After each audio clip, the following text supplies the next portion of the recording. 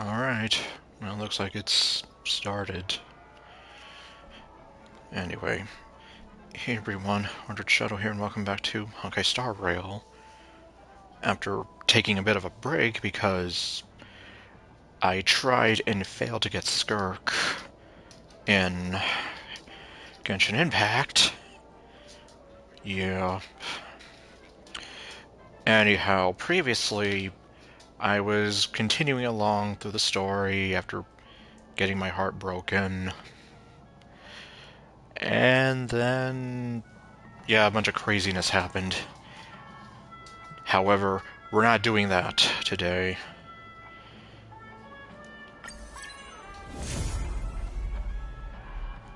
Okay, so now we have Archer. Or Emiya.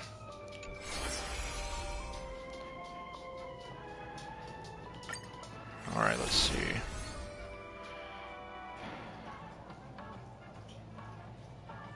Well, before we do that, though, claim this. And because of a warning people were kind of giving, you're going to notice a few things different. Well, for one thing, I have Fan on. Got him off screen.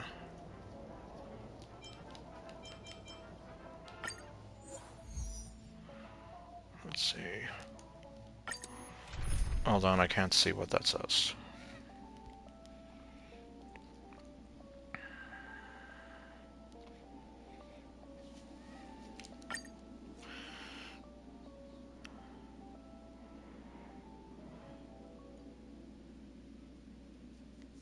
Yeah, it is an interesting crossover in the sense that it's already made quite a few people unhappy. But, well. Alright.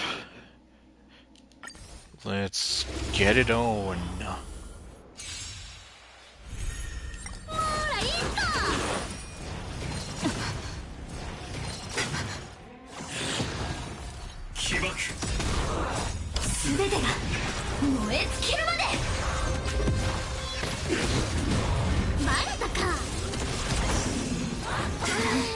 Yep, I'm actually using the Japanese dub of this game.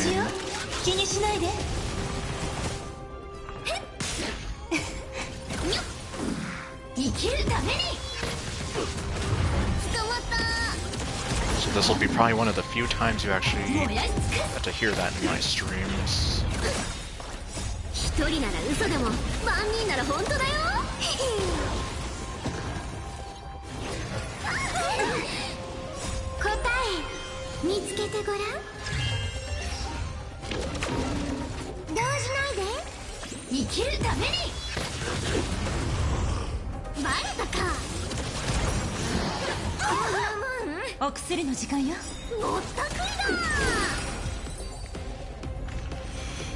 Okay, that's one down.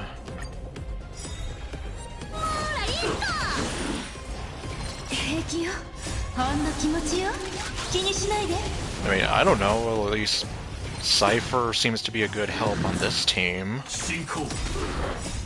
But then again, I know nothing about the meta or being a good player, as it was told to me in the previous couple streams. So, what do I know? All I see is that Cypher's kicking ass. I say as we get a close-up of her ass. Jeez. I could not have timed that any better if I had tried.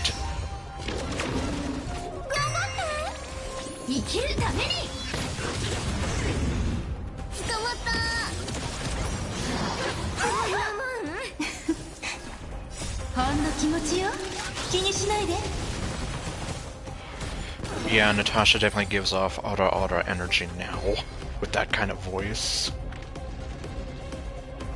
I have to do one more.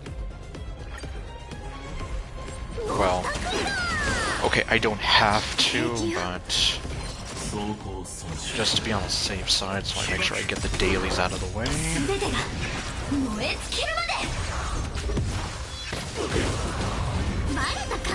Then again, I mean, I guess in design alone, Natasha already gives off, like...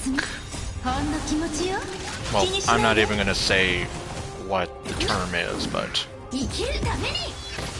she gives off the older, sophisticated woman kind of vibe. Similar to how Lisa does in Genshin Impact. Except Lisa is a little more overt about it.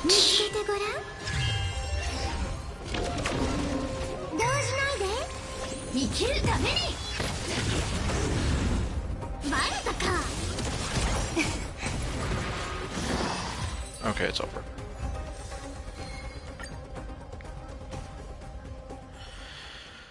Alright. So I'll take this.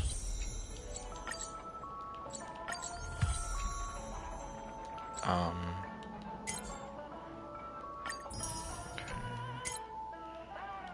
Oh. Accumulate a total of... Oh, okay, so these are the new ones.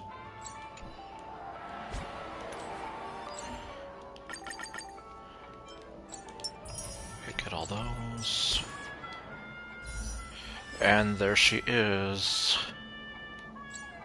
So let's see, who do we got? Okay, so...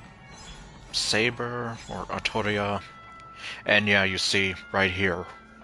This is why I swapped out languages. No English voiceovers. So if you've been playing Genshin for the longest time, and if you've been playing it recently, then you kind of know what you're in for. It's basically going to be that. Okay, anyway, so... you can also get, I guess in this case, constellations for Archer. Let's see, okay, don't have enough, wait. Whoa there, Foxy Mama. Okay.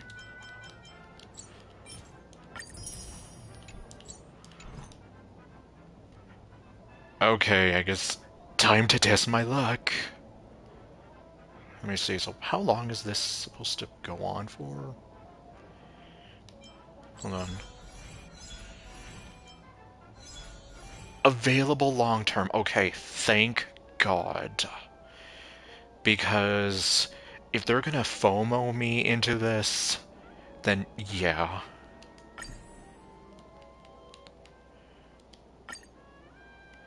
Oh yeah, and well, I'll show you the characters I got in a while, but first... let's test my luck.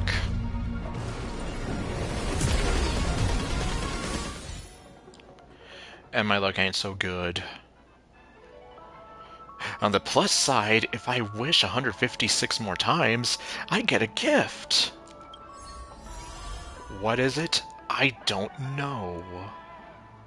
Oh, it's this. Okay.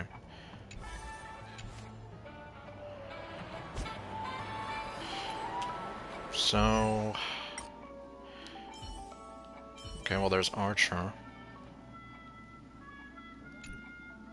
He looks about how you would expect him to.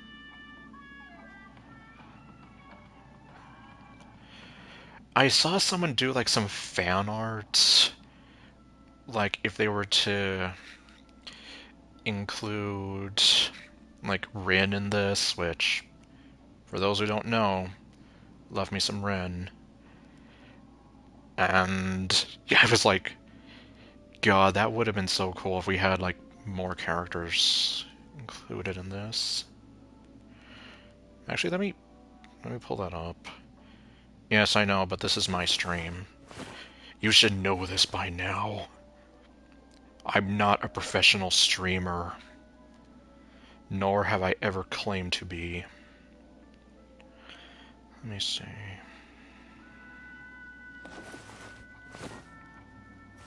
Oh, okay.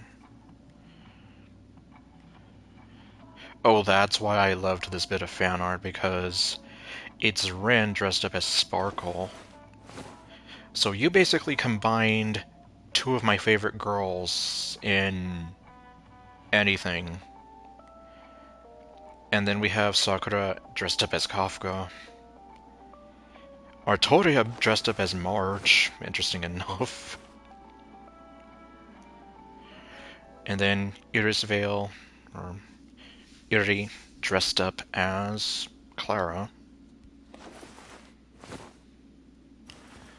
Which, I mean, I can kind of see that. Alright. 天のそうそうたるは飛びの向かう先 Yeah, that's gonna be interesting. Oh, dang it.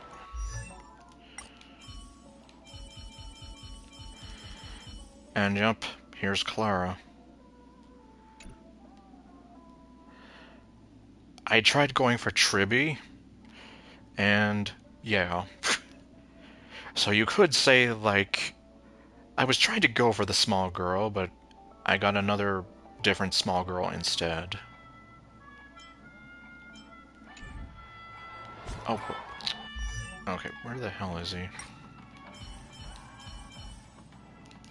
Oh, there he is. Okay, there's Phanon. Don't know how to build him yet, haven't tried. Oh, jeez.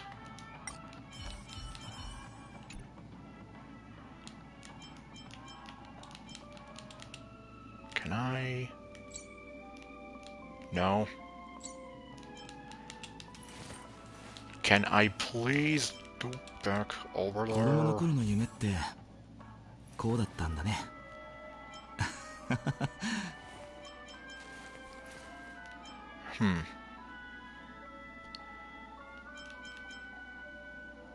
Well...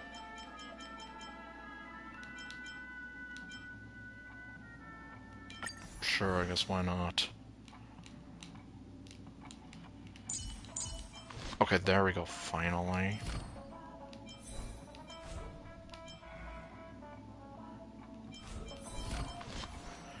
Haven't met him yet, but have him now.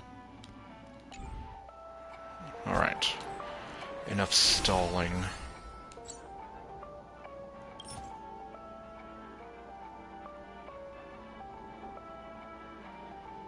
Oh, great.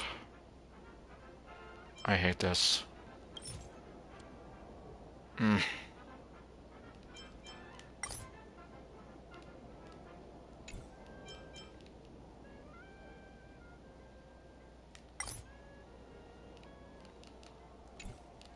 Well...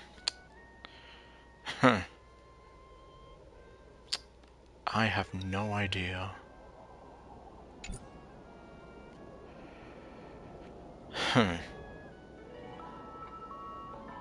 So I guess I could... Then...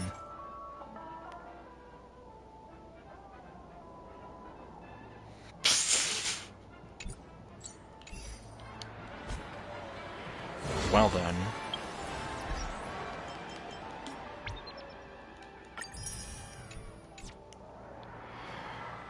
Huh.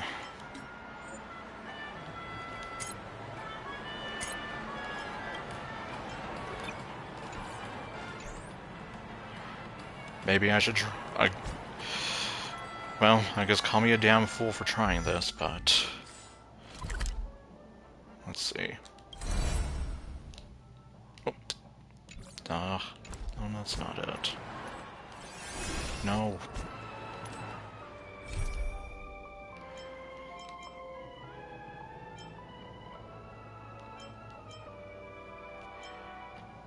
Okay...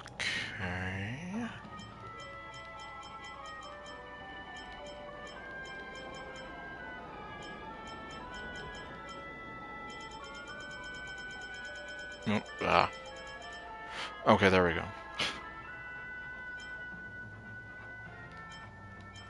Oh, that's right. Well, I guess I'm gonna try like a damn fool. Let's see.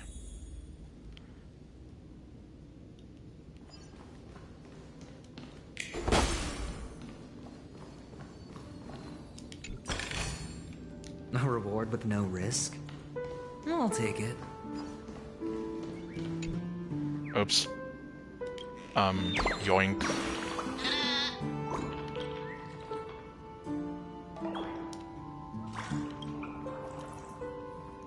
I don't know. Da-da-da.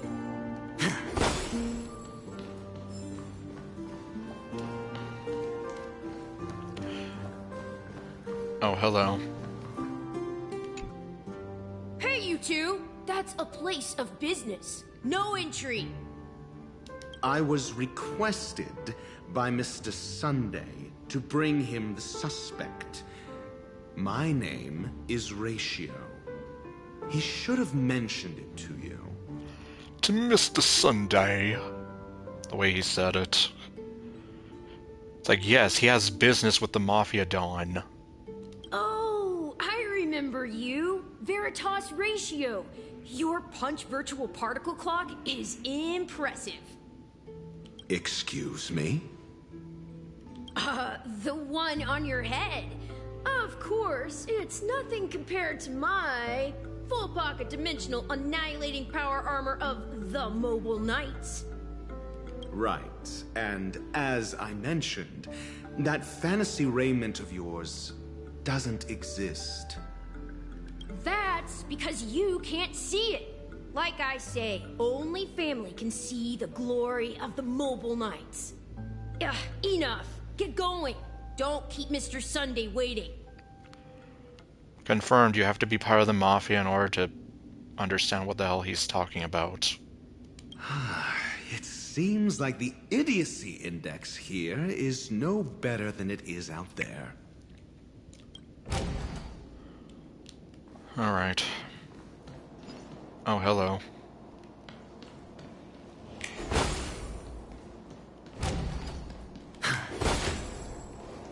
Oh, really? Dead end?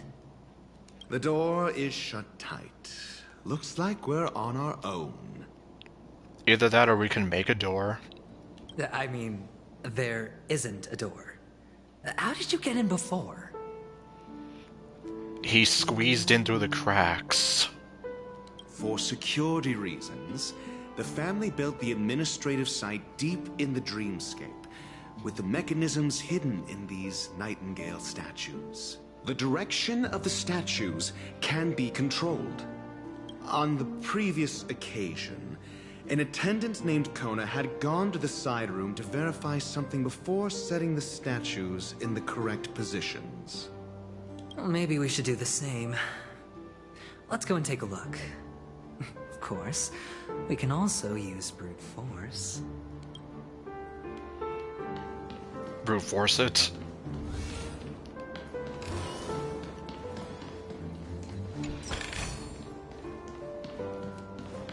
Okay, well. Let me in. Okay, nothing over here. Let me in! Oh, we get to do more of this. I see. Am I gonna have to do some fighting as a Venturine? This is hardly enough for a seat at the table. Because if that's the case, this could be interesting. In more ways than one.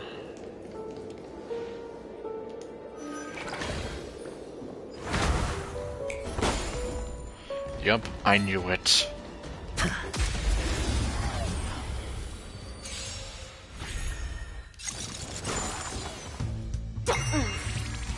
Open sesame. Oh, okay.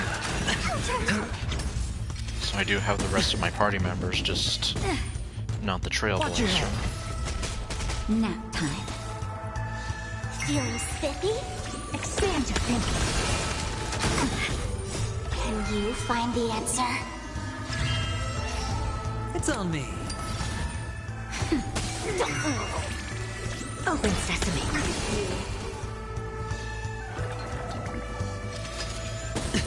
Spend freely. Bust. Or maybe I'll take it all. Feeling spiffy?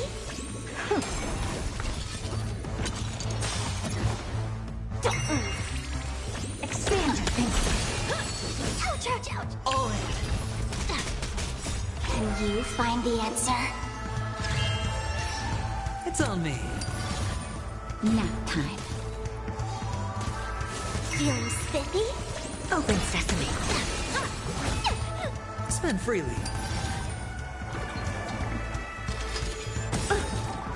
Endless riddles. Nothing but a void. Expand your thinking. Glimpse the unknown. And he died. Okay, I came in this way. Oh, hello. And goodbye.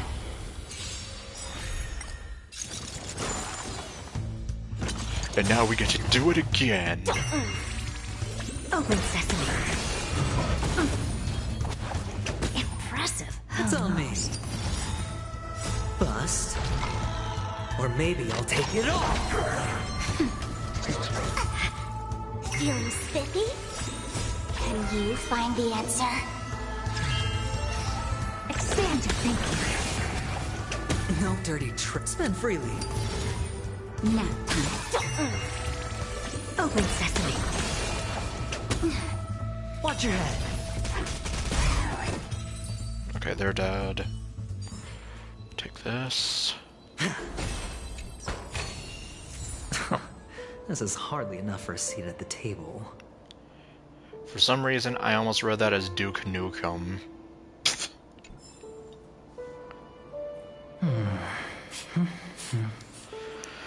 Okay. Let's see, okay. So yeah, let's keep on going.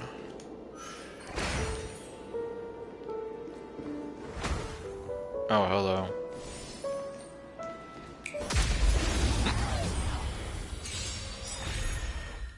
Wow, I can just be 10 feet away and drop that thing on you. Oops. Feeling spiffy? Expand your Oh no, we have to fight wannabe Cake Sith. Nope. Bust. Or maybe I'll take it all. All in.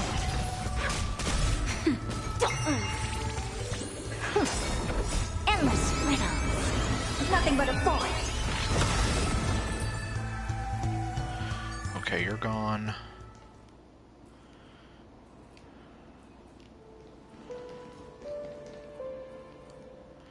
Okay, there's only one way I can go. That doesn't look promising.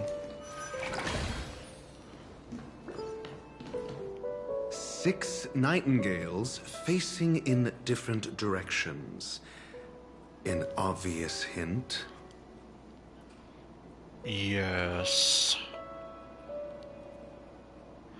An obvious hint that I'm still going to take a picture of in case I forget anyway.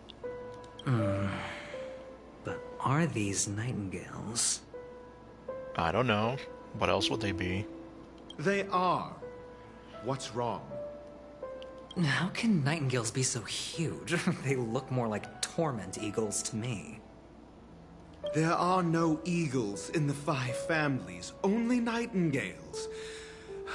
Why am I wasting time with you on this? So we have 5 families and 6 statues. Okay. Sounds legit.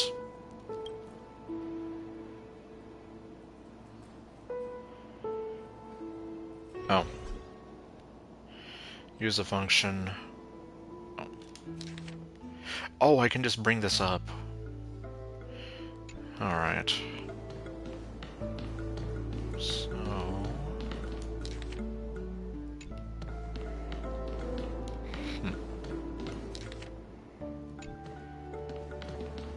Wait. Or am I even... No, this is... Okay, this is the way I should be.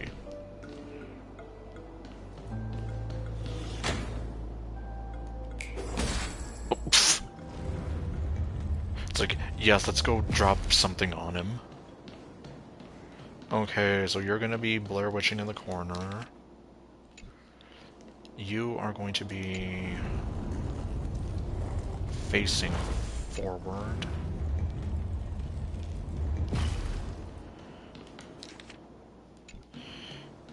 You are going to be facing forward.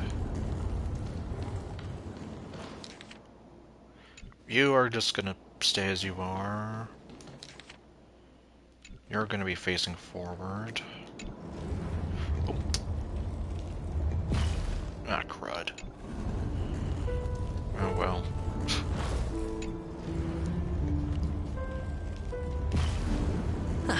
Just as I thought. Here's the correct answer. The statue was still moving. A truly miraculous discovery. Perhaps I should offer you the chance to join the Genius Society. Really? Well, I thought you'd given up on that already. I was being sarcastic. Can't you tell?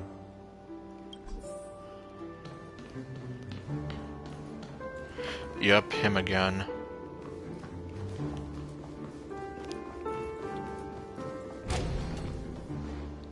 Oh, impressive. Well, so much for Mr. Sunday's reserved, virtuous image. Well, I mean, he's the Don of the family, so what do you expect? Do you need me to remind you? We're in a dreamscape. No matter how grand the mansion looks, it'll not affect Penacony. Stop wasting your time nitpicking the family here. Or else the family is going to be nitpicking you. Yeah, you're right. The only way to destroy the family is death. Sunday must have thought the same. Let's head down. I mean, people die when they are killed. Man, I don't know if I'll be able to... Who knows? I might have to see, like, if I can stream this more. But then... Jeez. They are really, really pushing me here. I mean, I know the alternative is to just say screw it, unlock those missions, finish them, then do the event, but then I'm just like, ugh. Oh, I just left him.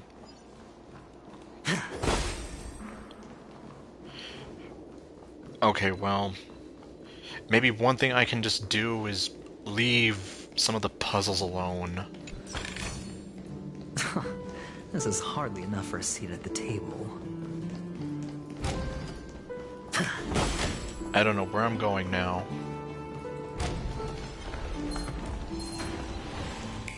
Oh. Oof. Okay. Feeling spiffy? Can you find the answer? I'm getting swarmed. Spend freely. I'm okay.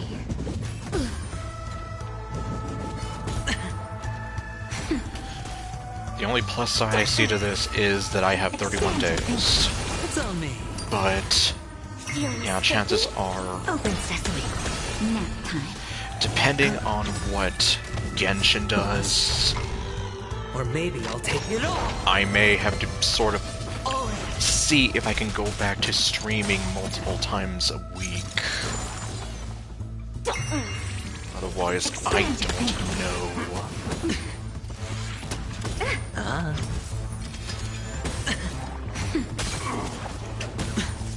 Watch your head. Feeling spiffy? Can you find the answer? Especially now that the Mawika banner is back. Endless riddles. Nothing but a void. Yeah, it's like they're really testing me here. Watch it crumble.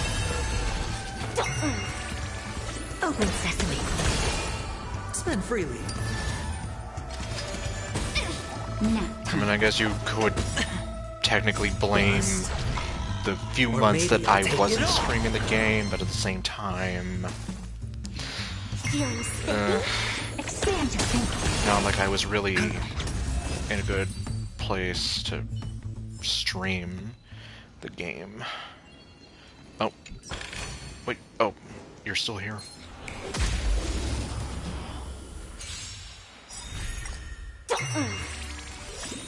Can you find the answer? Open sesame. It's on me. I mean, not well.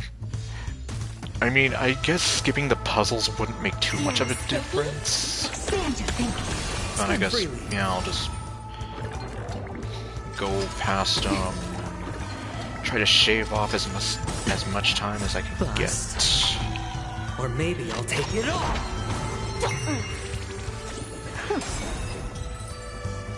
Okay. So, that's all that was in here? Okay.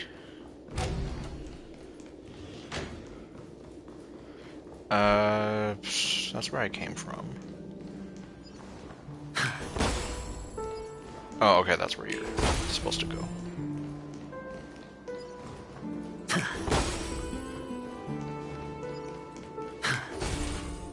Yoink. Dano. I think I hear something.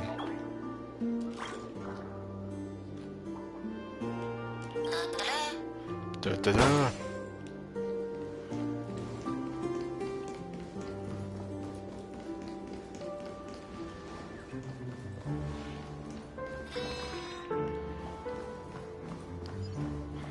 Look, guys, I can pretend to be Godzilla! Well, at least I could if there was a jump button.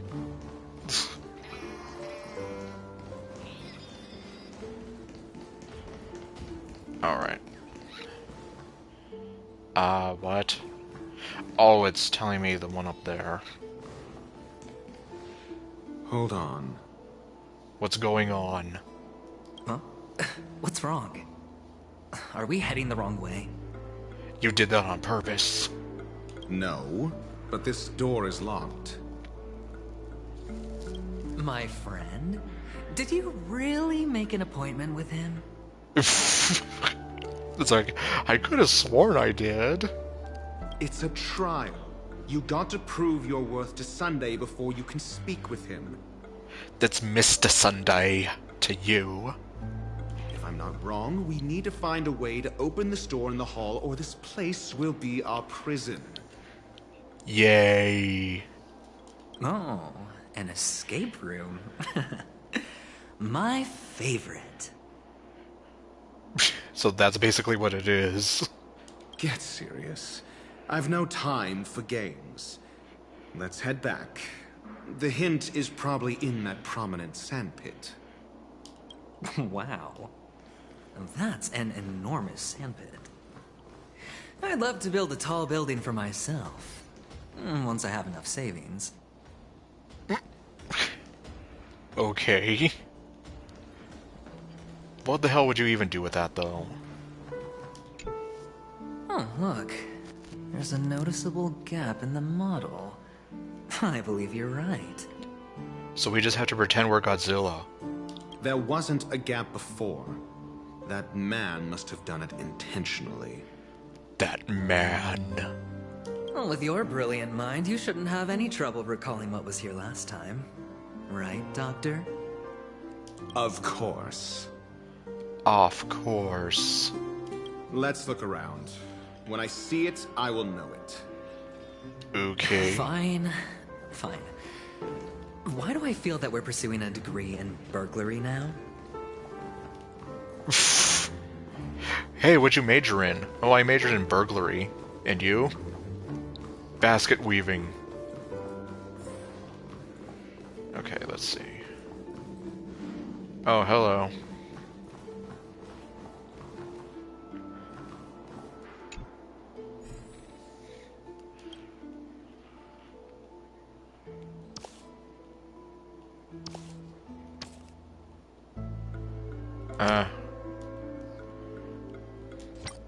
I'll just leave that there.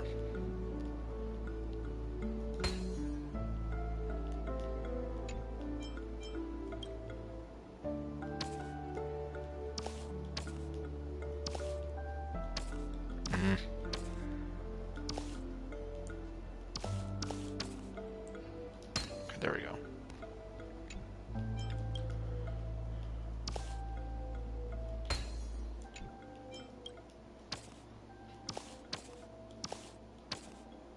Uh...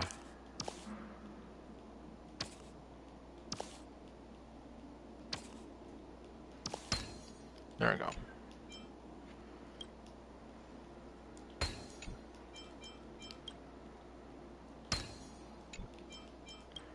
Oh, this was the corner piece. A 10-to-1 payout? Music to my ears.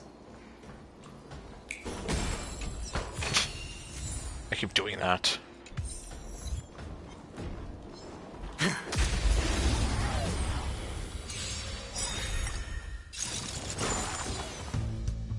Endless riddles. Nothing but a void. Expand your thinking. Watch it crumble. Open sesame. Okay, good, they're dead.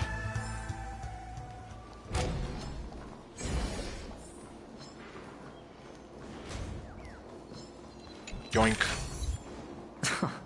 This is hardly enough for a seat at the table. Let me in.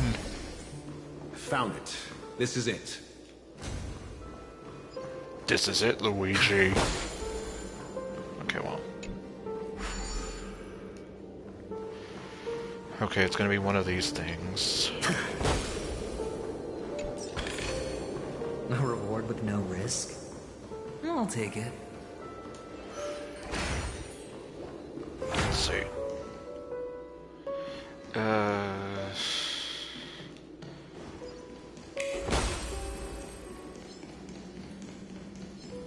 Uh-oh.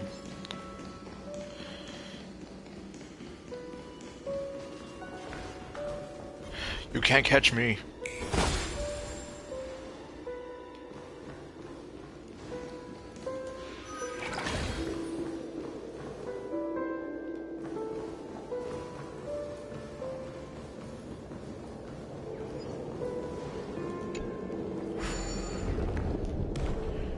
Okay, we got that.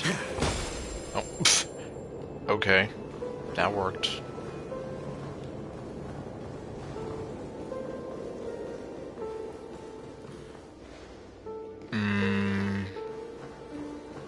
Hold on.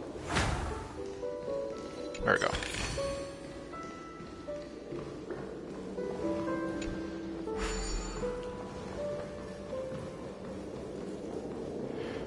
Yeah, I can imagine.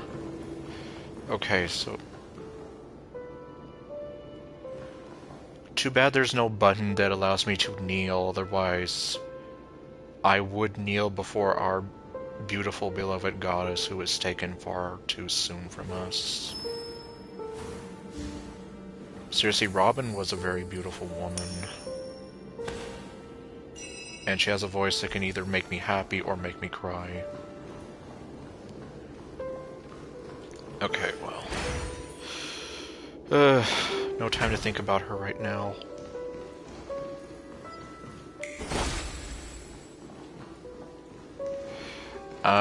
Okay, I guess I'm not gonna bother with you guys. Hold on, is there anything in here? No, just death.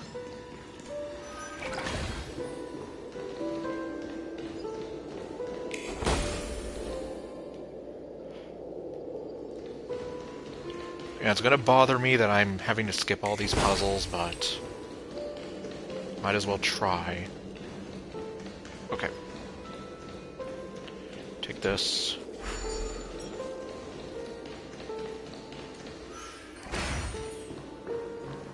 Okay, take this. Fortune follows luck, just like it always does. Oh, this is interesting. Huh. And the nameplate reads Gulliver's Arch. Well, I'm amazed you can remember something this tiny. You know, this reminds me of a tunnel I once saw that could shrink people who passed through it. It's Honey, I Shrunk the Kids all over again. Someone called Rick Moranis. If I were you, I would shut my mouth. It's wise to remain silent when you should. Okay, it's just gonna take us back over there. Good. So, let's go ahead and put this where it should be. No, I don't want to. Okay, but I have to. Oh, this reminds me of one of those building toys. You know, with the blocks. I've never played with them before. I wonder if it's more interesting than stacking chips. Confirmed, Adventuring has never played with Lego anything. Oh, look. The gap is closed. And it fits perfectly. So, what's next? It doesn't look like it says Gulliver's Arch more than it does Baby Adan's Yan. At least that's what it looks like it says to me. We go in.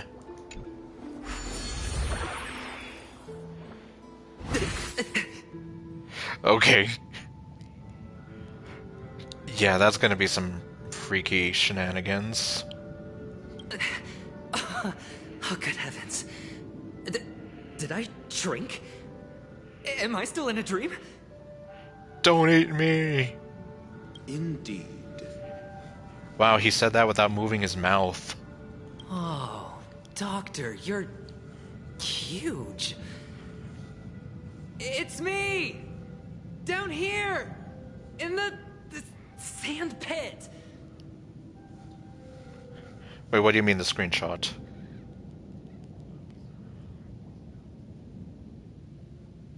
Did I miss something?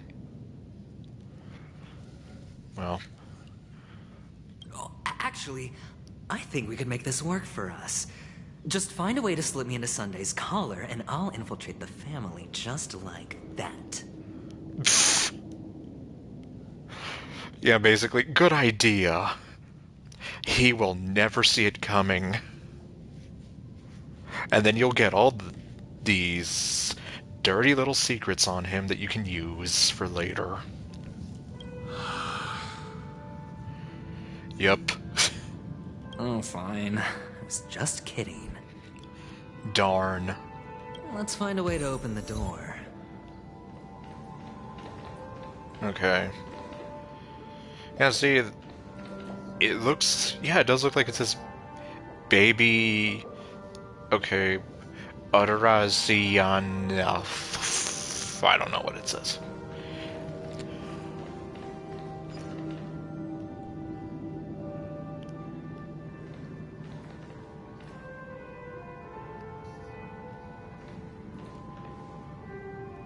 Yeah, you keep doing that. You're doing a fantastic job. Really, really fantastic job.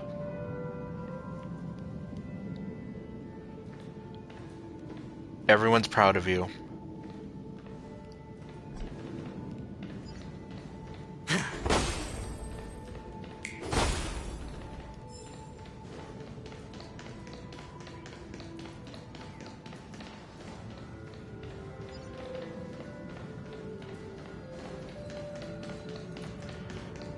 Oh yeah, I also did the gambling thing off screen. I did upload a highlight of it, and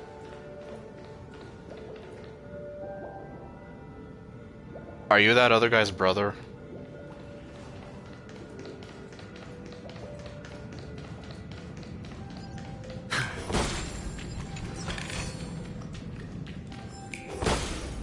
Two for the price of one, Grandma, and...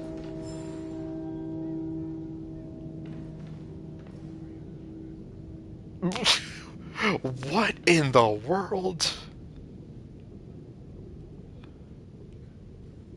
It's like they're getting in line for... Okay, no, they're not getting in line, but they're walking in line. And he's in the way, and...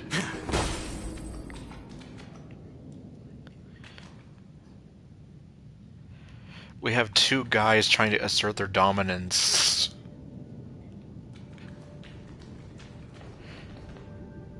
And... What is this?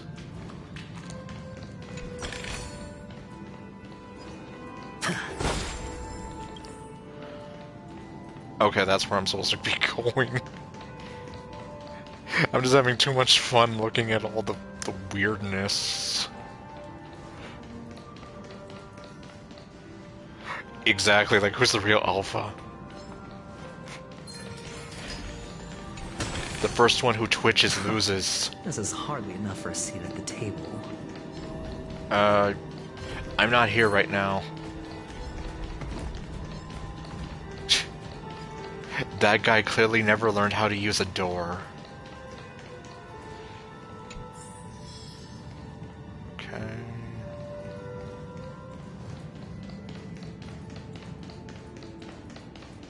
Apparently he has it. Hello!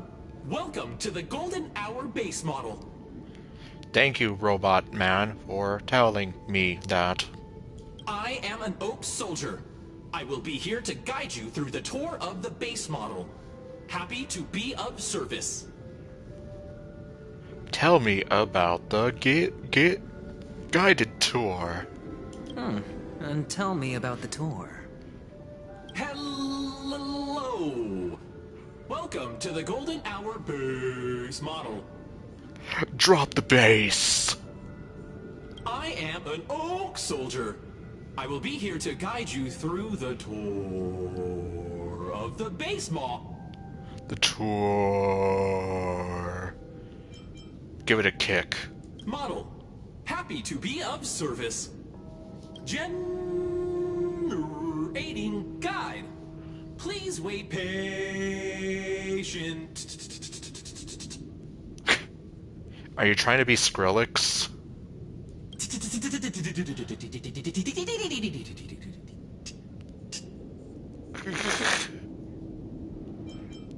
Kick it again. Found the nearest check-in spot. Please look behind me. A capsule machine model. Model.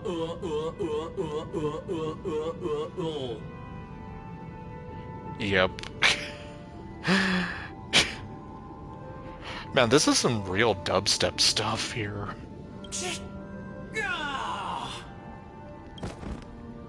And he died. What's up with that? Now the family's toys are trying to frame me? I didn't do a thing to it, Doc. You've got to be my witness. I saw nothing. I can't even see him. Oh my god, that's a fat bird.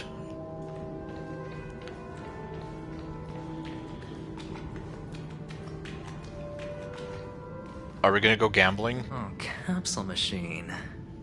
There's no mechanism on the floor. Could there be one at the top? Doctor, do me a favor.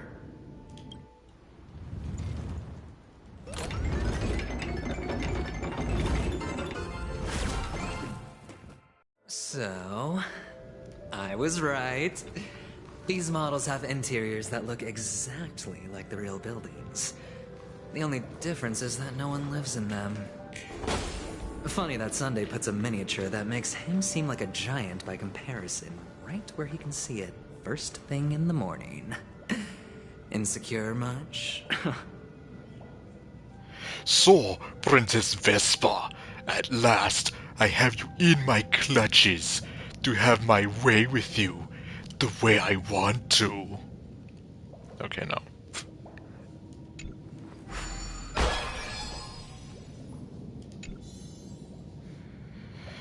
Yeah, so I guess this is like some kind of crazy power fantasy. Just, you know, be giant and be able to mess with everyone here and... yeah, just... anyhow. Man, even the bartender's trying to assert his dominance.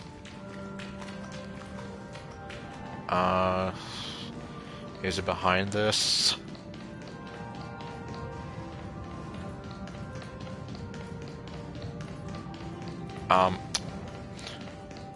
Really? Okay, no need to panic.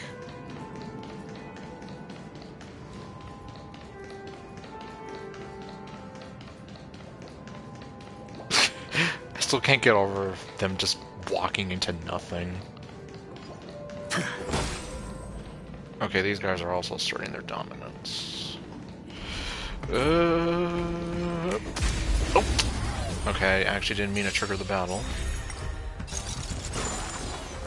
That's what I get for getting my buttons mixed up. Feeling spiffy? Can you find well. the answer? Maybe it's better in the long run that I get rid of these Open guys. That hurt. Spend freely. Nap time. Don't move. Expand your thinking. No dirty tricks. All in. It's on me. Bust.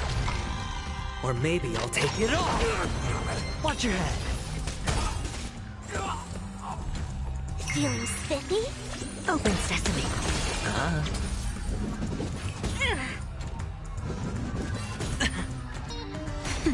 And here comes the giant fist! Can you find the answer? Well, ironically, Dr. Ratio can do, Here Comes the Giant Fist. Endless riddles. Nothing but a void. But he doesn't strike me as that kind of person. Glimpse the unknown. Okay. Oh, one of the fragments flew upstairs. I'll need to use the pinball machine to flick myself up there. But it's tough.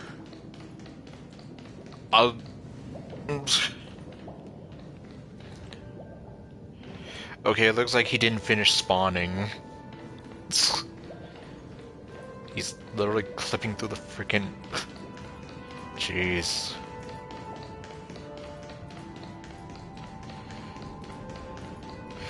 Yeah, it's almost like...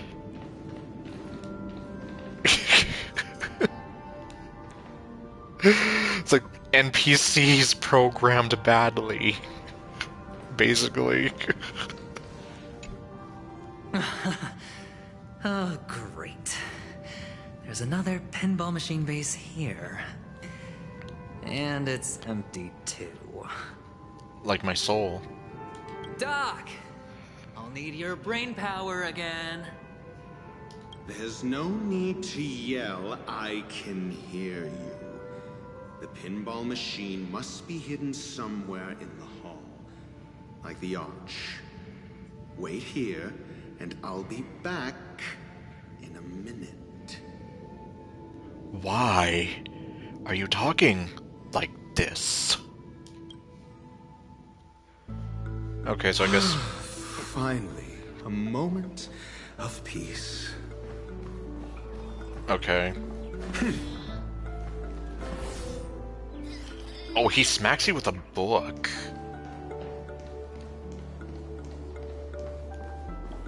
Oh, no, don't go that way.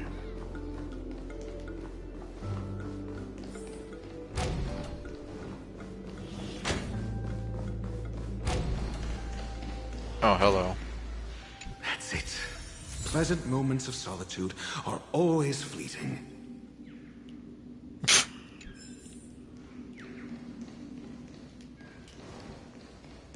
Well.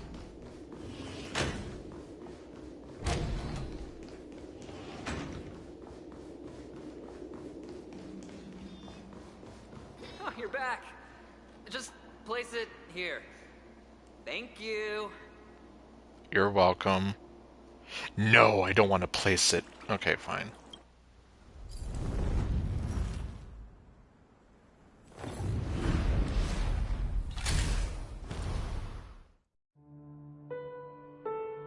Thanks, Doc. They really went all out on those very shortcut scenes.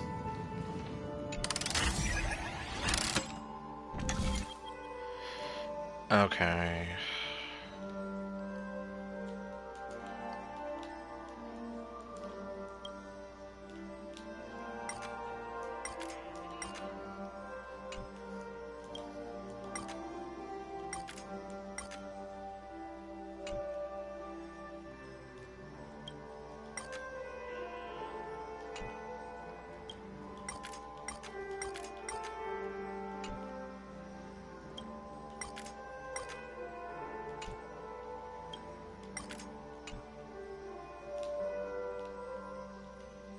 Hmm.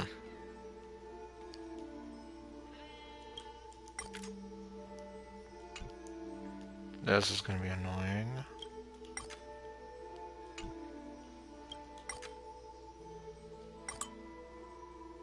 Oh, there we go.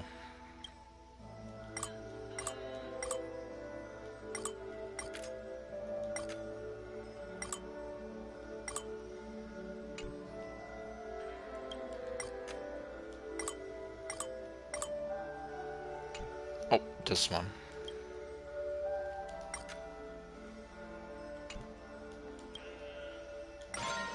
There we go. Took me a while. It's been a while since I've done this, okay?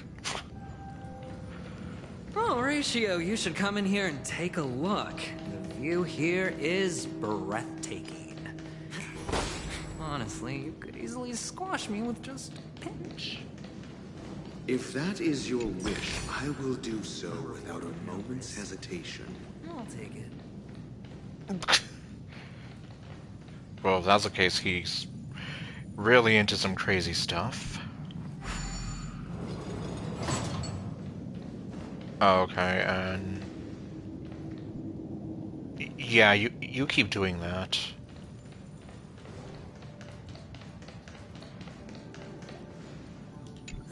All done. Piece of cake. That thing's spinning in circles. Okay.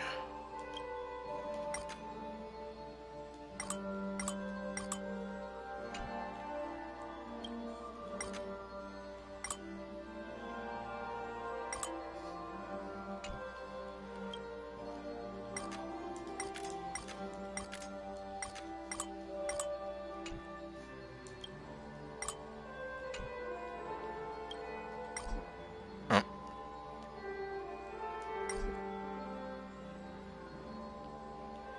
What?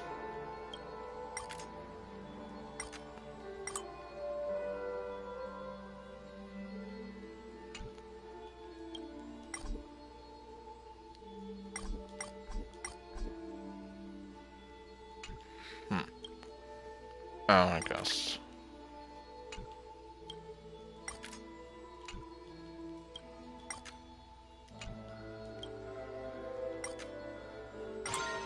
Okay.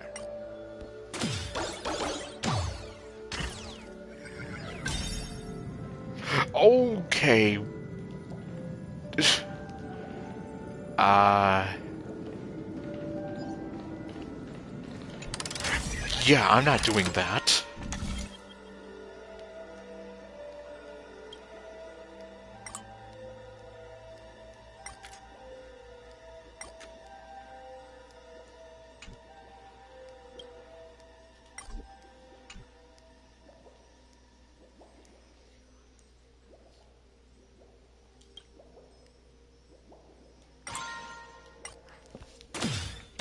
Okay, I guess I'll just go back here.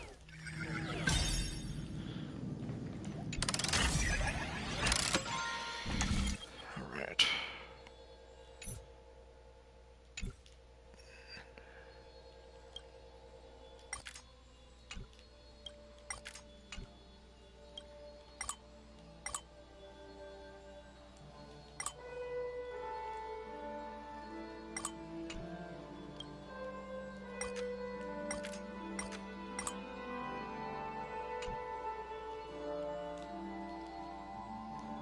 Asteroid, can I just...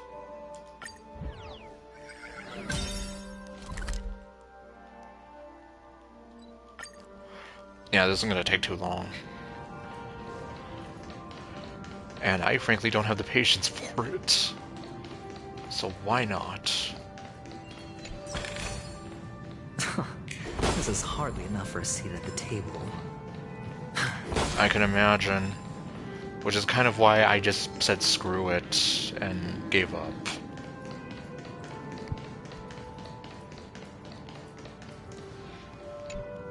Alright, what do we got? Okay, well, this one, very easy. And the joyous tour of Toy City has come to an end. Makes me feel sad. Penacony isn't all bad, right? I'll use this interesting experience as a talking point at the poker table. You know, I just had this very weird idea.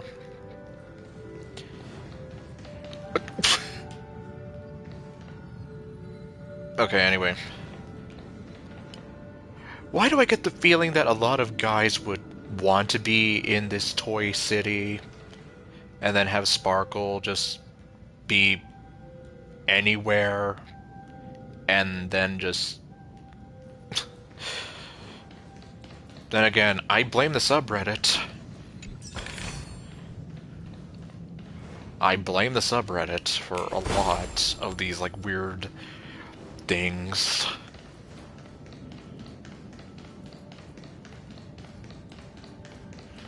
Alright.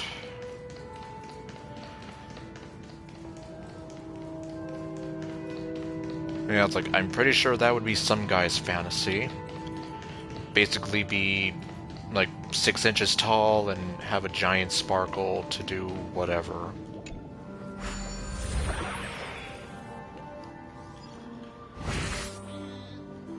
Okay.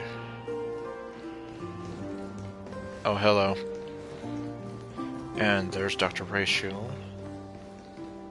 It's a pity you made it out of the sandpit alive. Sunday is just beyond this door. From my limited understanding, he's not someone easily handled. Are you prepared? I'm not ready. I'm not ready yet. Yeah. Only I believe he's the one who should be prepared to face me.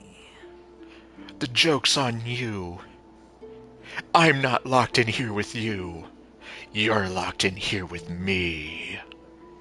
Tell me about your plan. It's simple. We kill the Batman. I don't have a plan. I'll just play it by ear. There are only 2 kinds of bargaining chips when dealing with people. Benefit or fear. Looks like sincerity isn't in your dictionary. Am I not sincere enough? There's no need to emphasize it. We've got to make good use of death. That man's sister is dead. He won't be able to turn a blind eye, and that's fear. And I'm still sad and angry that she's dead. And I'll help him find the murderer. He can't do it due to his status and position, but I can. And that's benefit. On what basis do you believe he's incapable, necessitating the delegation to someone from a rival faction? The IPC? Simple. Because that murderer could very well be a traitor hiding inside the family. Here's the traitor, your majesty. Please, your omnipotence, have mercy. After you've scrubbed all the floors in Hyrule, then we can talk about mercy. Take him away. Yach, mein König. Or, yes, my liege. Do you mean the Galaxy Ranger whom you accused previously? Being a Galaxy Ranger, out there living a life of danger. That was just an excuse, good doctor. There's something wrong with that woman. We need someone who can keep her in check. It's better to minimize the variables outside our control while we execute our plans. The only thing wrong about that woman is the fact that I don't have her in my team whatsoever. Moreover, I need to know her identity. If I'm lucky. She could be an important pawn. And it's good to have more helpful friends when dealing with this matter. Friends, you say? Okay, no. But honestly, the murder case is likely unrelated to her. I believe my standpoint. There's a rat in the family. Otherwise, why would Mr. Sunday arrange a private meeting with us? This isn't an interrogation, but a secret negotiation. And I'm pretty sure negotiations will be short. We'll see. Using Robin's death as a bargaining chip, I'll win back my freedom and power. In the end, I'll ruin this beautiful dream and create the grandest death. Because people die when they are killed. If the chance of winning is just beyond this door, even if that chance is close to zero, well, you can't win if you don't play, right? I mean, I actually agree with him here. You don't know what's gonna happen unless you actually do something. Otherwise, you're just sitting here afraid to do anything and nothing gets accomplished. Ah, the charming audacity. To think that you, of all people, might emerge victorious, dear gambler. 3 chips are enough. Orderly, we have a badass over here. All or nothing. Bust? Or maybe I'll take it all. Oh boy. Now we're gonna go ahead and meet the dawn of the family.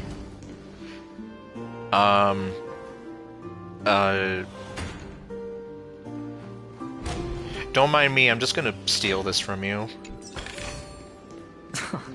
This is hardly enough for a seat at the table.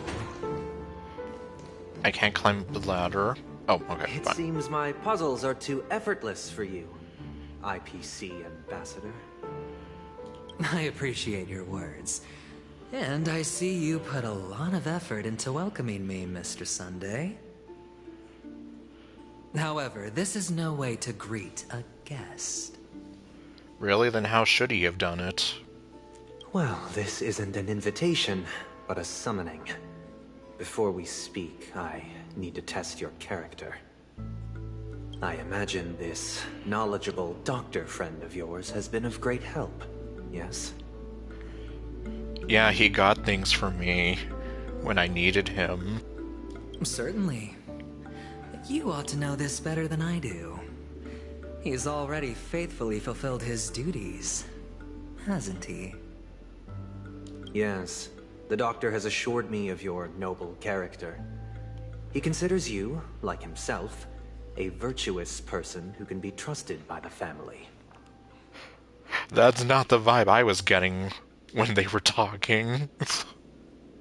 I have come to know you very well as a person, Mr. Aventurine.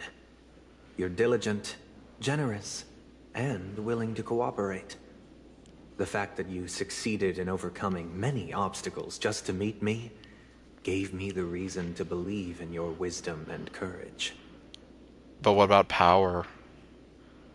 Okay. Yeah, there is no Triforce here. But there's one thing I must ask you. That is, you've used your wisdom at the wrong place to meet the wrong person and put yourself in a situation where you shouldn't be, witnessing a tragedy that shouldn't have happened. Yes. Is it just me or is he doing like the Umu mouth? Oh my, if he is... Well, what I was going to say is, the only thing I agree with him here is, yes, that tragedy should never have happened. You don't look too well. Am I making you anxious? If not, then it means I'm on your side. If I wasn't mistaken, you'd just made a serious accusation against the family. At least it looks like he's doing the Umu mouth, but anyway. Well, but if he's threatening the Mafia... No, you weren't mistaken. For depravity is creeping in around you. So you're saying that Sunday is a depraved bastard? Well, there's no need for us to be evasive. Let's talk about your sister. Your sister's talent is unrivaled in the world of show business. As you know, her voice has been out of tune since she returned to Penacony. What's more disheartening, she can't sing anymore. Yes, because dead people cannot sing. Obviously. She's also a very beautiful woman, with the face of an angel and the body of a goddess. Who could be responsible for this? Many suspect the culprit is among the outsiders, but I know you hold a different opinion. Now your noble status has become a shackle, preventing you from apprehending the murderer and avenging your sister's death. You're feeling anxious because you're out on a limb. Yeah, Sunday is just really giving off, like, smug bastard energy right now. But don't worry, I'm on your side. I'm immensely honored by your concern for me, Mr. Aventurine. Since you're so selfless and generous, I believe you wouldn't ask for anything in return, would you? I don't know, let's see. Well, naturally, you wouldn't incur any loss from this. I just want to reclaim what is mine. My liberty, and the personal items under the family's custody, the bag of gift money, and... Yeah, negotiations are gonna be short. The box in which the cornerstone is stored. That's right. Cornerstone. I've heard it's a treasured asset of the Strategic Investment Department.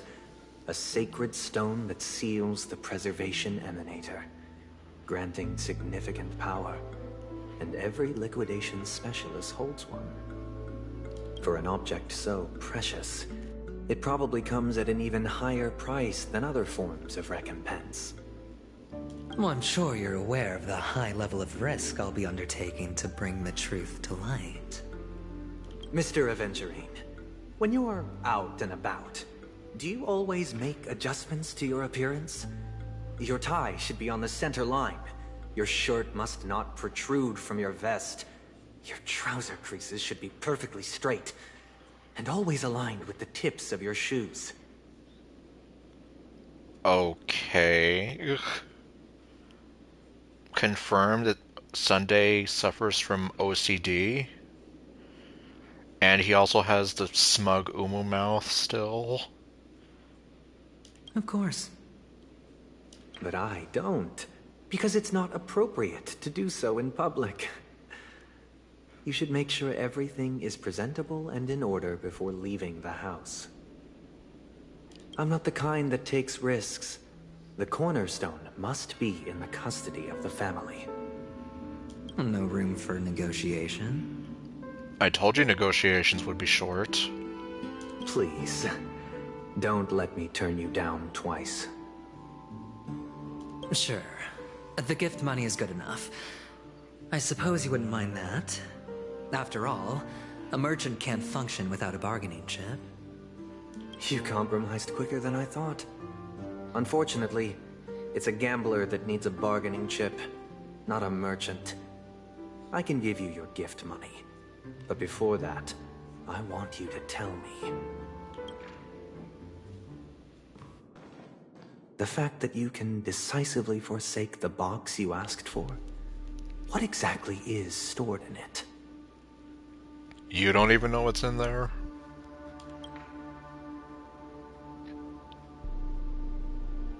Oh, triple-faced soul, please sear his tongue and palms with a hot iron, so that he will not be able to fabricate lies and make false vows. Okay. What have you done? He was practicing safe hex. By which I mean, he hexed you. Under the light of the harmony, all wickedness is revealed. I implore them to shed their light, and I'll ask you questions on their behalf. Next, you have 113 seconds to prove your innocence and gain my trust. That's not a lot of time. And if I refuse to answer? Then you will die.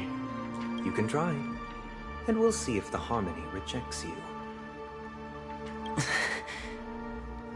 Question. Do you own a cornerstone? Yes. Okay, well, screw lie detector tests. Just have Sunday do this. What a simple answer. You, too, understand that idle chatter leads only to poverty. And what do you know? There's a nightingale. Did you hand over the cornerstone to the family when you entered Penacony? Yes. Does the cornerstone you handed over to the family belong to you? Yes. Really? Is your cornerstone in this room right now? It's under the floorboards. Okay, there are no floorboards. Yes. Is your memory free from any kind of tampering or deletion, encompassing but not restricted to the techniques of the Garden of Recollection? Yes. Are you an Avgin from Sigonia? Yes. You even know about that? Do the Avgins have any ability to read, tamper with, or manipulate one's own or another's mind? No. Does it matter?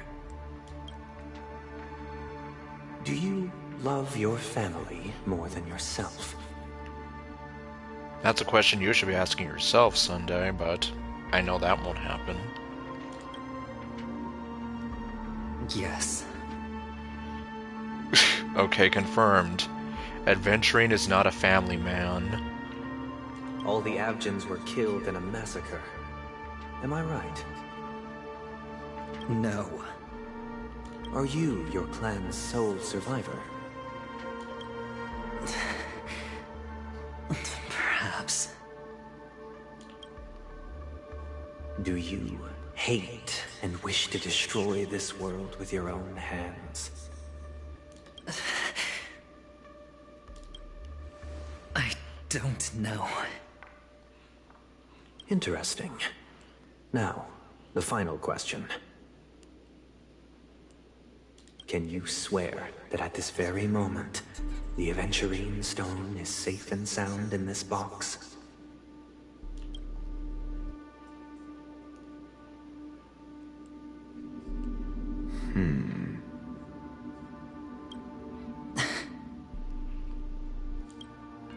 Of course. Looks like we can get an answer.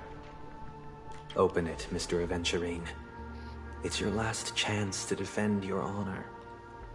So prove your honor to him.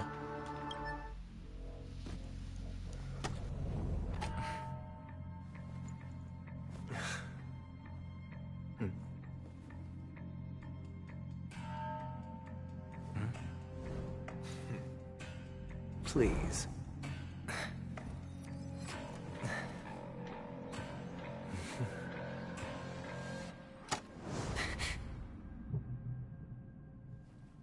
Are these what you're looking for?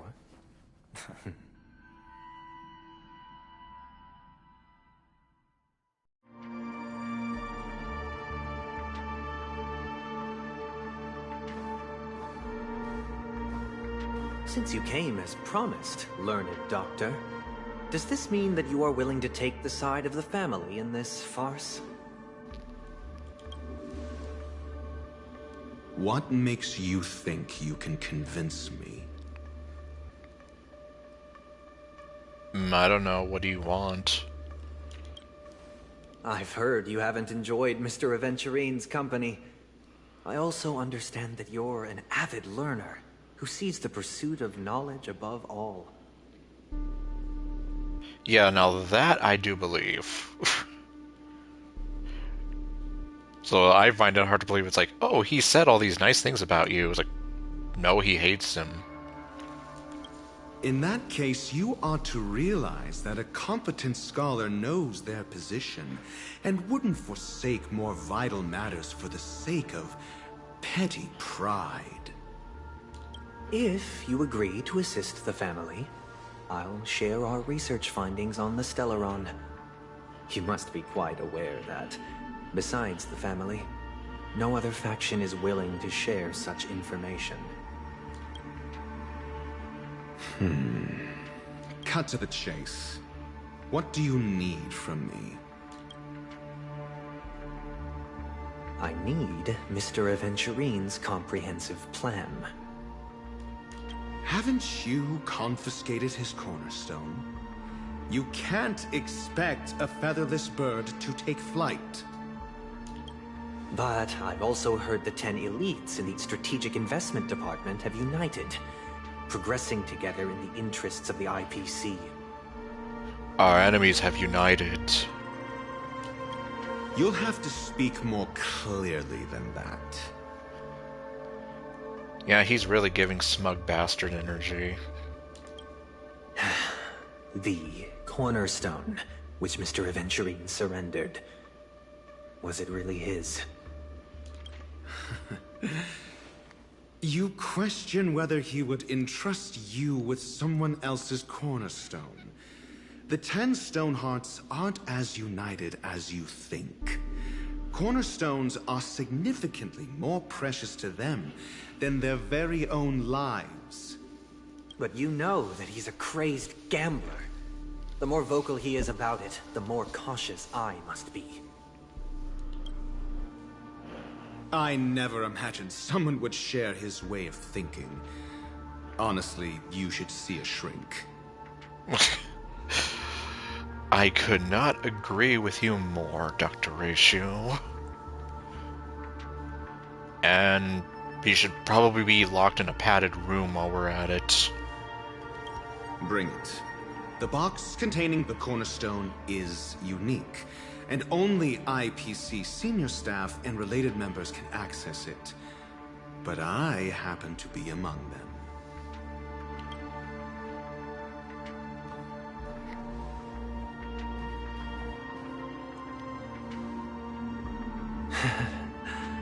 I appreciate it.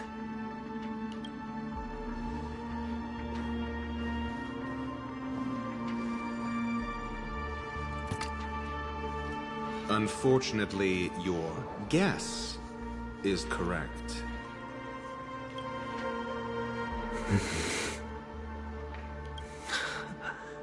The golden stone. Its color and glow are similar to that of Klepoth's body. This is the very ruse he intends to use to fool you. He won't reveal to you that the 10 Stonehearts chisel their own will into the cornerstones, granting them an unparalleled radiance. And this golden stone is also known as a topaz, not a venturine. And it belongs to Topaz. How convenient that the topaz belongs to Topaz. Who would have thunk it? So, do you wish to confront him? Not at the moment. I'm more interested to know the location of his cornerstone. The safest place somewhere you'd never think of. Because he never intended to hide it. In fact, that cornerstone has been in your hands from the very beginning. Hidden in plain sight.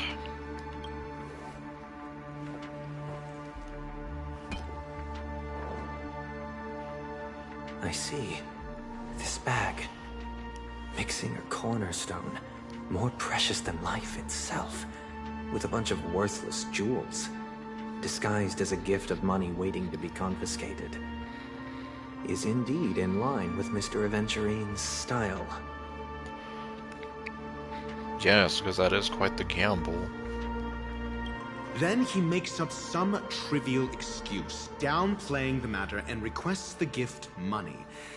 This is a gamble, one he's all too familiar with, betting on your single misstep, leading to a total loss.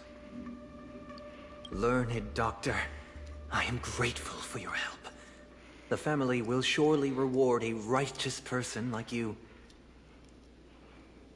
As for the villain, I hope he retreats in humiliation. It was all thanks to your friend with a keen eye that I could add a blot of utter failure to your storied career. Ratio, you wretch.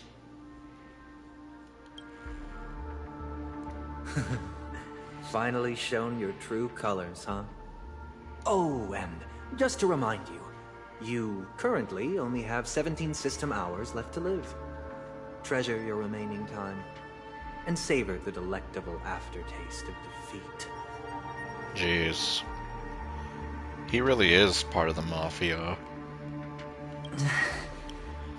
You might as well explain yourself a little more clearly. What I performed on you just now was the Harmony's consecration. You were to show allegiance beneath the illumination of their grace. Yet you acted willfully, uttering nothing but falsehoods, transforming the consecration into a trial. I genuinely see no reason to absolve you from it.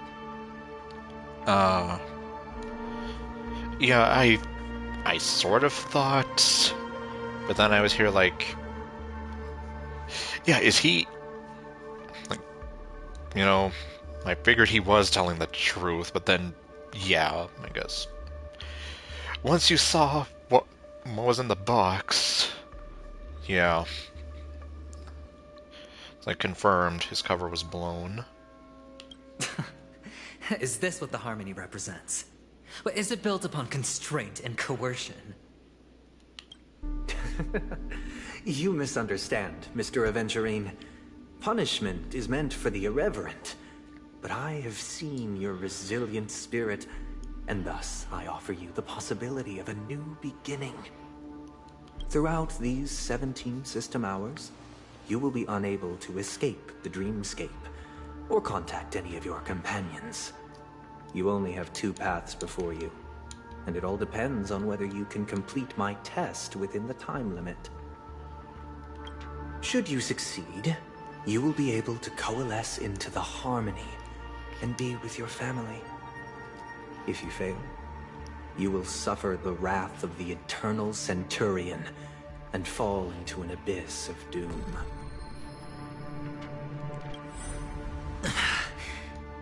Sounds like I'm gonna end up the same either way. Yeah, literally pick your poison. I indeed do need a servant to help me uncover the evil hidden in the family from an external perspective. I will purge the evil from the inside and bring the real culprits to justice within 17 system hours. Well, in order for you to do that, you would need to purge yourself. And seriously, that smug bastard smile of his. When the time comes, compare your findings with mine. If both our findings align, or if you can provide me more insights, then they will truly be able to grant you mercy and honesty. Shameless hypocrites. You took everything from me and still demand the truth? That isn't fair. Your carnival reeks with the stench of cash. Nothing is achievable without it. You tell that asshole. This is meant to be an act of personal virtue, not requiring the family's support. Your bag is over there. Do as you please. I believe you can trade this bag of worthless jewels for everything you need. That's what gamblers excel at, isn't it? Off you go, Mr. Aventurine. You are free. I will wait here for your good news. You are free, quote unquote.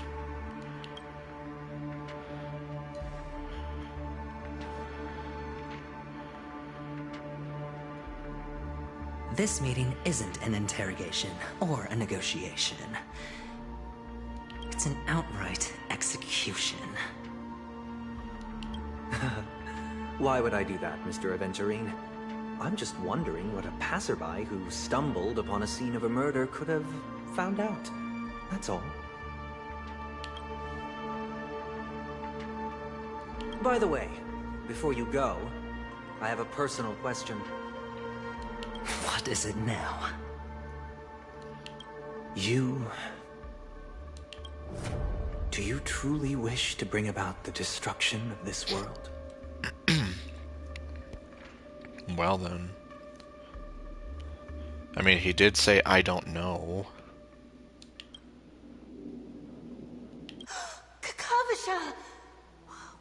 you go?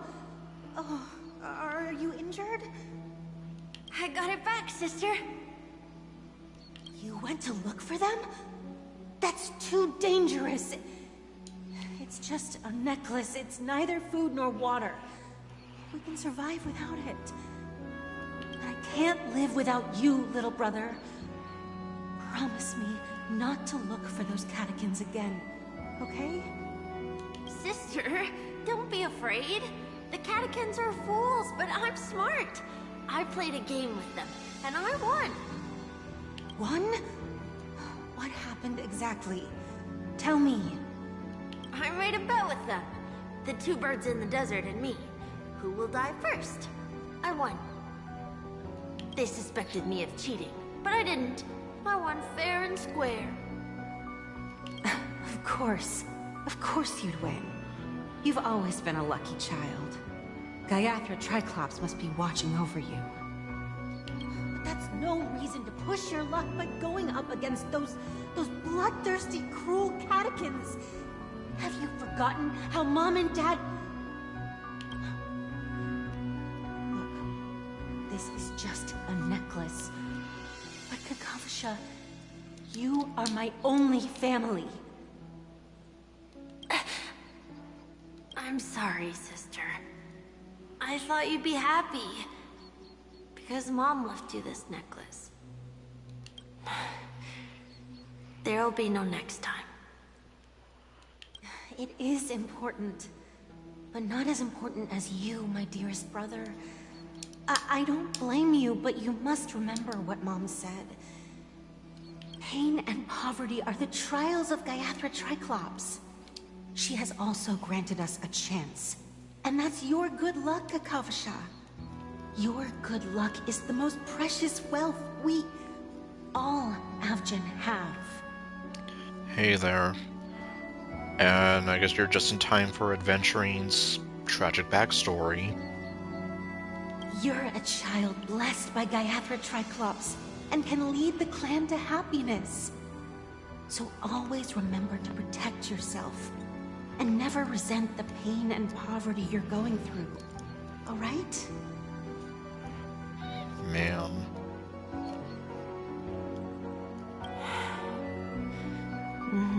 Listen to me and swear to Gaiathra Triclops. Okay. We'll swear to Gaiathra Triclops to protect this wealth. But sister, Gaiathra Triclops was really watching over us. Then why did she not protect Dad when he was swept away by the quicksand? After all, Dad went to the Catechins' land only to prepare for Gaiathra Triclops' offerings. And where was Gaiathra Triclops when Mom was shivering in our arms? Mom was still pleading for Gaiathra Triclops' forgiveness under her breath, until the moment she closed her eyes. Sister, everyone praises me for being smart, but I don't get it. If every rain pour was Gaiathra Triclops' forgiveness and grace, then how bad were our sins? So much so that we were born in this world of death?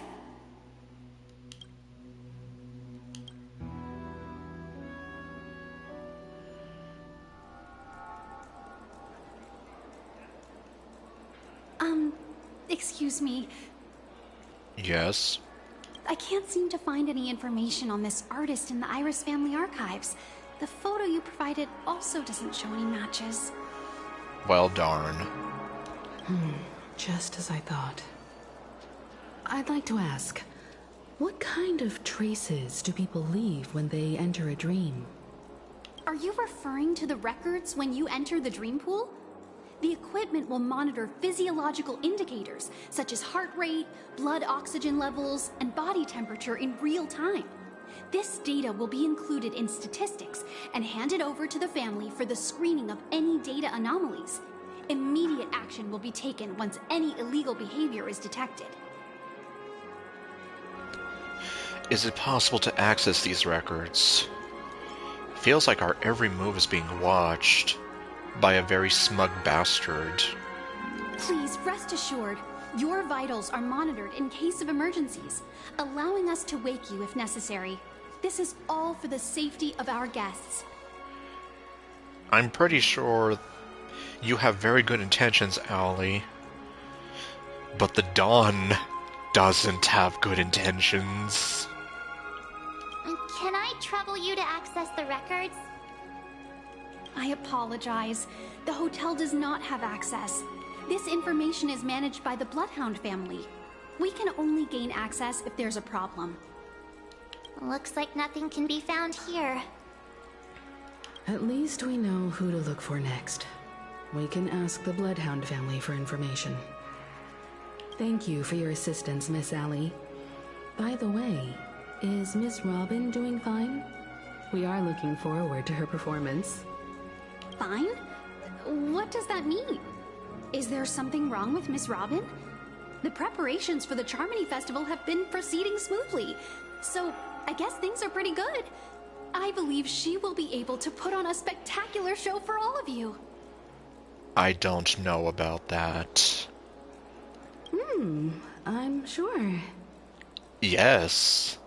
I'm very sure about this. Yeah. I'm pretty sure that this will be a performance that people are going to be talking about for the rest of their lives. Sure enough, no one knows about Miss Robin. I'm not surprised. Yes, because as we've seen, Mr. Mafia Don doesn't want anybody knowing. But that Miss Firefly is truly mysterious. There's no information on her in the hotel system. Even if she's a stowaway, she should have a disguised identity after entering the planet. She's also in the running for the legacy. How is she going to sneak into the dreamscape unnoticed? Is there any other way to enter a dream? Besides the hotel room's dream pool? The Memo Keepers have abilities that are difficult for normal people to comprehend. In the memory zone of Penacony, they thrive effortlessly, a fact proven to us by Black Swan. Okay, I was pressing the button too quickly. So the Garden of Recollection. The hacker girl from the Stellaron Hunters used extraordinary means to unlock the Dreamscape Hotel's seal. According to the scene witnessed by him, it is likely that they are behind Miss Firefly's case. Why am I not surprised? The Garden of Recollection and the Stellaron Hunters. Both are possible, but what about the IPC? Since they want Penacony all for themselves, they're bound to have a plan. Who are you guys? What? The Bravo team has arrived at their designated position, ready to execute armed evacuation operation. Boss, get moving! Armed evacuation? Boss, are you drunk? How does one do an armed evacuation? Is it like, get out of here! Leave your home behind or I'll shoot you! Like forcefully evacuating people? What do you know? It's more efficient this way. Just don't let the director find out. Act first, report later. Understood? Help! Help me! I spent all my year-end bonus on the snowball! I don't want my name on the department's major disciplinary notice! It's not my fault that you spent all that money on a snowball. Hey, check it out! That voice. Could it be the IPC workers from Belobog? I mean, it does sound familiar. To all guests, the IPC will be conducting special operations within the hotel. Please follow the staff in charge of evacuation to the designated safe zones, or compulsory measures will be enforced. So evacuate or we'll frickin' kill you. I'll request a beating for you lot! You've been told not to drink during work hours. Hey, there's Topaz. Take him back to the hotel room. I'll organize a meeting later to properly go over how this incident report should be written. That's probably going to be very fun. Miss Topaz? I never thought I'd run into you on Penacony. And it's a pleasure to see you again. Long time no see, Astral Express crew. Aventurine has told me a lot about your happenings. Hmm?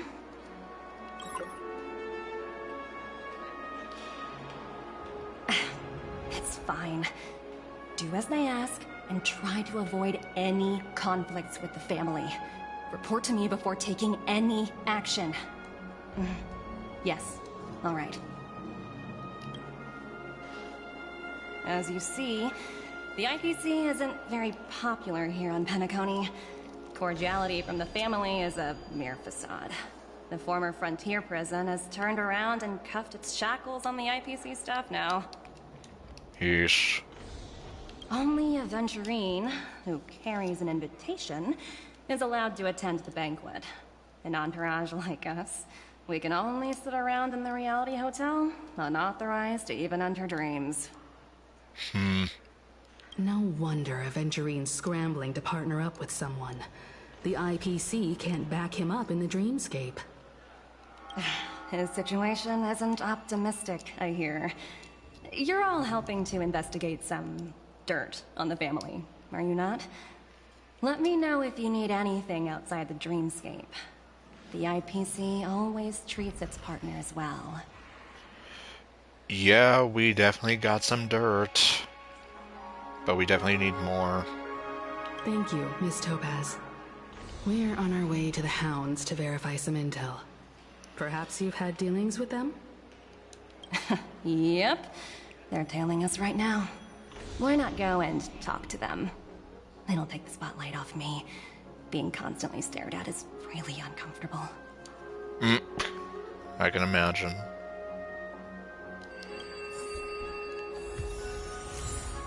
Spellbound.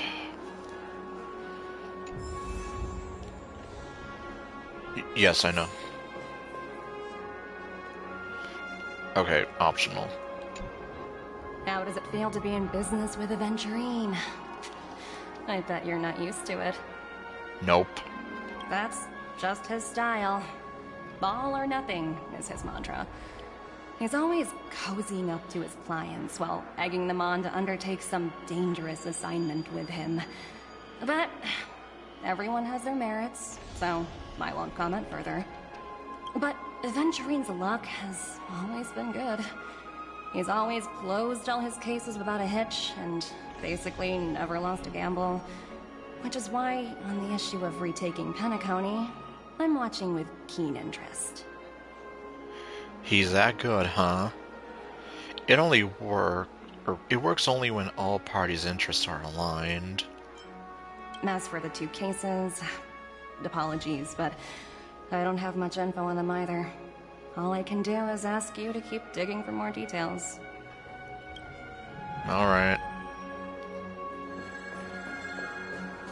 Hang up the phone, Mark. No one wants to talk to you. We're carrying out our captain's orders. What do you want? Oh, fee, fi, fo, fum. I smell you the blood. Something I'm going to eat. Hello, all. What the bloody hell are you doing here? We made a mistake last time, and we're working hard to rectify it now. We don't have time for anything else. Surveilling the IPC executive Topaz, ensuring that she stays put at the Reverie Hotel during her time on Penacony. We've got the right one this time. Are you sure about that? So that's it. They were the pair who were after Firefly at the time. Remember me? We meet again. Haha. It's you again. Back for more trouble? We're not afraid of you this time. Wow, you're sounding like a bloomin' rock star, mate. You slimy egg. Well, spit it out. Stop bothering us if you've nothing important. So you know each other. Why do you keep running into people you've beaten up before? I don't know, it's not like I planned this. I've got business with your captain. Where is he? I need you to pull some records for me. It's for official business. When's our lunch break? Hungry. Okay, no. That's right. We're investigating a murder for the family. Can we speak to your captain about the case? Well... Hey! The security officer instructed everyone to shut their traps before he returned from Dream's Edge. What murder? You'd better stop spouting nonsense. I mean, we could tell you, but then you're gonna think we're spouting nonsense. Yeah, that's right. We have nothing to report. Please leave. What the fuck you talking about, mate? Looks like they're not going to cooperate. But they did at least tell us that the captain is at Dream's Edge. Okay. True. Why don't we just look for the security officer then? It's probably Gallagher, the one he mentioned, right? Yeah, I'm pretty sure of it. Oh, We have nothing to report. Please, leave.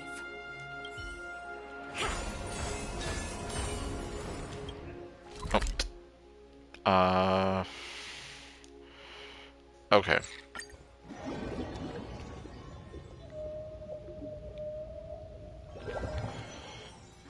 Such tight security. I bet they're stumped by the case as well. Gallagher. Gallagher. Where could he be? I don't know. Trash recycler. Is something sacred, reflective. Oh, there he is. We didn't have to go that far. Apologies. The Bloodhound family is running an investigation up ahead. No unauthorized personnel allowed. Hold on a minute. I think I've seen you before. The gray-haired one. That's right, the galactic baseballer. How much trouble have you stirred up exactly on Penacony? This ain't it, Chief. You got the wrong guy. That's right. It's me, Clocky. Hello. Yeah, Clocky sounds like Mickey Mouse, not Mario. What are you doing? It's like, the only thing I was doing was just having this really nice date with this very beautiful, sweet girl, and then got my heart broken when she was stabbed, and now I'm very sad. You think you look alike? Maybe. How about a clockwork trick? Wait, are you for real? Yes. Not possible. It was you the last time yelling about some clockwork friendship while beating me up with that silver-haired girl. She could have been my future wife.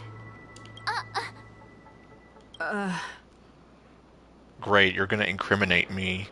I'm not letting you get by this time. Please leave, or I'll have to get on my knees and beg you. Then you better start begging. Huh? What kind of heinous crime have you committed now? Nothing. I just wanted to go to this really romantic spot. But he wouldn't let us. Hold on, sir. We have documents authorized by the family that would aid your investigation.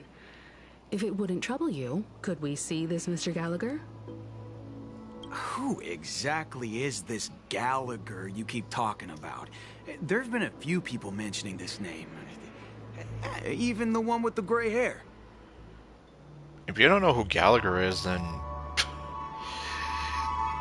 Damn, you're really bad at this. He didn't send you all here? It was the security officer who dispatched us. That's all I can divulge. He'll do. He's the one we've been looking for. Sorry, no can do. The boss said that since it's a matter of the family's reputation, no one's allowed through.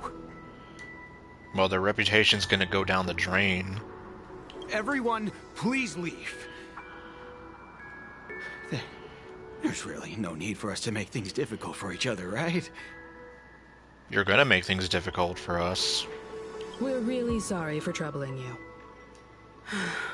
Let's think of another way. Darn. Another way.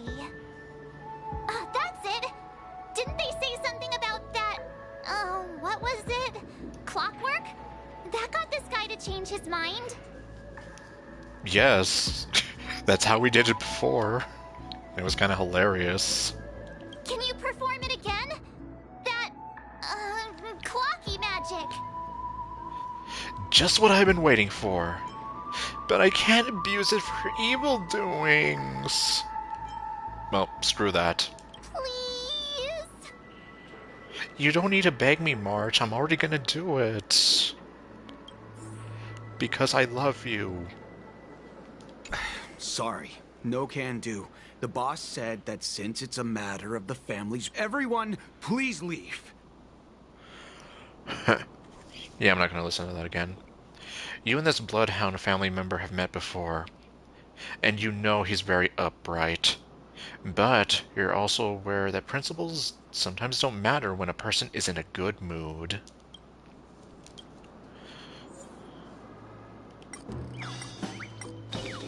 So, let's make him happy, I guess.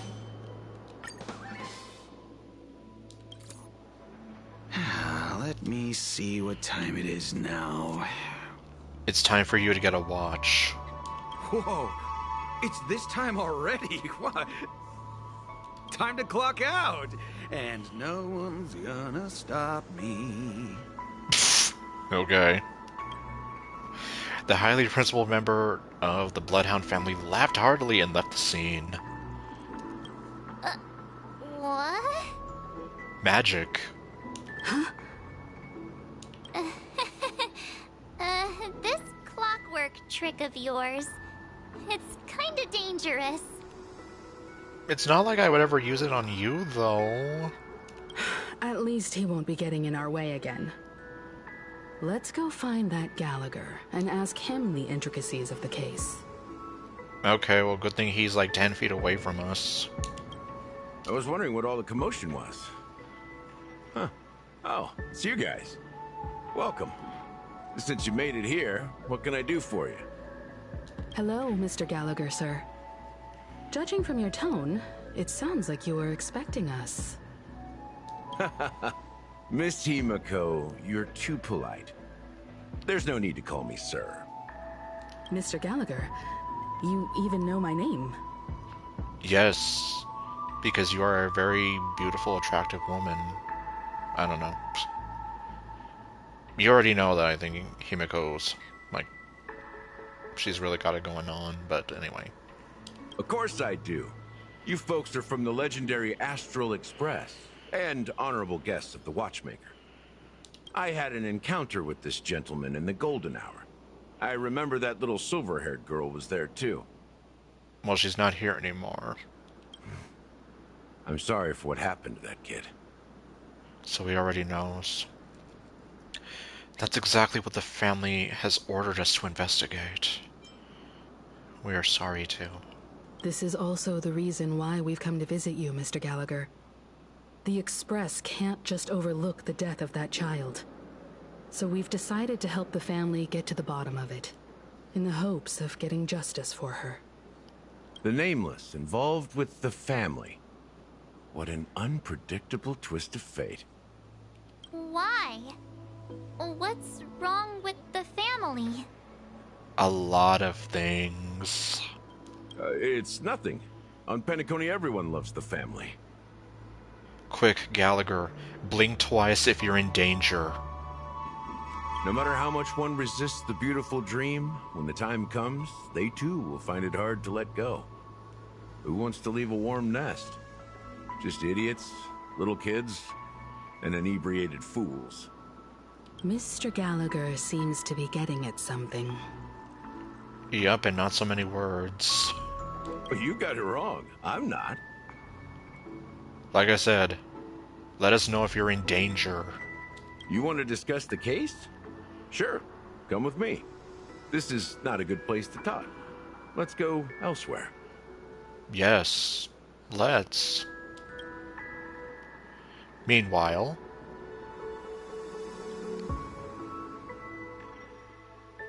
Now we're doing a lot of Even after that chilling tragedy, this dream is still running effortlessly. I was like, we're doing a lot of back and forth, and... Right! We left Welt with Acheron! Other than the family of the Harmony, it's hard to imagine any other power in the universe that could sustain a building of such magnitude. The family itself is a huge, perfect building. Like a living idol. Each member of the family sees themselves as a piece of the divine puzzle, revolving around a singular core and a shared ideal. Under their command, they loyally fulfill their roles, offering themselves while also receiving sustenance in return. Interesting analogy. Perhaps that's why Penacony's beautiful dream has persisted for so long. But the human body has its limits, and so does the divine's. That doesn't sound like the kind of comment a Galaxy Ranger would make. Just pointing out the facts. Mr. Yang will definitely have a better sense of what's going on than I do. Why do you say that, Miss Acheron? The beautiful dream is crumbling. But not because of a particular eon, a particular faction, or a particular visitor. Its collapse stems from a certain inevitability of human nature. The family refuses to acknowledge this, and it has ultimately backfired and become a catalyst. As people immerse their souls in the dreamscape, where consequences and pain cease to exist, and only ease and pleasure prevail, they draw closer and closer to necrosis. Regardless of the perceived bliss, death looms as the inevitable conclusion. Man. So basically, their ignorance is bliss, in other words. But that's still not gonna stop anything bad from happening. They're just never gonna see it coming. Also, this necrosis will diffuse and spread. One piece of the puzzle's mutation will eventually cause the entire building to shake, break, and crumble. Which is pretty much where we're heading now. In the end, the dreams that people built in the name of freedom became the cage that imprisoned them. Which, again, ignorance is bliss. And they've pretty much trapped themselves in this pretty little prison where they can remain as ignorant and blissful as possible. I'm sure you've gained a lot from this trip, Miss Acheron. Are you willing to share your findings with me? Of course. That's if I remember. She says this as her hand gently rests on the hilt of the sword. Then quickly lets go in the blink of an eye. You weren't gonna kill him, were you? Don't mind me. It's just a habit. Owing to events in the past, I've become easily forgetful. It's only when this sword is unsheathed that those hazy memories start to become clearer. Okay. At least then. Take your time. That should do it. I vividly remember everything that occurred on Penacony. Ask away. Okay, let's see. Regarding the moment of daybreak, regarding the gilded hour, about the blue hour, about the moment of dusk. The moment of daybreak. I've heard that's where the Dawn Factory, which processes the foundation of the dreamscape, is located. Behind the dreamscape's song and dance stand many imagination factories. Workers create all kinds of whimsical works day in and day out in their dreams. Then they return to reality and sleep on a narrow bed in a room. A far cry from luxury. They say it will suffice.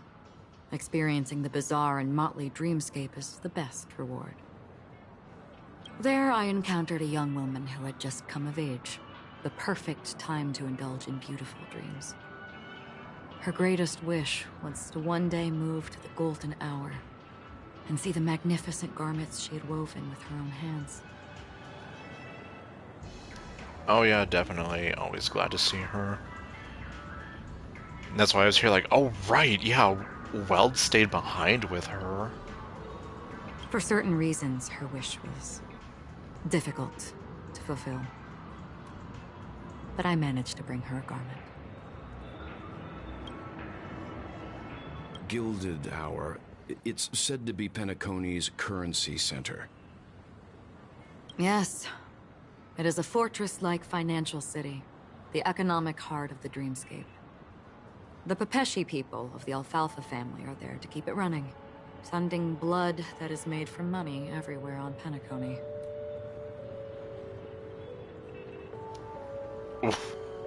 Okay, wow. So then it's literally dirty money.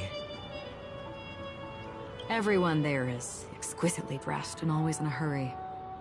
The greatest wish of the local Pepeshi people is for their future generations to work in the Gilded Hour.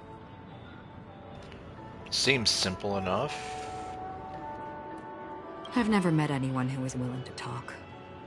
I could only stand at the crossroads, watching crowds of people hurrying like the wind through the jungle of steel, only to deposit the alfalfa credits that they'd earned into the bank's vault.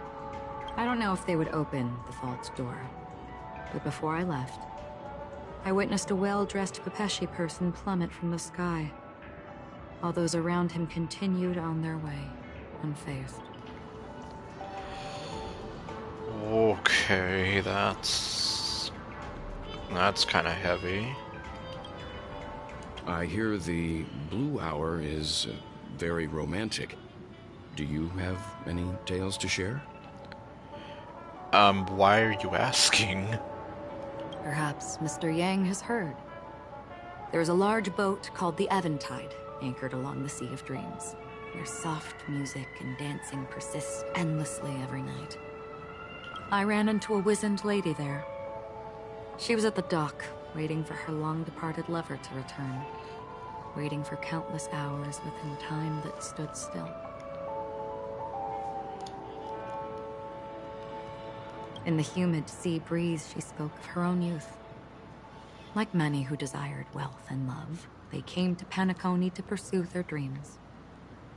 Alas, her lover's consciousness was lost in the dark depths of the Sea of Dreams. Finally, she suggested we continue our conversation on a boat in the shallows. I agreed and boarded the boat with her. But she never said anything. Her eyes absent-mindedly gazing at the horizon for what seemed like forever. Finally, we retreated to the beach. And I guess nothing of note happened afterwards. The dreamscape of chic, luxury, and consumerism, the moment of dusk. My companions have been there too. Then you all must have seen those who are attempting to realize their dreams. Or have realized them. Scattering money as if it were dust and betting it on all or nothing. Everything has a price, and everything can be bought or sold. Even dreams themselves. That's a bit of a... I've never thought of that. Or at least I've never looked at it that way. I saw an Intellitron there, who was preparing to auction himself. When someone wins a bid, under stipulated periods and rules, he would do the buyer's every bidding, becoming that person's very possession. Slavery! Slavery everywhere. That Intellitron had been auctioned off a dozen times, and I participated in his 13th. That was the grandest banquet I had ever attended. But never again did anyone cast another glance at him. This time around, there were no successful bids for him. This is what I've seen and heard along the way. Someone once said to me, Penacony wasn't like this a long time ago, nor should it be. I've traveled through the reality and dreamscape of the planet of festivities, watched the tides of night rise and fall when time stopped for people, where the spirits of the rich and impoverished remain forever fixed on their own scales. This is why I think the collapse of the beautiful dream is inevitable. So we're literally on a gilded... well, technically, yes, a gilded hour. There might be a way to change everything. Perhaps. But if this is indeed the world that people desire, if this is precisely why life chooses to slumber, should we still seek to change it? Sleep spares them pain. Awake, they suffer. Bit of... well... it's like, I'm paraphrasing for what Makuta Pterodax said once. But anyway...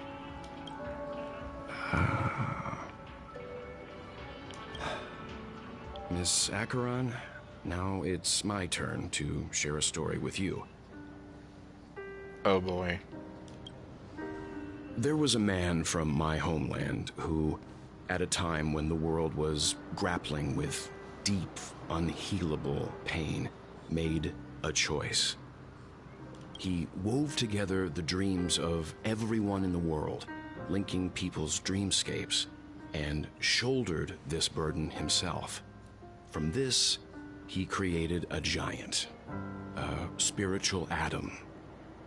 And since that moment, the giant stood between heaven and earth, becoming the pillar of the world's existence. As a price, those who found it hard to move forward, who could not advance, forever lost their future.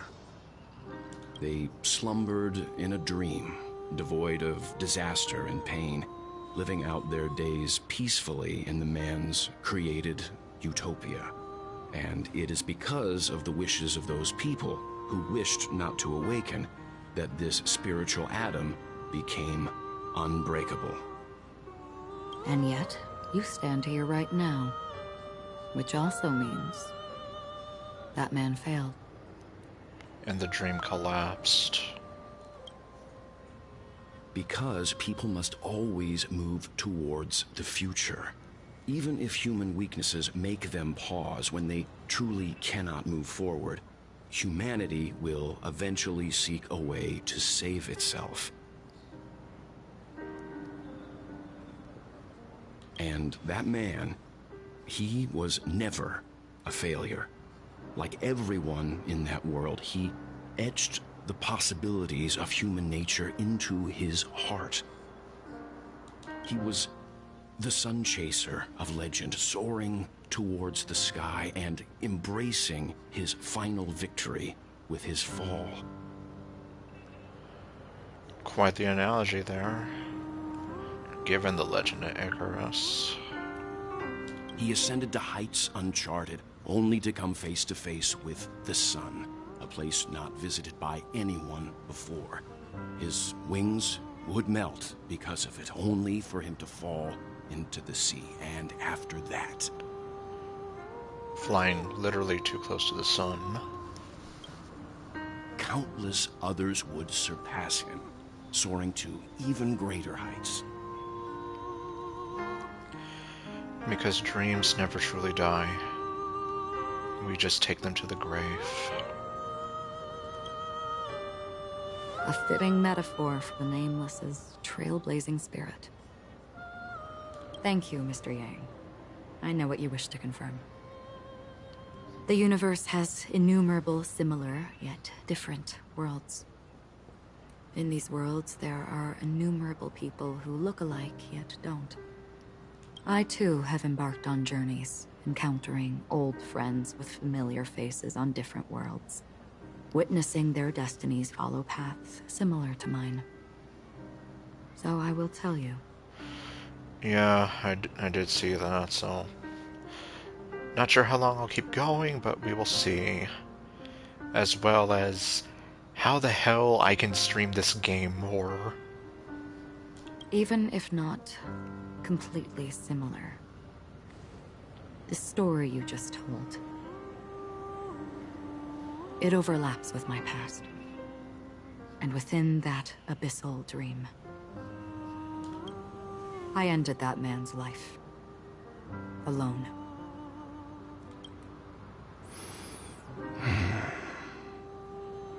I am not who you think I am. Nor will my home be as fortunate as your world. I am sorry. It's fine. I don't mind, so long as I can alleviate your suspicions. There's something I still wish to know, Miss Acheron. Under that representation of the hunt, exactly what sort of power is it that has motivated your solitary journey thus far? Mr. Yang, before answering that question, I wish to continue the previous topic. I like your analogy very much. Indeed, birds are born to fly. But in a distant past, their ancestors could only gaze at the sky in envy. They saw that faraway ray of light from above the heavens, piercing through the clouds and blanketing the earth. And so, time and time again, generation after generation, the birds spread their wings and took to the sky, attempting to touch its ceiling, all because the sun was there. Then, what if the last bird finally soars into the sky, only to realize that the end of the light is not the sun, but darkness? Interesting. And, jeez. Then why, exactly, do we even walk towards the light?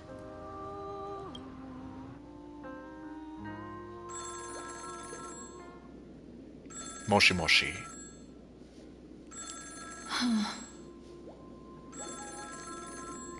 Oh. Okay.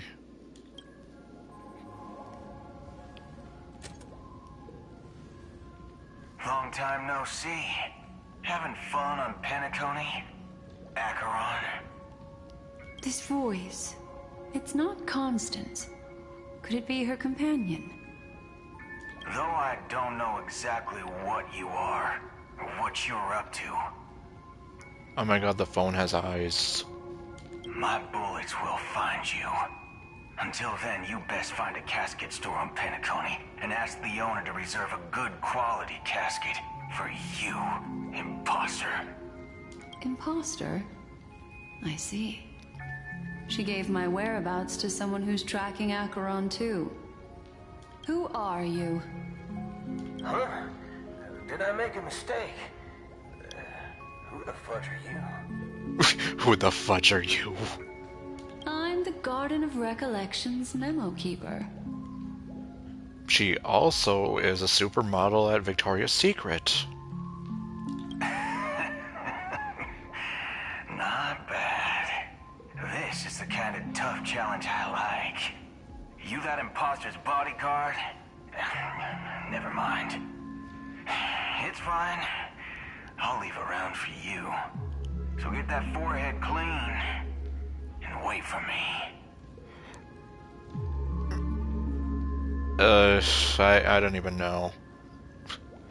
I don't know how to react to that line, and yep. Like I said, I can't unsee it now. She really does look like some kind of lingerie model. I don't know what you're talking about, but you know Acheron, the Galaxy Ranger, yes? I have something to ask you. Yeah, so I guess I'll just forget he said whatever about keeping her forehead clean, and we'll move on. Are you asking me to write your will? Sure. Go ahead. Not quite. I only want to ask, how exactly did she become a Galaxy Ranger? And start living a life of danger. She's clearly not a path strider of the Hunt, but you are, aren't you? Tell me, what's Acheron's deal? Sure. Never thought I'd come across an ally. Fudge, what a stroke of luck. Because we can't give this game an M rating. Well, I'll be on Penacony soon. Memo Keeper, go buy a bottle of Asdana's White Oak and warm it up, and I'll raise a glass to you. That lady's passed. Well, nobody knows. But if all you want is a simple answer, sure, you best get a chair and take a seat. That woman, named Acheron, is an emanator who should not exist. Okay, back with adventure. You look pale. Or is that also part of your act? I didn't think you'd have the nerve to show yourself. I thought this was exactly what you wanted. After all, I faithfully fulfilled my duties as you instructed. Just tell me if you can't hold on any longer. So, the genius of the Council of Mundanites wants to be my Undertaker now. My, what an honor. Yes, and I'm pretty sure the people at the Strategic Investment... But let's not forget, you won't be seeing them, because I'm the manager of this task. Great. Then tell your people that Aventurine is ready to go in 17 system hours. Oh, you've got a lot of nerve. How exactly do you plan on completing your task while your hands are tied by the Harmony? Well, my conversation with Sunday convinced me that there's a traitor in the family, and that they hold the secrets of Penacony. So, I took the opportunity to set everything in motion. I even managed to recover the gift money. Things haven't gone this smoothly since I walked through the doors of the Reverie. Now I'm only one step away from victory. Let's just wait and see. Sounds like a very elaborate way of saying that you failed.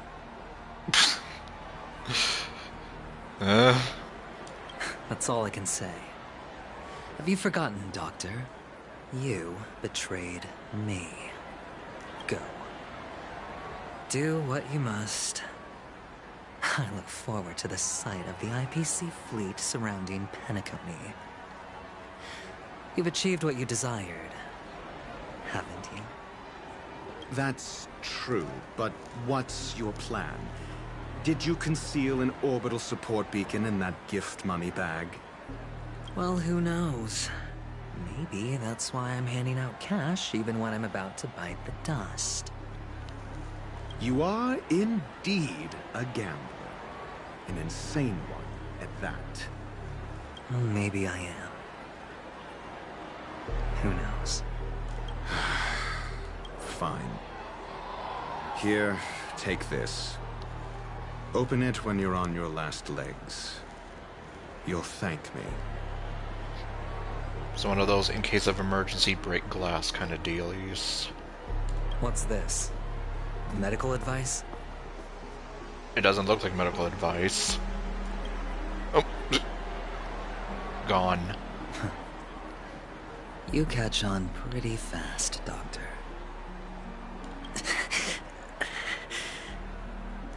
asking me to solve a case without giving a single clue. How typical of you, wing-headed scoundrel. That's probably the nicest thing you can call him. But the way you're all on edge about that stowaway, it's just as I guessed it would be. As for now, let the rain of wealth from the IPC fall evenly on everyone. Meanwhile, hi, Dolly.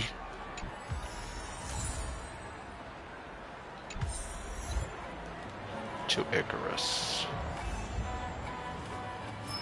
Yes, I see that.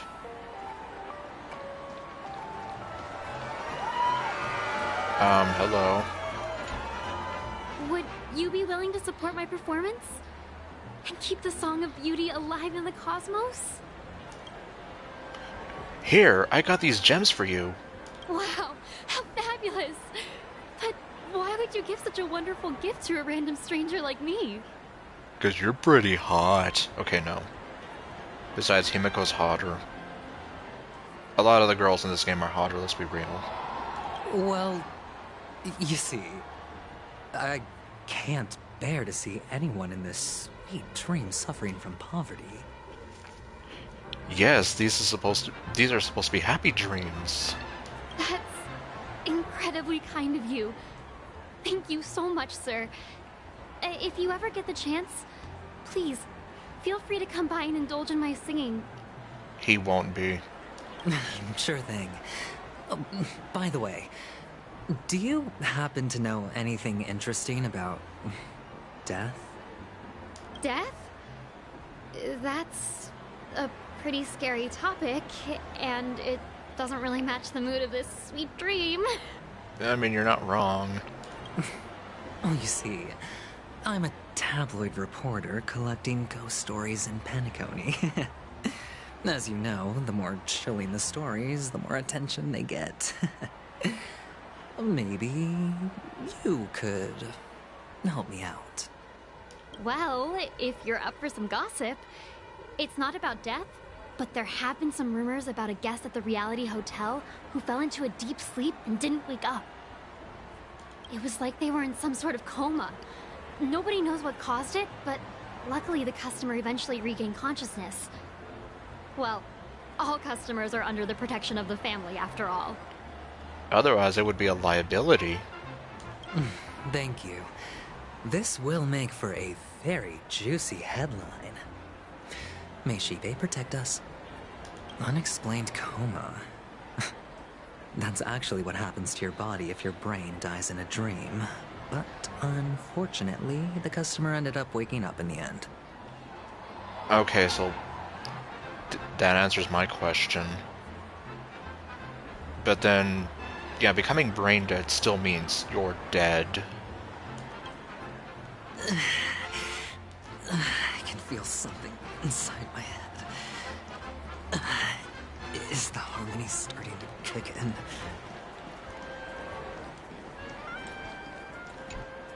Would you be willing to support my performance? And keep the song... You already said that.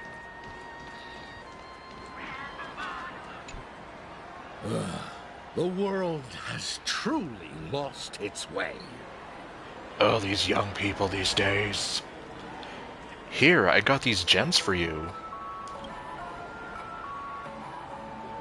You... Wait.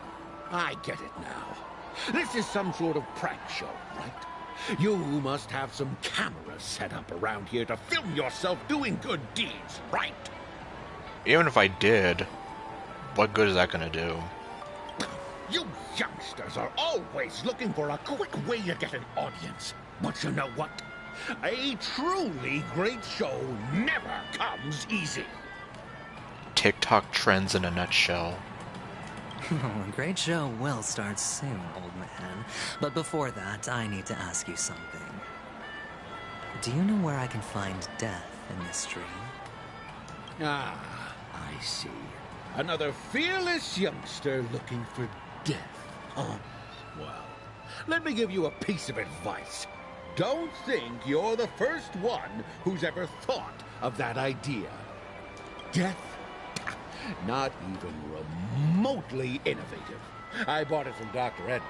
He claimed it was some exclusive fancy schmancy stuff. Now, what a disappointment. The effects were awful. First, some monster covered in eyes stabs you in the gut, and then all you see are blurry glimpses of buildings and lights. The sky was spinning so fast it almost made me puke. Is that all? Yeah, what else can you expect? Don't put too much stock in the Penacony movie industry. They even called this junk groundbreaking art. Can you believe it? What a joke. Well, I'll leave you be then.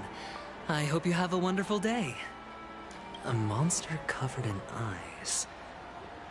That sounds like the Memory Zone meme. But buildings and lights... I don't think those have anything to do with death. Well, that whole dream bubble was probably created using rumors and gossip. The disturbing voice in my head. It's getting closer. Take care, my friend. If you ever find yourself in danger, remember that the hounds are always ready to help. Oops. Oh. Okay, just got the gems.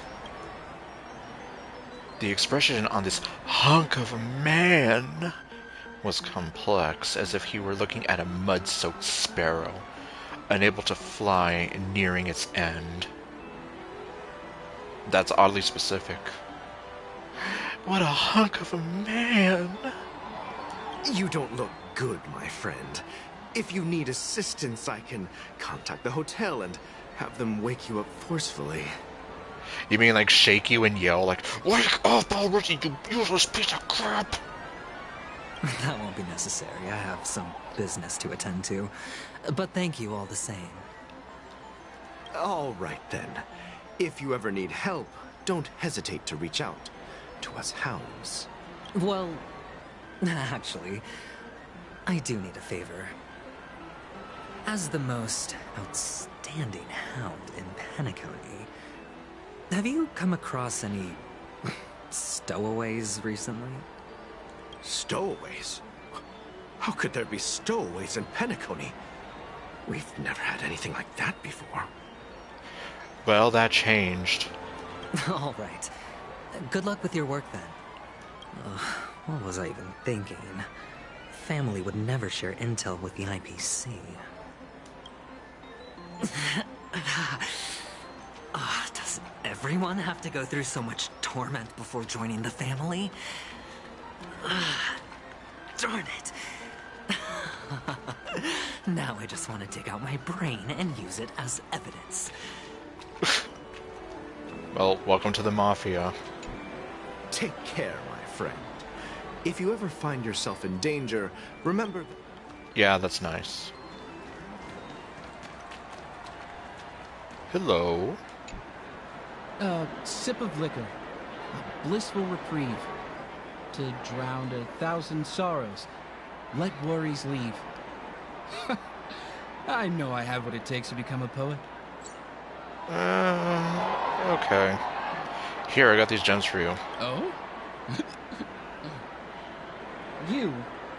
You're giving these gems to me? Didn't expect to meet such a generous soul in this place.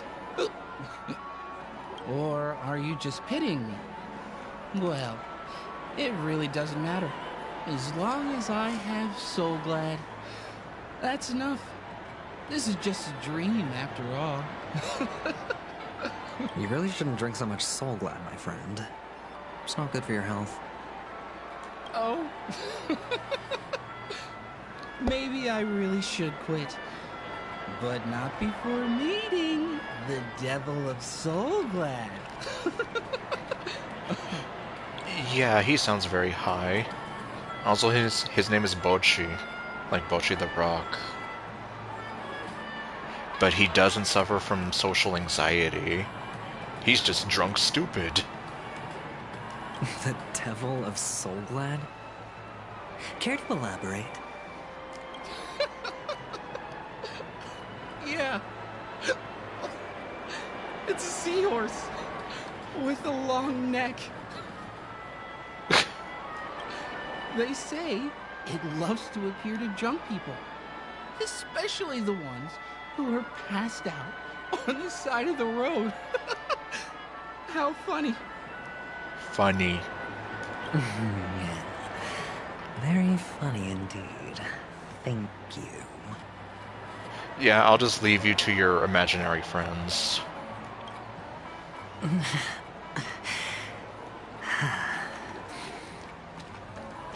Yeah, that's pretty much my reaction. Sip of liquor. Bliss. Okay, shut up.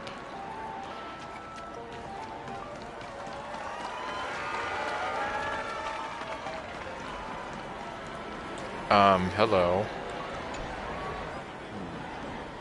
Were you wanting to talk to me?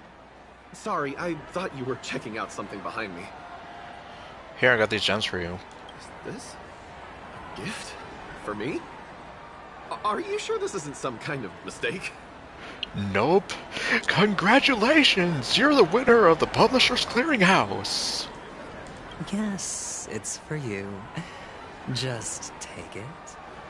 Is this for real? Someone is actually giving me a gift. Not for my parents, but for me. Thank you. Thank you so much. Oh, it's not much. I just want to ask you something. I knew it. What's on your mind? Are you trying to ask about my father or my mother? Nope. Neither. I just wanted to know if you've ever heard about death in the dreamscape. Oh, you sound just like my father. Always warning me about danger, even in dreams. Okay. Didn't ask for your life story. He's an Intellitron, so his dream entry methods are different from us organics. Can't count on him to protect me if something does go haywire. Funny, right now I'm still under his protection. How ironic. I'm not even gonna ask how this is possible. Hey, stay positive. Gold will always shine one day, right? Because only shooting stars break the mold.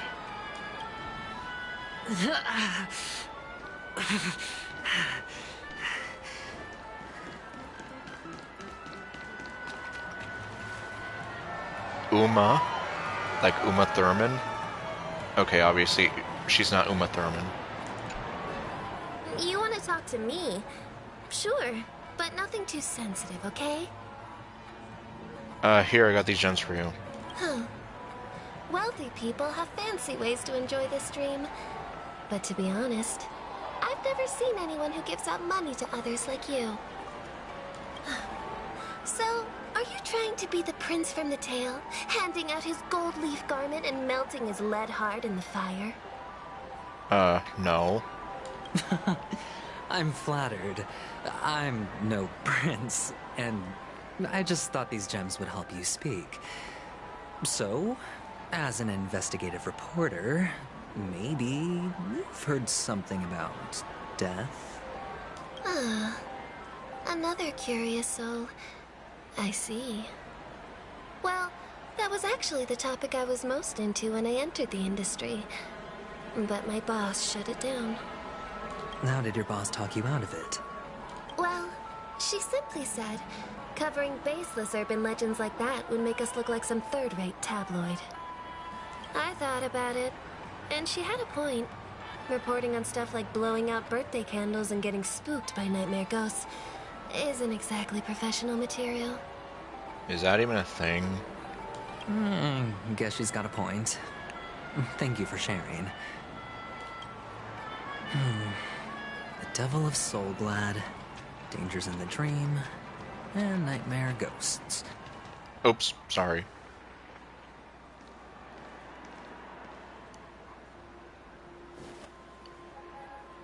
Remember what I said.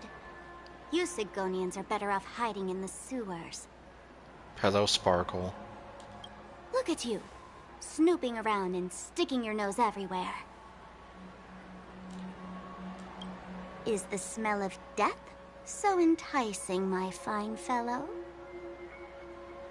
Her name means horse. Whose name? Uma? Oh, it's you, masked fool. I should have guessed it. You're the imposter who appeared on TV after Robin's death, right? Stupid sexy Sparkle. I heard you got caught by the family. I gave you a clear clue. Befriend a mute. Simple and straightforward, you know? Okay, so Uma. Did not know that. And what did you do? You messed it up and ended up as their prisoner. I told you to make friends with a mute, not become one yourself. You really let me down. Stupid sexy Sparkle's disappointed in you and... What do you mean? Oops, wrong button. You know better than I do. Who watched the little songbird that couldn't sing perish right before their eyes? You did, Blondie. No, I mean... What did you mean by becoming one myself? Oh, good night. Well, it means you'll soon end up like her, unable to speak ever again.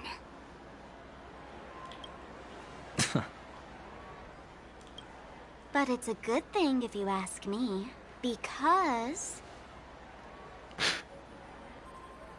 Man. I'm sure there are a lot of guys who would love to have Sparkle look at them like this.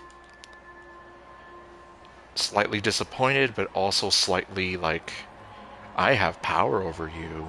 You're mine now. Because I'm getting closer to the truth, right? And it's like, look at this face. It's like the perfect mix of, it's as if she was staring at human garbage. And that other thing. Oh? And now she's happy. Why else do you think I'm handing out cheap trinkets all over the streets, fool? Because you're in a generous mood. All part of the act. Fool's bait. The more pathetic I seem, the more likely you'll come sniffing around. So, now that I've drawn you out, will you reward me with an answer for my efforts? Why should I help you? I don't know. Don't you want to see Penacony descend into... chaos? Well, I can make that happen. I just need an answer to one question. Back then, when you asked me to find a mute... It's confirmed, Sparkle is literally like the Joker. Am I going for... Oh, hold on. Oh, damn it. Oh, here's the YouTube.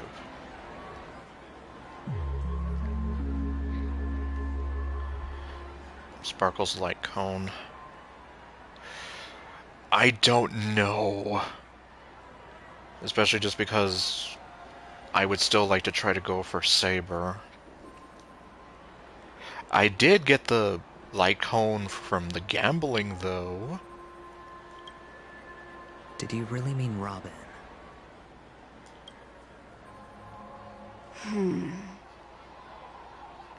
Hold on, let me see.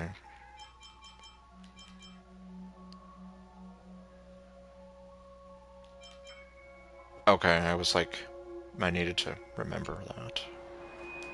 And what if I say no? Okay, and do you know if the actual event is going to keep going? Because it's saying that it only has like 31 days, and I'm just here like, am I gonna really torture myself to complete all the prerequisite quests and make it in time, or Oh. It's gonna be what? At least to 3.6. And... what are we on again? 3.4? I literally don't remember. Then I'll thank you. Oh, the word no has never sounded so pleasing. Well done. I admit I underestimated you, but what difference would it make? Let me tell you something. There were 2 mutes, but one is dead now, and the other, though she is still in Penacony, I'm afraid you'll never find her again. Okay, so this is 3.4.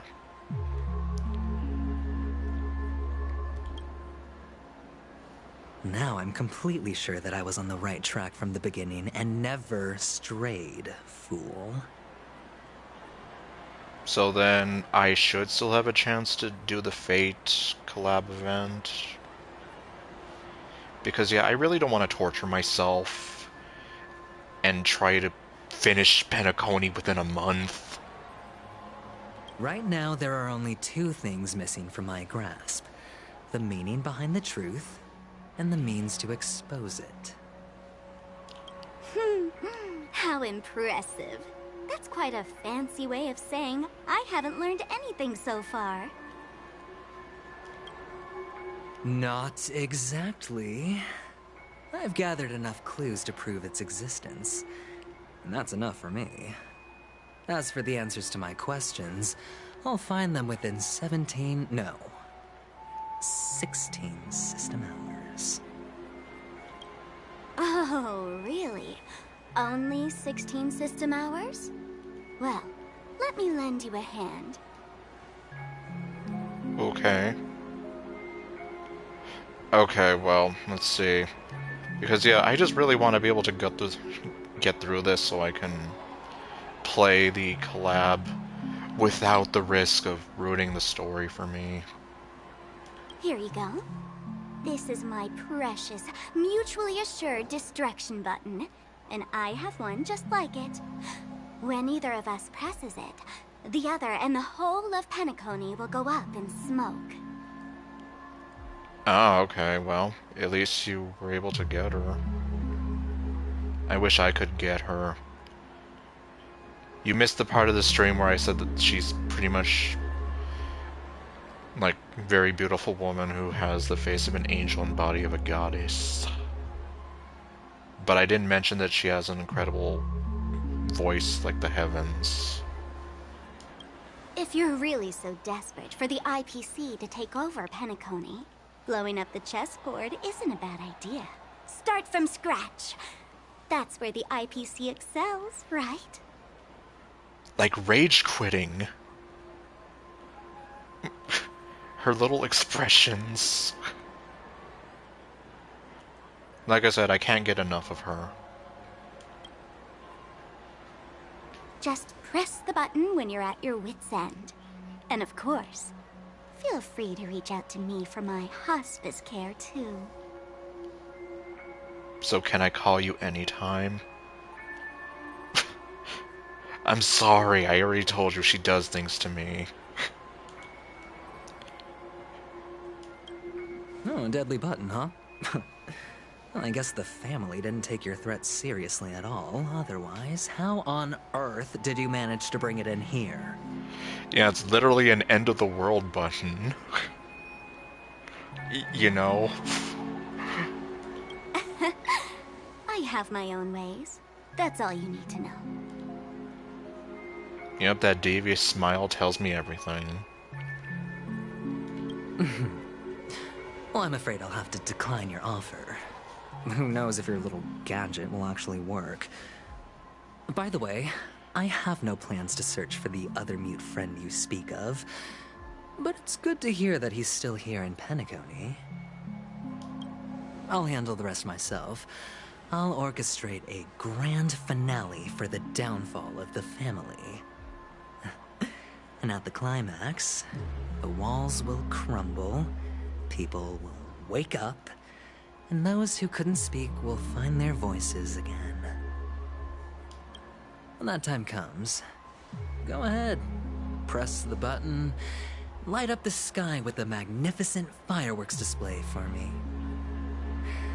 Catch you later, fool. What up, fool? Okay, no. I'm sorry. You're still talking big. But sure, if that happens, I'll stay true to my word. I love her smile. Just don't let me down now, okay? Well, then again, I just love her. Let's see. Oh, wait. Cyrene. At the end of Amorpheus.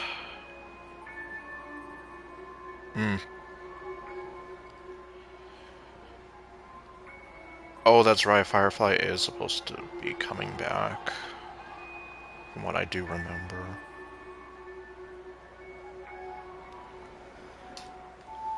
Oh, right, well.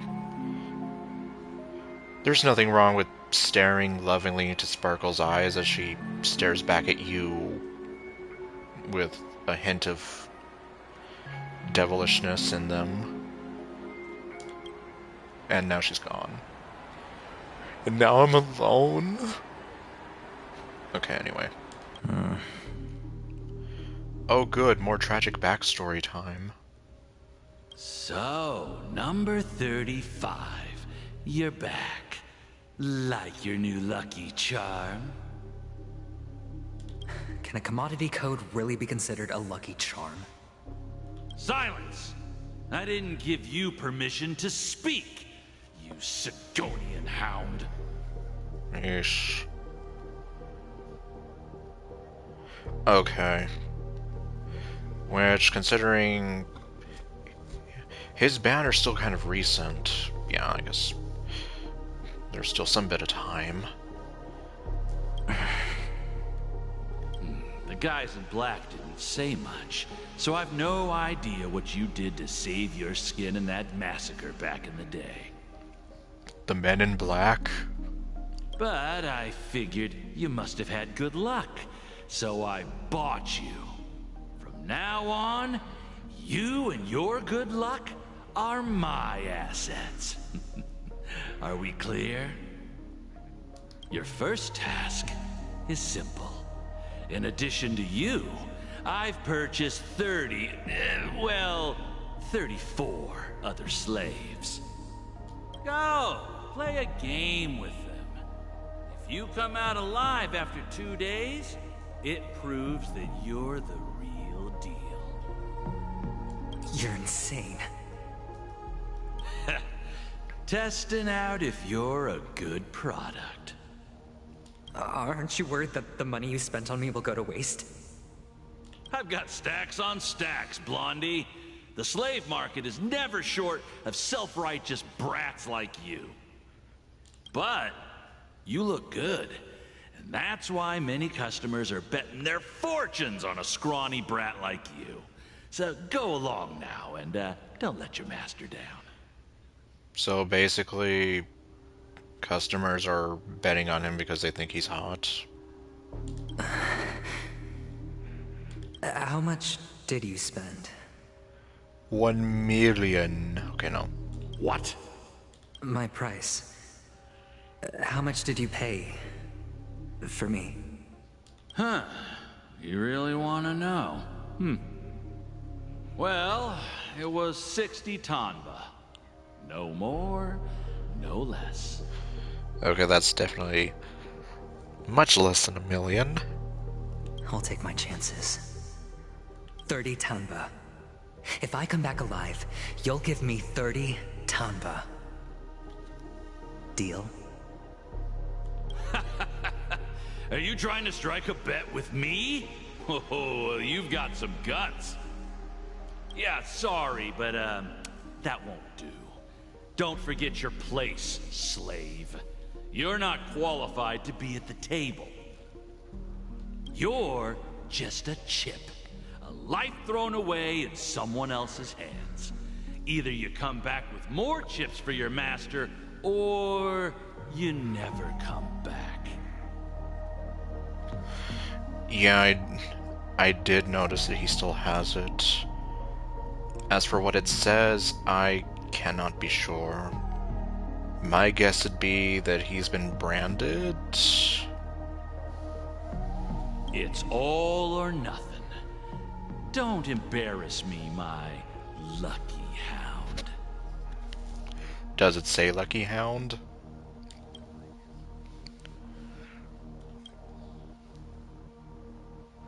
Meanwhile... What brings you here, Gallagher? Some friends from the old days. Do you have a moment to spare, Siobhan? We're friends from the old days? Oh, I have the whole day to spare. Ladies and gentlemen, welcome to Dream Jolt Hostelry. Okay, well... I'll have to see if I can check his character model. This bar offers a wide variety of drinks, but we draw the line at Soul Glad. Why settle for ordinary when you can experience extraordinary? We're dedicated to serving up nothing but pure joy and laughter. Yeah, I just saw a guy who had too much Soul Glad, and he was higher than the Empire State. What would you like to drink? I'll whip it up for you. Oh, look! A lady as cool as Serval! Maybe. What the? She's cool indeed. I think she is Serval. No, Serval's hotter. Who's Serval? Will you, introduce me to her? Huh? Why are you interested in her? I mean... I could try to set you up, but... Oops. She's heard us. Yup. Now it seems like I have to introduce her. Just spare them, my esteemed bartender. I'll take over the bar today. Okay, I guess, joking aside, yeah, as far as NPCs go, like, she does have a pretty kick-ass design. I just mean, like, in terms of, like, the playable characters... Well, I guess it's a little unfair considering the playable characters all have, like, their designs go all out. So, at least Siobhan has, you know, like, they gave her some care in her design. I'm getting up there in age, and I need some practice before I forget the skills that used to put food on my table. Where did you stash the ingredients? They're all under the counter. Since our guests have traveled from afar, shouldn't you whip up some special drinks? That's exactly what I had in mind. Hey, my friends, do me a favor. Go around the bar and bring me any ingredients you fancy. Okay. The discussion might take quite some time, so I'll prepare some customized, non-alcoholic drinks for you. Okay, that way I don't end up like that freaky guy. In the bar? But aren't all the ingredients right there on the counter? March? The counter is literally empty like Lumine's eyes. Why, we're in a dream, my lovely lady. You can help yourself to anything if you wish for it. Comfort, hunger, confusion, or even boredom. It's all within reach, right at your fingertips. My lovely lady. Just the way she says it. Oh, did you hear that? She just called me my lovely lady. Well, you are very lovely, though. Even in reality, mixing drinks is more than just throwing ingredients together. A bartender needs to capture the bar's atmosphere, master technique, and spin a tale of mystery and anticipation. Only then can a perfect drink crafted with a customer's life story be created. And I guess that's how that Valhalla game plays out. Which I do have, I just haven't touched it. Oh. Oh! Right, she does have a halo above her head there. Anyway, right, I was going to say, like, been tempted to play that game. I don't know. Considering I almost don't get to play too many games in my free time anymore unless I'm streaming them, that'd probably be the only way I can actually play the game. In other words, what you get from your drink is down to luck. So don't overthink it. Indecisiveness has no place when it comes to enjoyment. Okay. Oh, now he's over there. The Midnight Special. Also, Happy New Year, everybody.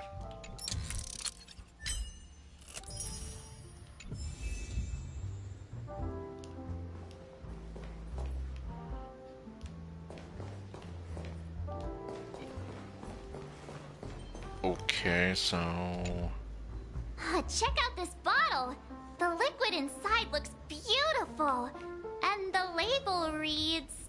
Dream syrup. Thick. I don't see an expiration date. But the production date is... Extra thick. half an amber era ago. Jeez. Ugh, drinking this stuff can't lead to anything good. That's for sure. Maybe it hasn't expired yet. But I thought we could drink anything in dreams. That's true. But this really doesn't seem fresh. Yeah, I'm not gonna take it. Did you find the bottle of syrup I've been hoarding? Don't worry, it's all just a dream and it won't upset your stomach. It's been aging for years and should have a refined taste by now. Feel free to have some. It's perfect for entertaining lovely guests like you. Well... Then we'll keep it for now. For now. I've come up with a new recipe. Oh, hello. Oh my god, a drunk bird.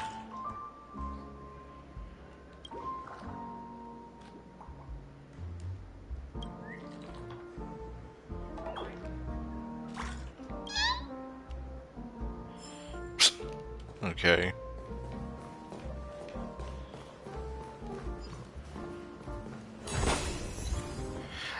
I'm a big kid now. Or rather, I'm a grown-up. Hello. Hey, it's Hot Himiko. And I can't talk to her.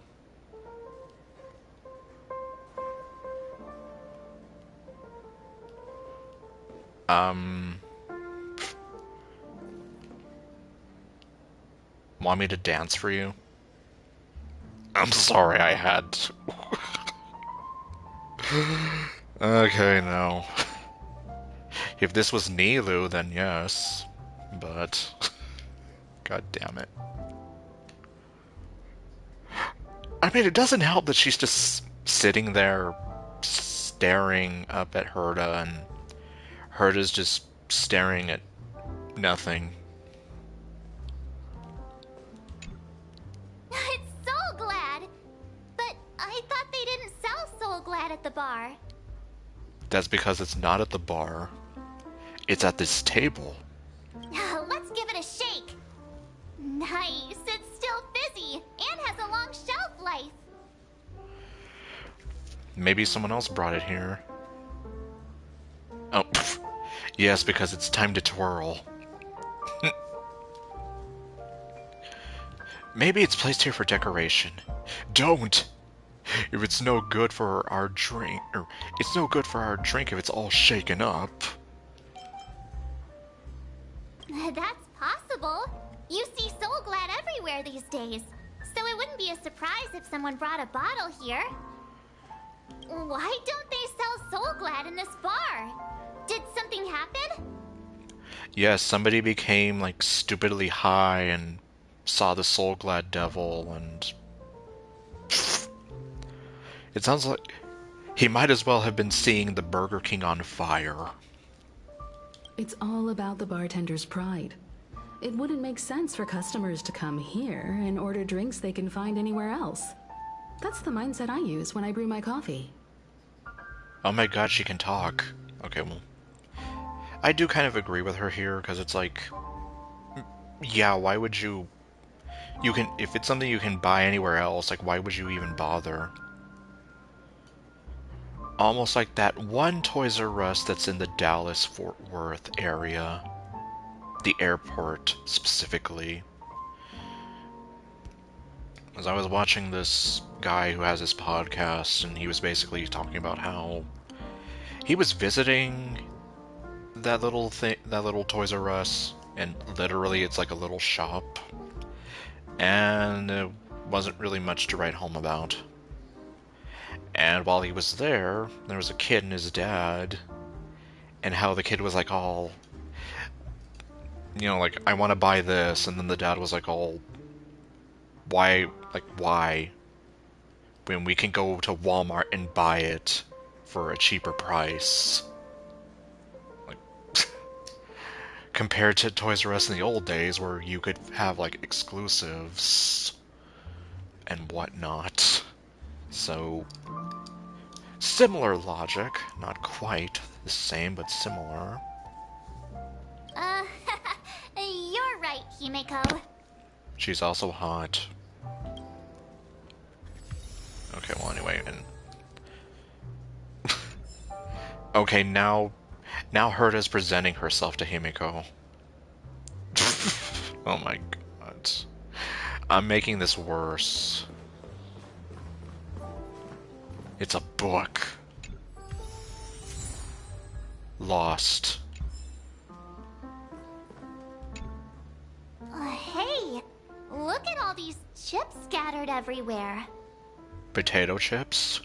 A few days ago, an actor from the Iris family came. Caused a ruckus for Siobhan. Those chips must have gotten scattered during all the chaos. I can imagine how intense the scene must have been. So, enemies drop gold coins even in a dream? Well then.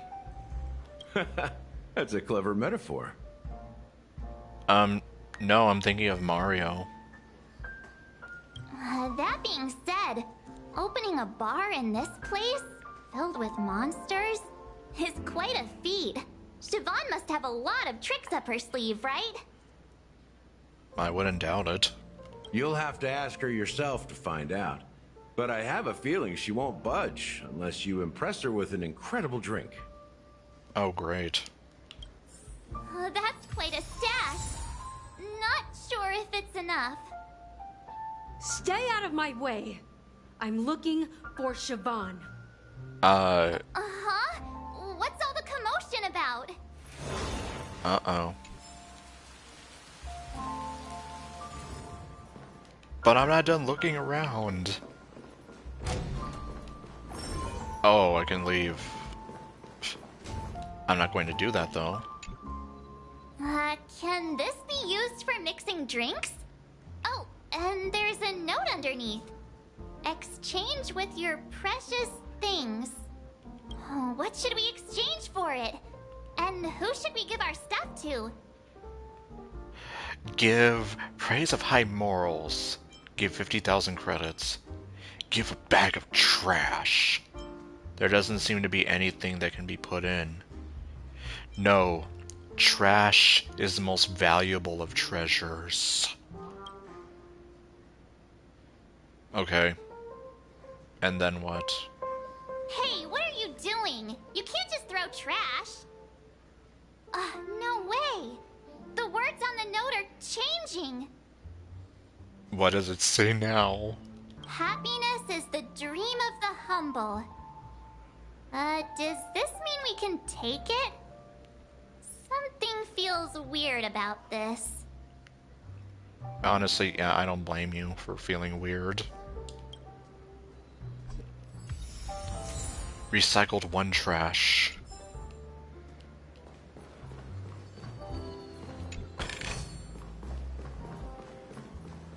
Hi, don't mind me, I'm just stealing from you.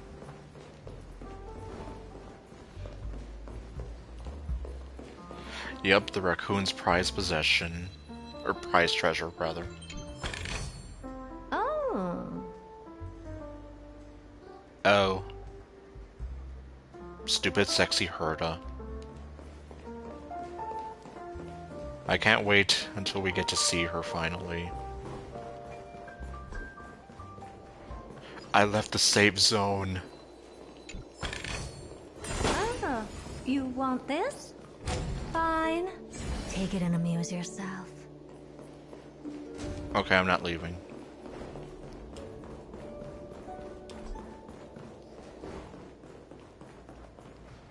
Not so stupid.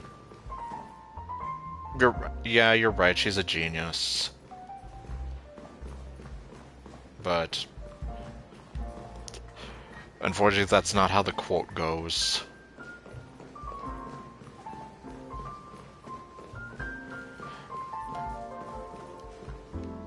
No, I'll just leave that. Haven't I made myself clear enough, Miss Amiki? The Dream Jolt hostelry only welcomes guests who want to enjoy a drink to their heart's content. I'm sorry, but I'm not interested in your proposal. What is her proposal? But you have the talent. You'll attract a huge audience. You're destined for the Iris stage, not for this rundown shack. Whoa. Come with me. We'll become the talk of Penacony, a shining light into every corner of the dreamscape. Please, Siobhan, I really need you. Is this a love confession?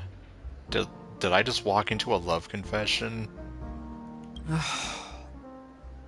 As you see, I'm entertaining my guests. Don't make me repeat myself. Fine. If you don't come along, I'll just sit here and not go anywhere else. Give me a sparkling drink. Sweet. With extra ice. And make it extra thick? Just one moment. What's her deal? We can't discuss the case with other people hanging around the bar. Sure we can, but then, yeah, that would cause problems. Hey, can you do that clockwork trick of yours again?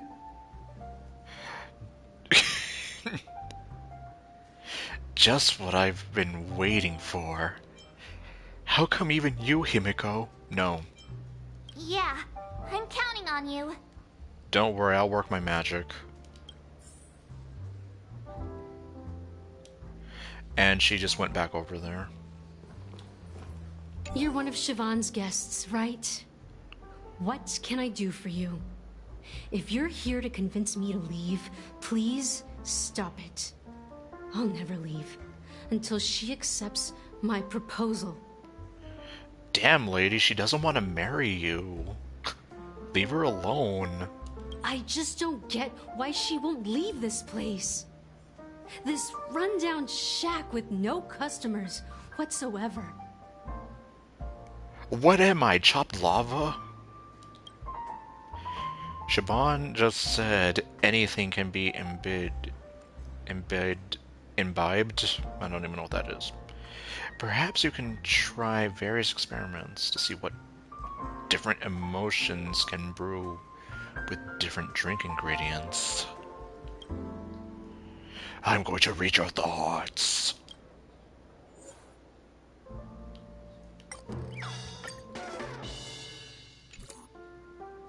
Those darn Irish jerks!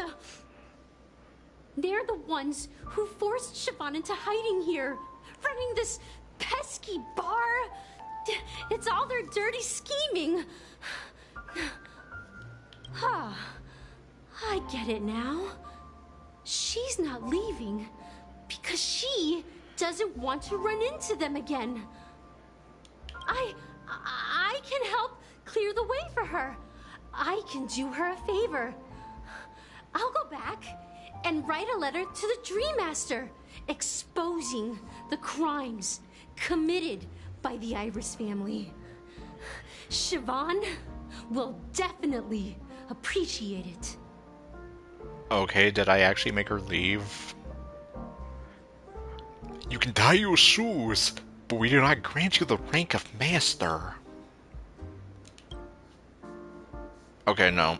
Things might get out of control if she gets any angrier. I need to come up with another plan. Yeah, I would have been kind of amazed if that worked. I just don't get why she won't leave this place. You already said that. What if I make her sad? Well, she's probably already sad because Siobhan won't marry her. It's ridiculous, right? Our paths were never meant to cross, yet I'm still holding on to her. I'm too timid and shy, longing to shine but afraid of stepping into the spotlight. I need her guidance, because I'll never be able to do anything alone. You don't know Siobhan's past, and you have no clue how radiant she used to be. Even among the talented Iris family, her skill was unmatched. Yeah, that definitely sounds like love to me. And if it's not love, then she's definitely got one hell of admiration for her. I was partially saying that, half joking, but now I'm literally just here like, am I right? And is she just trying to, like, is she in love with Siobhan and trying to whisk her away from here? I know. She probably thinks I'm just trying to ride her fame to get ahead. But all I want is for her to reclaim her place.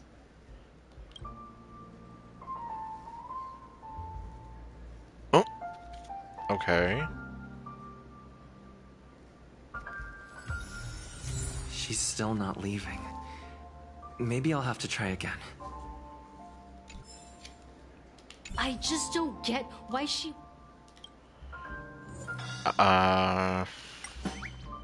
What if I make her overly happy? I've seen it. The moment when Siobhan and I share the stage. The crowd is going wild. Applause crashing like waves. The aroma of irises fills the air. A beautiful melody playing. Ribbons dancing around us.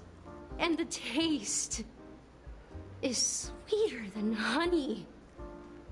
I've seen that scene countless times in my dreams, and every time it mesmerizes me. That's why I have to bring her back to that world, no matter what it takes. Want to raise a glass, my attentive listener? Let's consider it a toast to my far-fetched dream. I, Ardred Shadow, present a toast to Miss Amiki for her beloved dream, sweeter than honey. Congratulations, Miss Amiki. May you continue to revel in your sweetest dreams. And unfortunately, I don't have anything to, take a drink from, so sorry.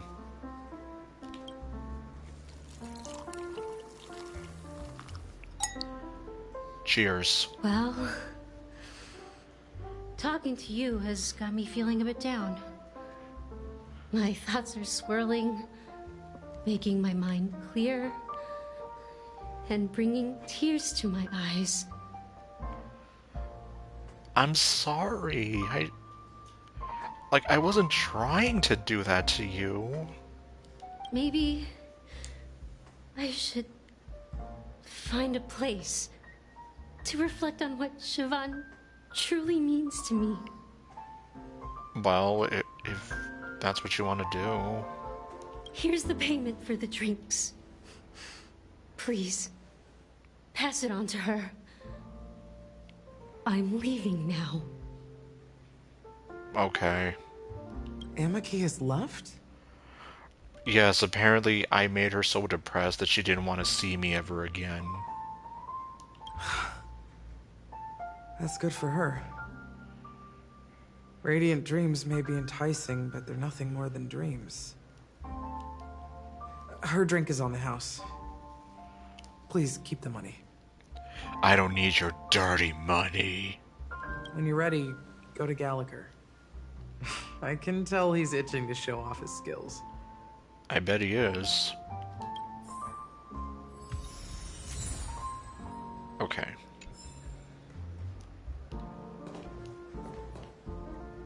That being said, mixing a drink is way simpler than you'd imagine. Just pick your favorite ingredients, toss them in a glass, mix it up, and it's done. Tell that to Tifa. So, go ahead. Explore the bar and bring me any ingredients you prefer. I've gathered all the ingredients I need. Nice work. Let me take a look. You found some interesting ingredients there. Now, take your pick.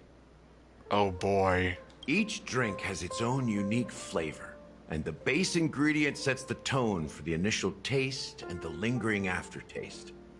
So, which one would you like to use as the base? I have no idea. Classic Soul Glad. You know what? Why not?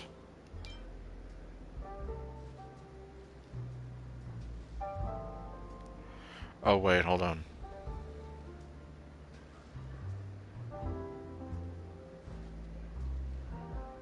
It feels like a cold hand pressed against your neck.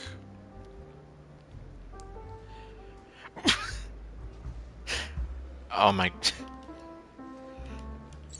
Looks like they were this close to getting... or they're this close to avoid getting sued. Pika, achoo! Oh, oops. I'm sorry.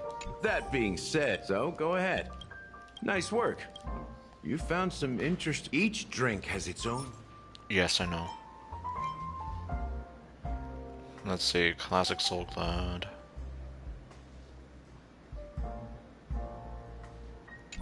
Oh. Oh. That being said, so go ahead. That's a bit nice annoying. Work. Let me take. You found some in each. I have to drink do has this each time. Let's see.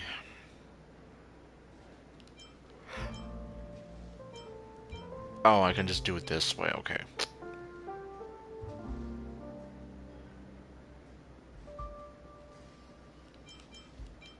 Sure. The original formula is said to be Nunu's favorite drink. It's sour and bitter, and the bubbles burst in your throat like swallowing rusty chains, evoking thoughts of dungeons and prisons.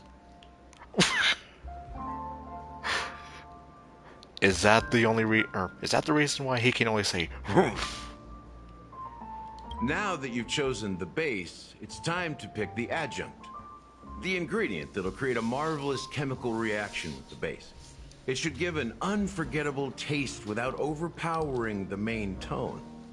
So, what's your choice for the adjunct? This is gonna be crazy. Okay, bright future, daring wager, internal endurance.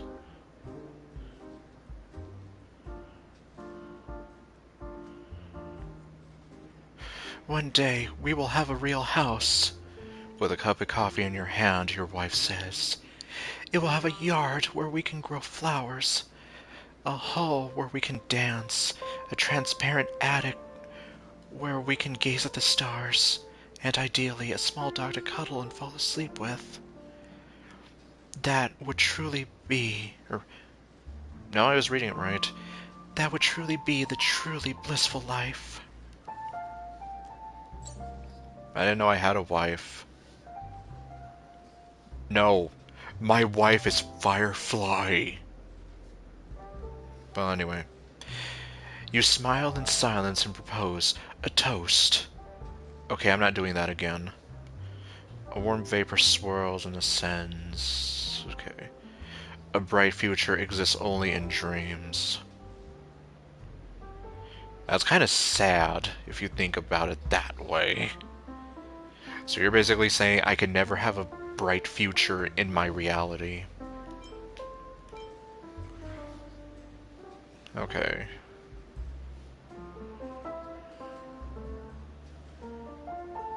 A true gambler won't hesitate to call. And internal endurance. Yeah, basically.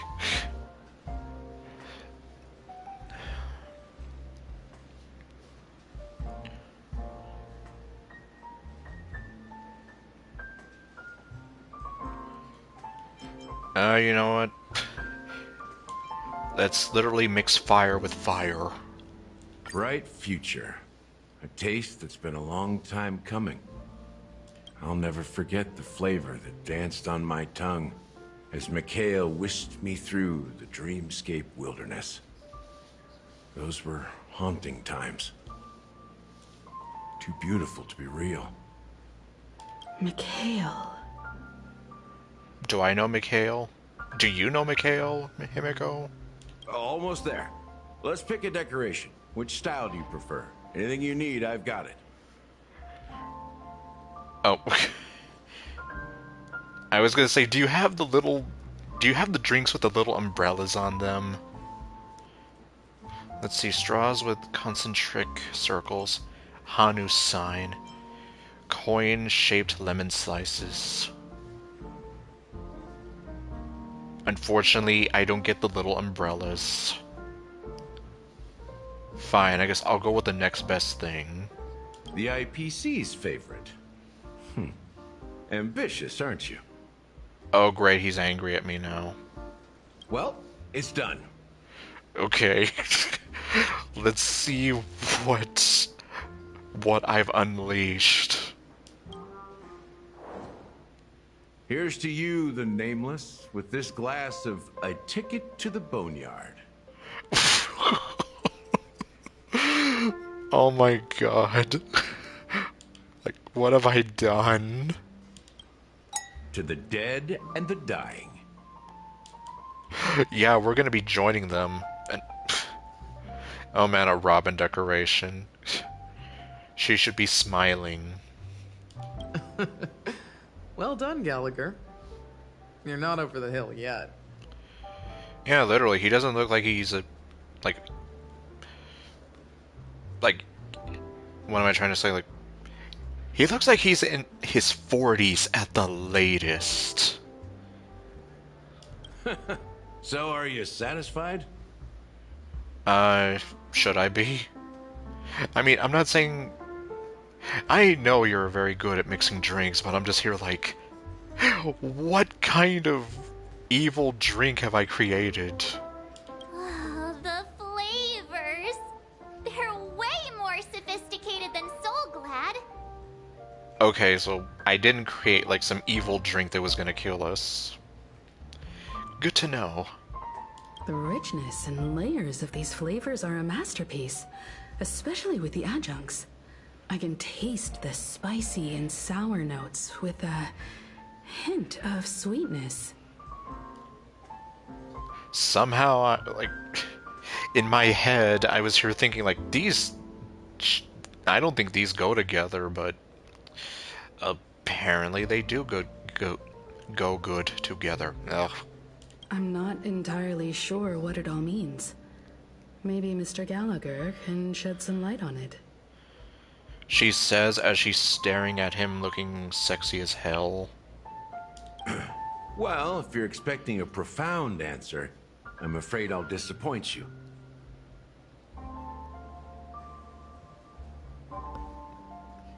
There's a lot of things I could say to that. Well,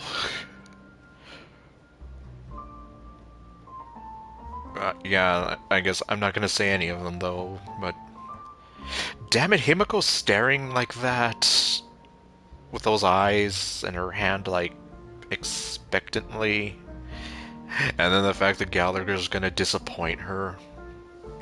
I'm just saying. It just... I don't know. The imagery it implies is pretty straightforward. It's just a glimpse of what this dream truly tastes like.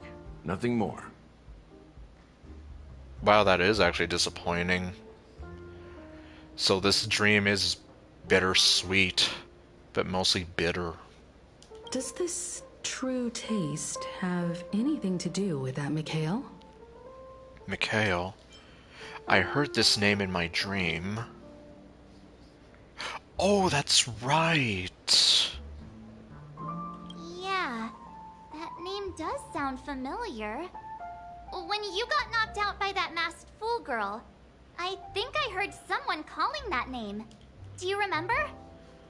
I would love to get knocked out by that masked fool girl. I mean... yeah, it's like... we heard a woman, like, calling that name. So... yeah, what's the deal with that? I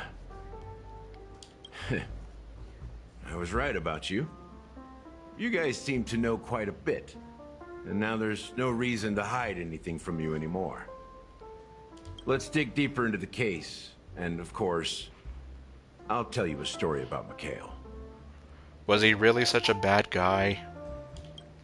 Alright, let's start with what we know based on the clues the family has. It seems that Firefly isn't a local or an invited guest. In other words, she's a stowaway. Oh my god, I can't believe it. I'm so shocked right now. That's what we've been saying this whole time, and she even admitted to us, like, I'm a stowaway. So we kind of knew that. She managed to fool me at first. My age must be getting the best of me. But here on the planet of festivities, stowaways are a common sight. You're bound to run into one sooner or later. After the incident, the hounds wasted no time searching for that girl in both the dreamscape and reality. I had another stupid thing in mind. Basically something about, like, Sparkle can fool me anytime. Okay, no. That barely makes sense. But here's the thing. We only received bad news. And the trickiest kind at that. Really? What is it, though? She simply vanished, leaving no trace in the dreamscape or reality. As if she had never come to Penacony at all. And as Adventuring put it, like, if you died in the dream, well, you're brain dead, but you're still dead. Because, well, for those who don't know, yeah, if you're pronounced brain dead, then you are legally dead. But, yeah, point being, like, there would still be a body, but... Huh? Does that mean... death eradicated her. Maybe things will turn out different than what we think. Is she a ghost? Oh my god, I'm in love with a ghost. That's impossible. The problem now is not that she's dead, but that it's as if she had never existed in the first place.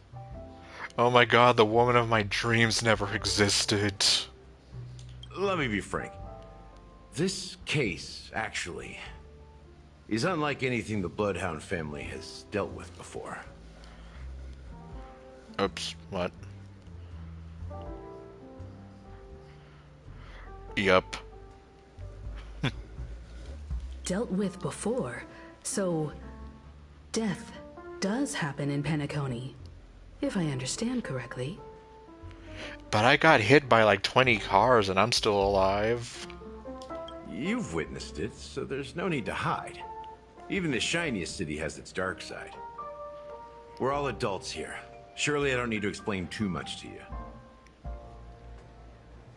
Okay.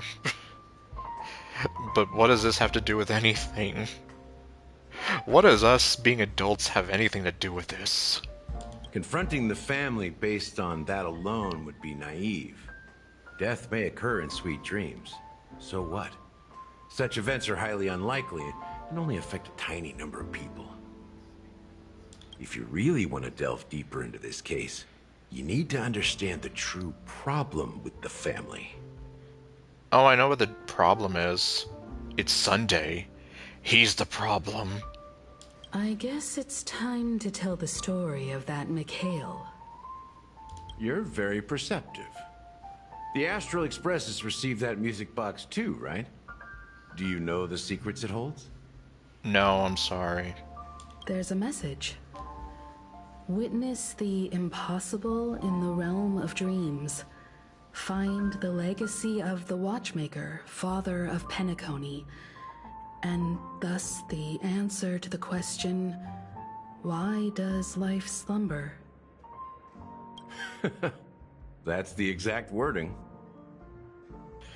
Never doubt Himiko. Hey, why are you laughing? Wait, did you write it? It's quite poetic. Oh.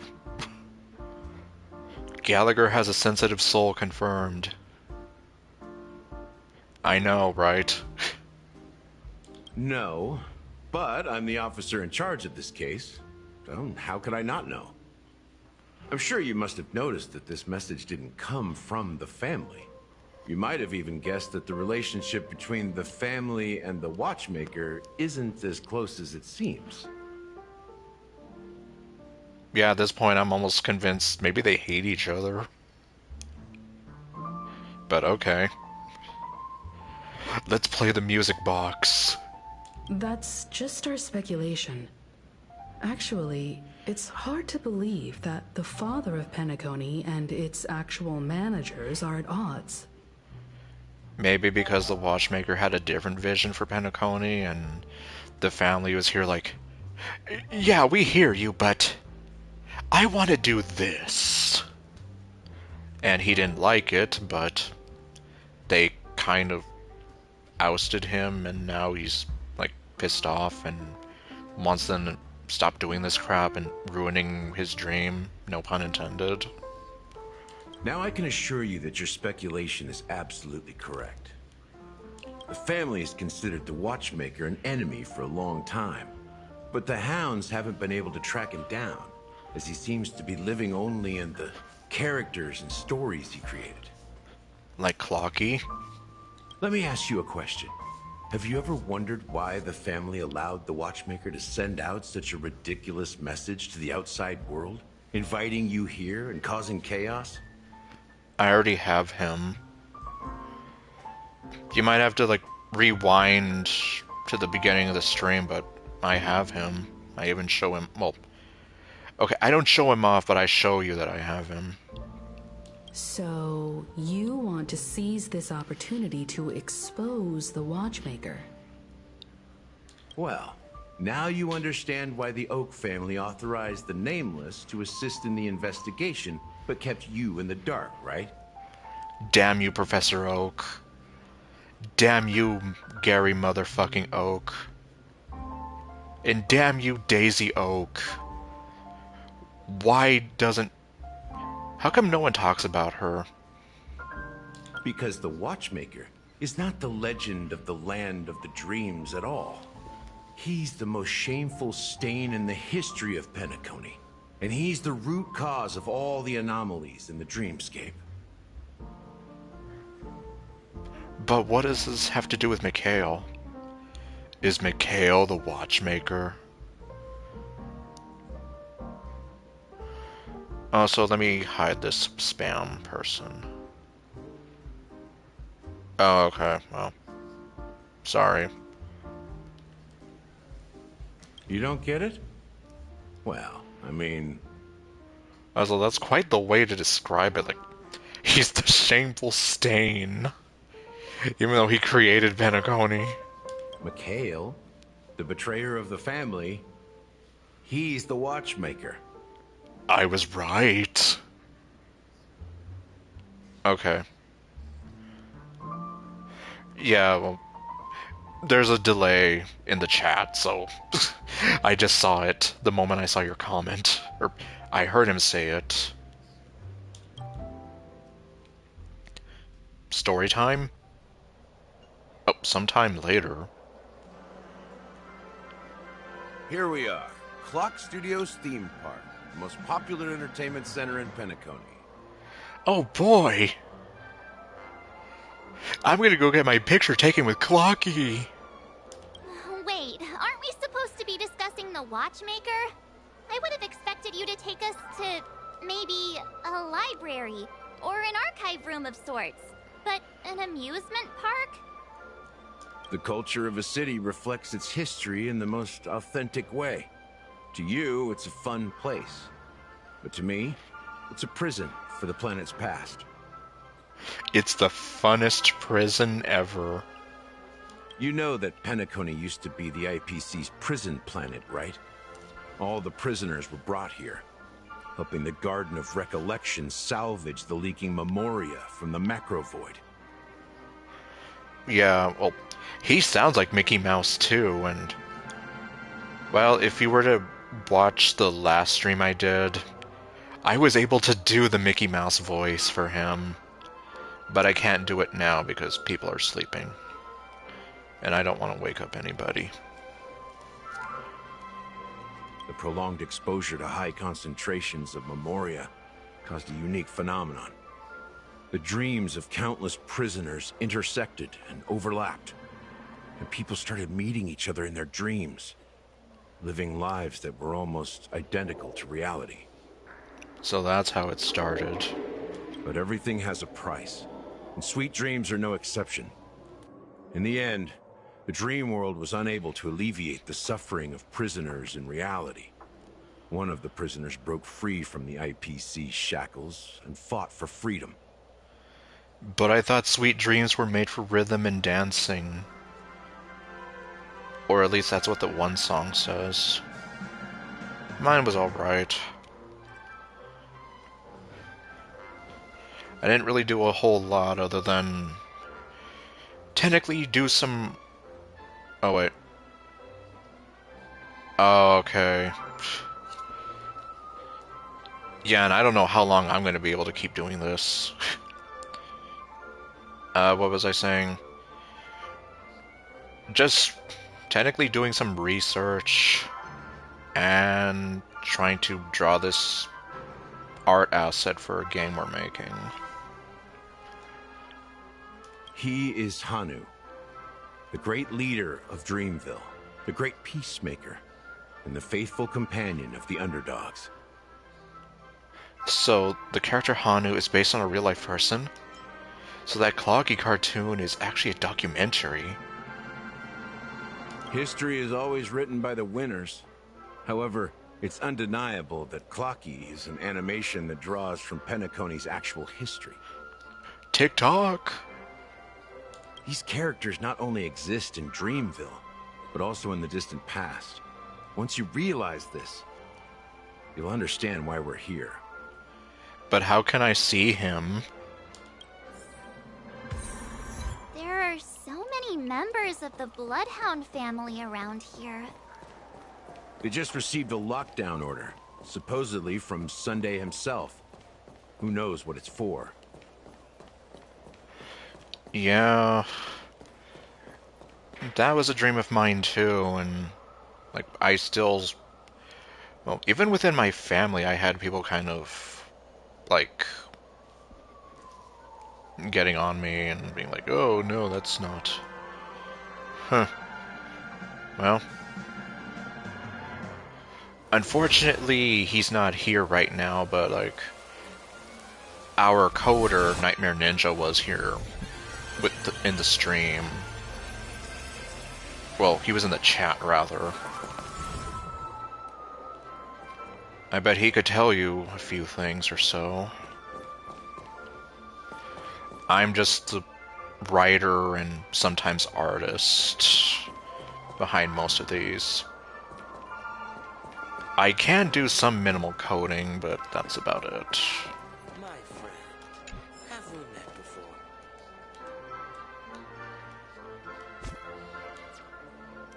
Well, ironically, we actually code with RenPy, which is an offshoot of Python.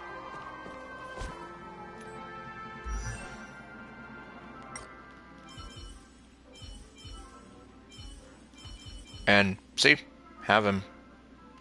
I just haven't done anything with him yet.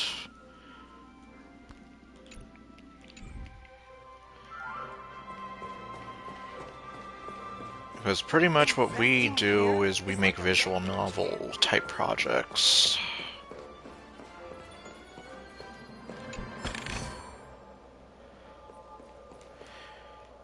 And I know he was thinking of trying to see if we could make like our own kind of NES or Game Boy inspired style sort of games as well. Oh. Well, ironically, I went for Tribby after I got him, and I got a different small girl.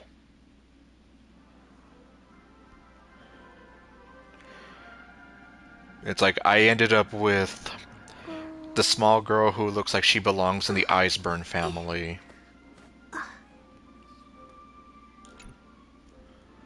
So I don't know. I don't know, really. Screw you, front gate. So many of them. I've never seen anything like this, even when they're tracking down suspects. And I mean, I don't have a problem with Clara. Yep. Like, I mean, I thought she was an interesting character. I'm just kind of here, like, ironic, though.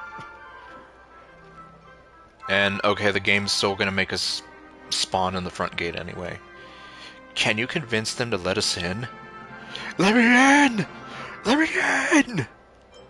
It's pretty impressive, even from out here. Well, it's a masterpiece from the family, after all. Besides the followers of the Preservation, the family members are the best at creating mind-blowing marvels. When they're not strong-arming people and making people sleep with the fishes, I guess. Let's find a quiet spot and continue our conversation. Okay. The view here is great, right? We can see everything from here. Sort of. Including Clocky. Clocky! If all the characters in the animation are based on characters in reality, then Clocky's counterpart is definitely the Watchmaker. Oh, okay. Good luck with that one. I know someone was able to sort of make like their own sort of Undertale spoof in RenPy. And then another person was able to sort of recreate Helltaker in RenPy as well. And it's almost as crazy and hair-pulling difficult like Helltaker was. Well, near the end anyway. That final puzzle. In the animation, he's Hanu's partner and one of the founders of Dreamville. Does that mean the Watchmaker was personally involved in that war and sided with Asdana? The war! It was a monumental war for freedom. Hanunu fought alongside a motley crew of masked fools, nameless, history fictionologists, mourning actors, omen vanguards, even visitors from beyond the sky. In the end, they emerged victorious. Does that mean Lumine? She came from beyond the sky? And plus she's a war criminal who's conquered at least 5 different nations, so I wouldn't be surprised. And, okay. I've kind of been working on the lore of one of our series for like Well, technically, we didn't start the series until 2021, but the lore sort of dates back to like 2016, 2017, as part of like this failed project I had that I just recycled. Among them was the person who would eventually be known as the Watchmaker. But if you do the math, doesn't that mean the Watchmaker was around for several centuries? Maybe he's immortal. I'm not sure, but Mikhail was already the Watchmaker when I met him, so maybe he inherited the title. Okay, so Mikhail isn't the Watchmaker. How old are you now, Mr. Officer? Oh my god, March, you can't just go asking people that.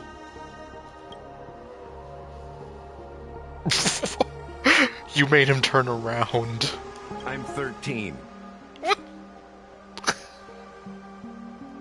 No way. Not even close. Mentally, maybe he's 13. Anunu freed the frontier prison, but peace still eluded him. With limited resources, threats from the outside world, and internal conflicts between major prison districts, the future of Ostana was uncertain. It wasn't until the Watchmaker approached the family with the idea of turning the prison into the planet of festivities that Penacony finally gained its name and glory. Yay! We turn a prison into an amusement park. And a casino and a hotel and all that other stuff. Thus, he became known as the Father of Penacony. So then, what? When do we get to the part where he becomes a shameful stain? But didn't you say the Watchmaker betrayed the family? And you said you were his companion, so that means you... Here's the traitor, Your Majesty? Question mark? No. I'm not his companion, but rather one of his many children. So are you saying that the Watchmaker got around? But I am indeed a traitor. Not to the family, but to Mikhail. Okay, so I was half right. So, he's safe from the family. What did you do? No kidding. Yeah, what did you do? I did nothing. And that's the worst betrayal of all. Because doing nothing is still an action. Just like you, I had close companions. We dedicated ourselves to Penacony. But the Oak family, they set us up. Damn you, Professor Oak. Mikhail was too old to protect his children anymore. So we left the family to find our own path. We were branded traitors of the Harmony, even though the true traitors were someone else. While they continue to praise the Watchmaker's name in the world, behind closed doors, they condemn him on a pillar of shame. There's a book I need to get. Nevertheless, we wanted to clear his name. We intended to find the real traitor, the one responsible for all this, and restore harmony to Penacony. But we failed. Too much time had passed, and the land of the dreams had become deeply corrupted. After countless fruitless pursuits, I gave up. Like a lost dog. The family accepted me and made me an officer, supposedly as a form of forgiveness. But it was actually a punishment. Since then, I've been completely cut off from my partners and my past. As for Mikhail, I guess I kind of can see that as like a punishment, like, in a sense, mocking him.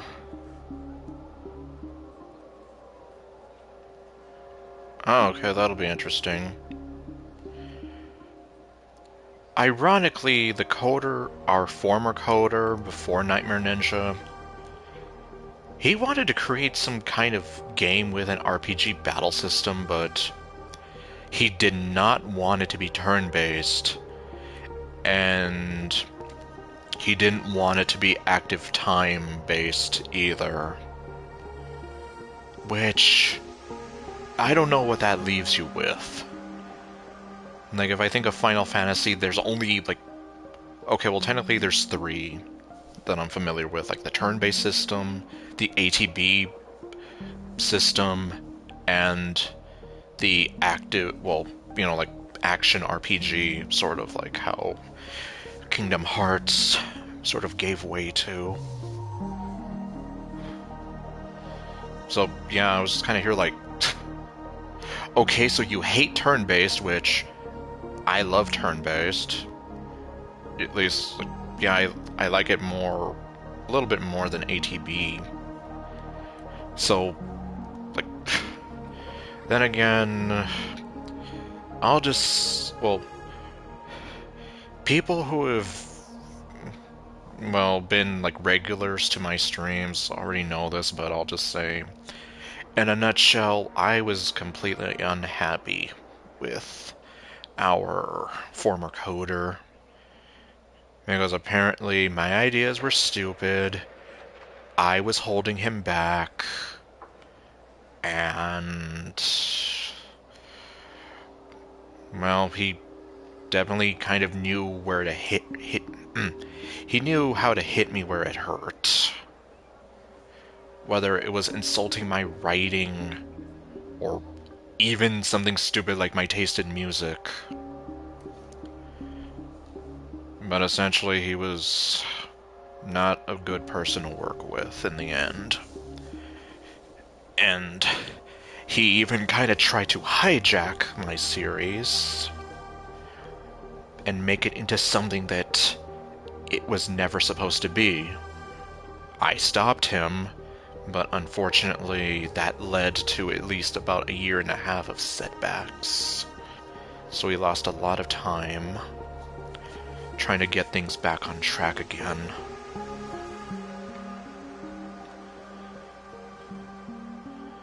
Ironically, he tried to create that same project just under a different name and completely separate from ours. And then he gave up on it like after 5 months. So that whole thing about me holding him back, yeah, I don't know about that anymore. Well, no, yeah, I'm just like, if anything, I was the only thing keeping him on track. Like, a lot of the times, he basically would be like, I don't feel like doing anything right now, or, sorry, I was too busy playing Call of Duty, and just... okay. I heard he died in obscurity, in a place where no one could find him. That's when I realized that the Penacony I once knew would never return. I don't know either. Like, I honestly wish I did know. Like, we did start out as good friends at one point. But my sort of guess is eventually he kind of thought like, oh, I'm better than you, I don't need you. When, like I said, I was the only thing keeping him on track. And, well, a friend that I used to have in high school, basically the same thing happened. Like, we started out being good friends and whatever, and then one day he got a girlfriend before I did. And all of a sudden it's like, oh, I'm better than you, and you're an idiot, and you're a lazy fat ass that just plays video games, and whatever. And likewise, he even made fun of my taste in music as well.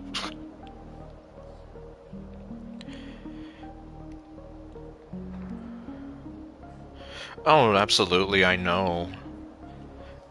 But at least, like, for me, I wouldn't be able to do that. So, like, I do have a lot of, like, respect for any people who are able to do it, like, solo. But, yeah, so I could not do that, and that's sort of why, like, when he walked out on us, which basically he kind of did, well, I guess let me dial it back a little bit, like, after we released, like, a sort of short project introducing our team mascot girl, he messaged me, like, in the middle of the night being like, yeah, I want to break out on my own because I'm tired of being held back and blah blah blah blah blah, and I'll stay for a little while and help you, but then I'm gone. And, like, essentially acting like, yeah, I'm too good for you all, so I'm gonna stay out of the goodness of my heart for a little while, but then I'm gone and I'm gonna go on to do bigger and better things. Which I didn't quite appreciate. And, well, we didn't have to wait long because a few days after that, he just left on his own. After I just kind of... like, I didn't know how to react to that.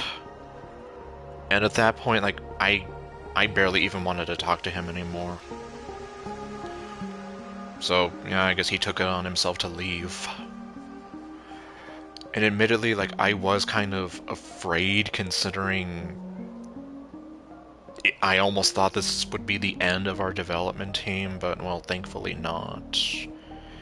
Because Nightmare Ninja and I were able to kind of pick up the pieces and sort of start over. Unfortunately, like I said, we lost a lot of time. But I'm still working on our stuff, doing the best I can. And so is he. Yeah, like, the other guy was definitely a real piece of work, let me tell you. We're truly sorry for what happened. But this is not the end of the story, right? Marge seems to be quite happy for listening to a story about someone who died. Apparently, someone has inherited the title of the Watchmaker and has been secretly working against the family all this time. Trust me, I'm not giving up. In fact, well, the reason our team was even formed was because I wanted to make a specific project that was dedicated to somebody. Somebody I loved. Somebody that broke my heart in the worst way possible. Somebody that I still loved despite that. Somebody that passed away in 2022 and completely destroyed me inside. And I had people basically kind of tell me that the idea was dumb and, like, pointless in a way. And I did give up on that dream. This was back in 2021. Like, after her and I had that falling out. But when she passed away in 2022, I decided that I can't let this story die. It needs to be told. Because at this point, it's like, I'm not just doing it for me anymore. I'm doing it for her and her memory. And, well, like, our mascot girl, who you can kind of see on my channel page, she is at least, like, 50% based off of her.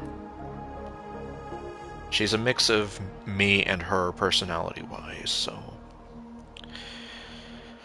I guess you could say I've been trying to do what I can to keep her memory alive. The memory I have of the The beautiful girl that was fun and amazing to talk to and who I looked forward to seeing every day. One that I fell in love with. And not so much the one that broke my heart and basically told me I was a nuisance to her and made me feel unwanted by the time depression kind of took a hold on her.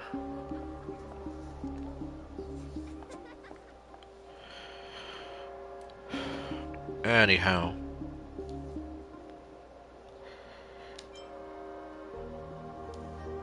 Yeah, like... So... I don't even... So the Watchmaker is... So the title's still alive, possibly, but...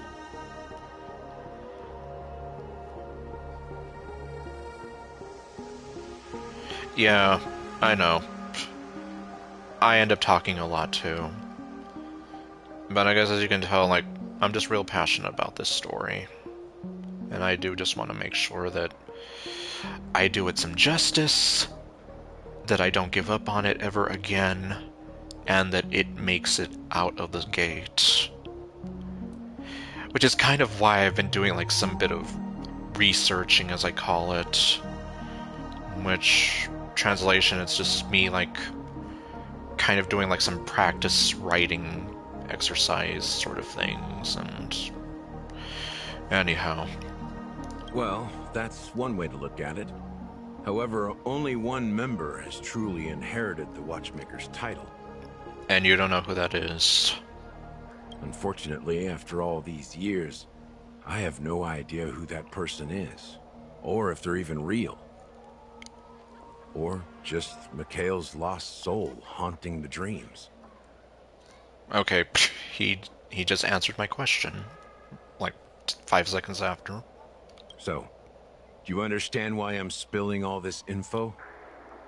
Because I believe the girl's death must be connected to the Watchmaker's legacy. And at the end of all these mysteries, we will find the answers we are seeking. If it really is Mikhail's ghost, I want to meet him. If only for the last time.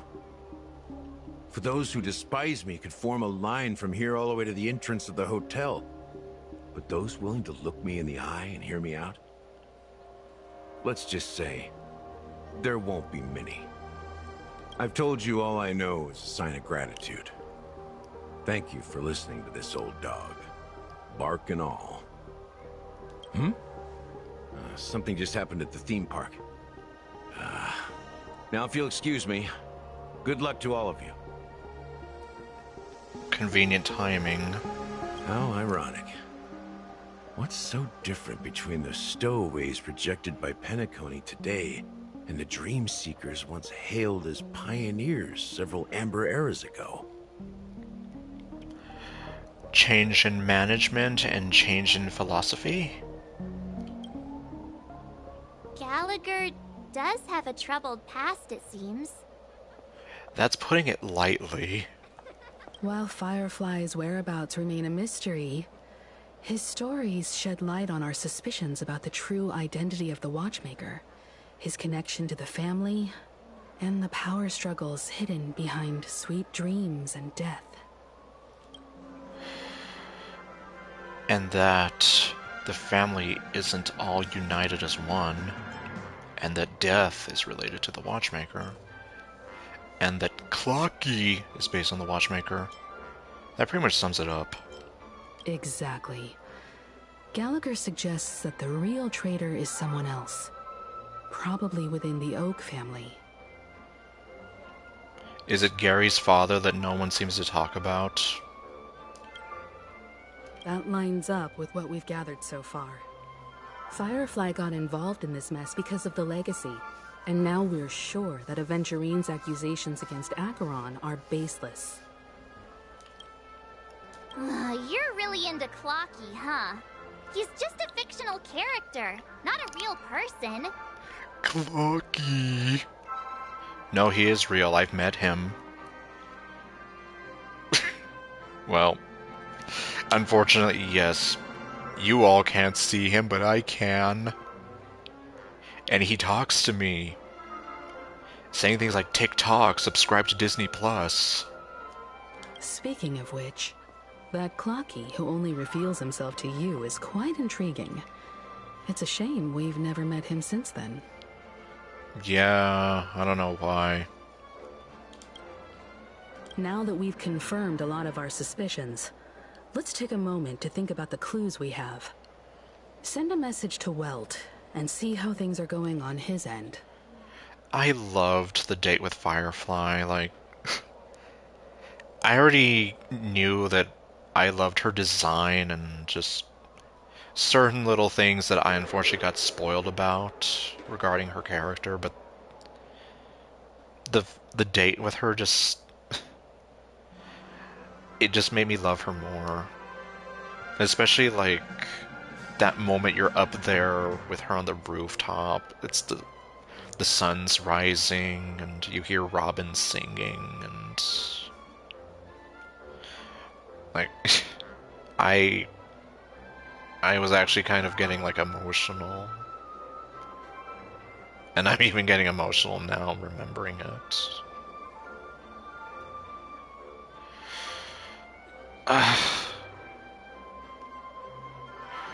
Right. I didn't get to take a picture with her in front of the Clocky statue, but yeah, you can bet that I did make sure I got the picture with her, like, on top of the roof.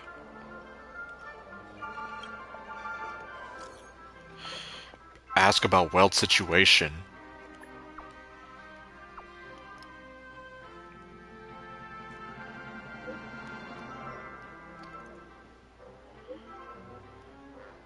Oh, okay.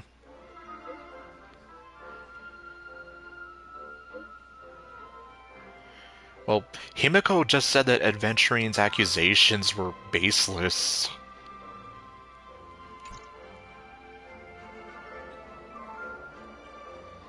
Oh, we're... Are your okay. companions worried about you? They're just checking up on me. Let's get in and get out. Seems they've made some progress. Looks like we're about to enter the depths of Dewlight Pavilion. Oh boy. It's been a smooth ride. Almost too smooth for a heavily guarded mansion. Are we gonna go meet the Dawn of the family? Let's see if there's anyone waiting to greet us. Oh boy, yes.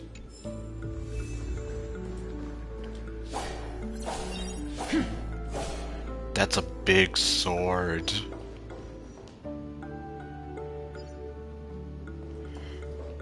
Oh, you mean Raiden Mei? Which, I don't know a whole lot about Honkai Impact 3rd. So, but yeah, I can kind of see like some, like, okay, yeah, I know that like between all the Hoyo games, like there are like characters who have counterparts, like Yai Miko and Yai Sakura, or Bronya and Sela, like Bronya and Sela in this game, or like how Sparkle and Hu Tao are very, very similar. And then, yeah, Raiden Mei, Raiden Shogun, who is also named A. And Acheron. In fact, like, she's even dressed similar to Raiden Shogun. Like, one sleeve, the purple hair, purple eyes. Oh, hey. Yeah, that's something. Yep, she cannot cook whatsoever. Also, Peaches.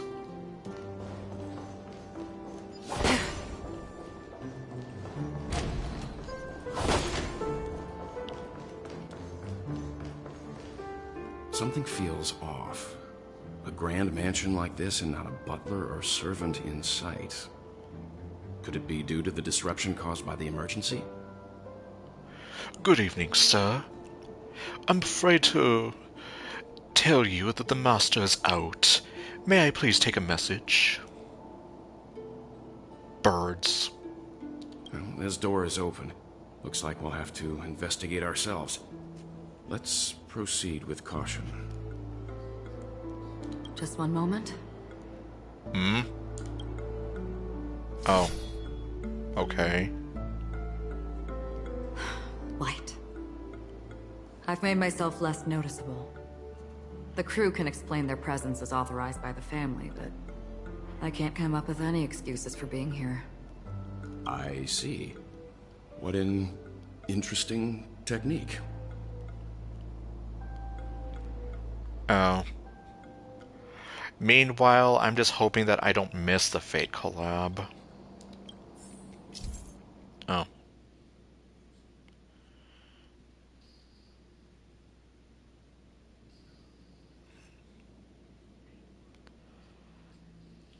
Huh.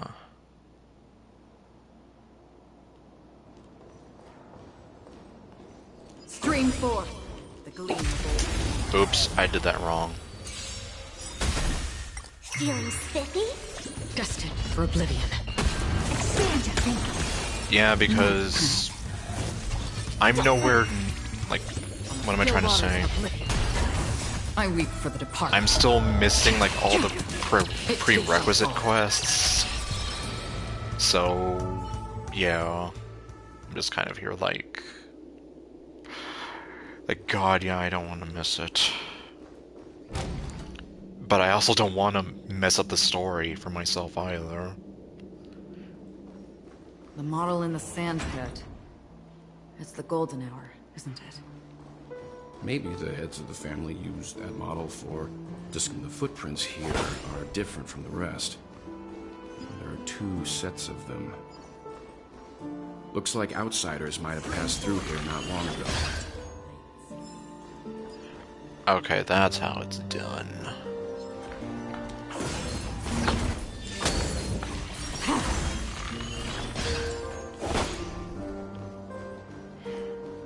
Yeah, that is definitely OP. Can you identify the people who left these footprints? Oh, really? Huh. Then I'm really gonna have to try him out. Well, there's a unique pattern here. Flamboyant, even. And judging by the size, I'd say these were men's shoes. Okay, I have him too. Unfortunately, well, you have to rewind back like half an hour or so, but yeah, anyway. Oh, that's even more OP. If I'm right, it could be the IPC ambassador, Aventurine. Yeah, those do look like it. Like, yeah, based on his shoes. Aventurine. What about the other set? It looks like they were walking side by side as opposed to one behind the other, so the second individual is likely equal in status to Aventurine. Well, I guess definitely glad I got him then. The IPC is eager to reclaim Penacony, so their presence here is not unexpected. Ironically, I forgot who it was, but Yanqing actually did pity break me. If it wasn't for Aglaya, it might have been for Castoris.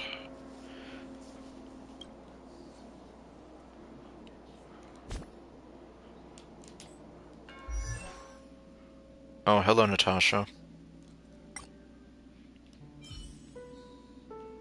See? I just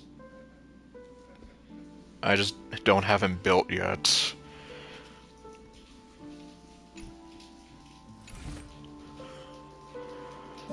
Anyhow.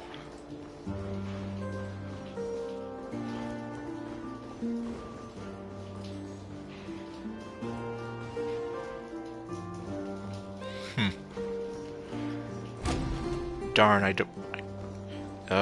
oh, the Herda shop. I have not been there in forever.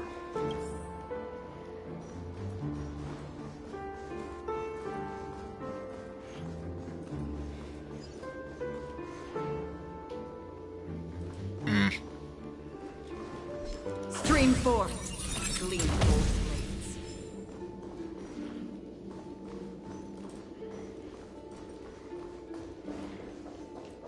Oh yeah, I already claimed that. While there aren't any people in this mansion, they've set up quite a few mimetic guards to patrol this place. Oh. Feeling spiffy? Expand your thinking. Destined for oblivion. Well. I weep for the departed. It too shall fall.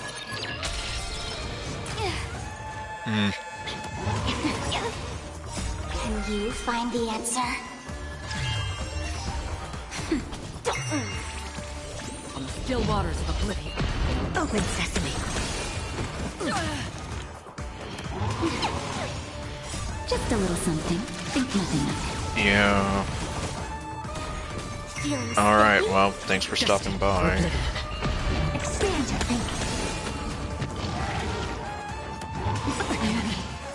Endless riddles. Nothing but a boy. Open sesame. Glimpse the unknown. Can you find the answer? On the still waters of oblivion. Purging heat. Okay, I didn't get to read that. I weep for the departed. It too shall fall. Look, it dropped something. A note. Looks like instructions from the butler for the other servants. Really? So there is a butler? Seems like the mansion's entire workforce were assigned other tasks before Robin's death. It must have been a big project to require that much manpower. The Charmony Festival, perhaps. But no matter what their main priorities are, there should always be someone left at the mansion, right? I mean, yeah, you would think. So you're saying someone deliberately cleared the place out? Yeah, but I don't know why.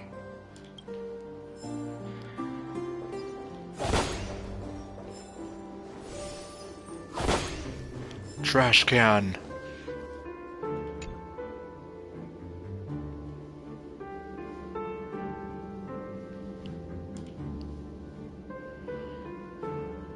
Let me see. Point directly in the direction of the destination with my hand. I'll keep my fingers together and point to the right direction.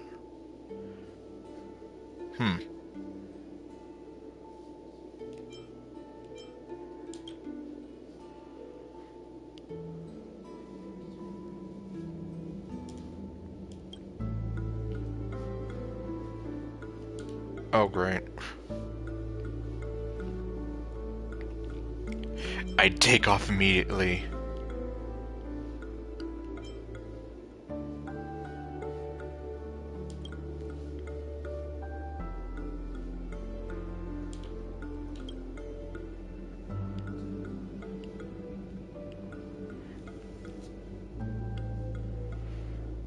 Oh, okay.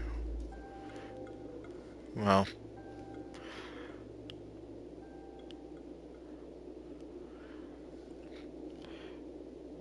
Well, I don't know what your idea is, but you can add mine.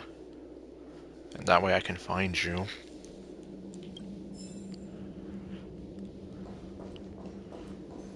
Oh, okay, nothing. Oh, wait, hold on.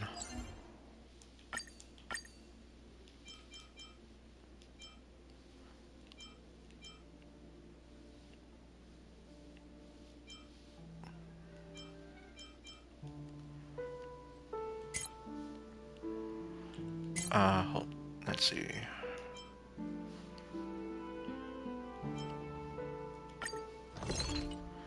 Okay, yeah, like, that might be the easier way to do it.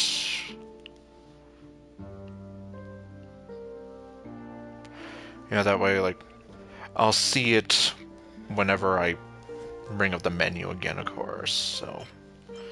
But anyway, yep, thanks a lot. Thanks a ton, though. Any help is appreciated.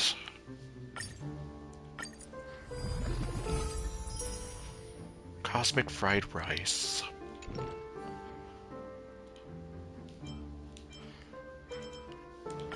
There we go.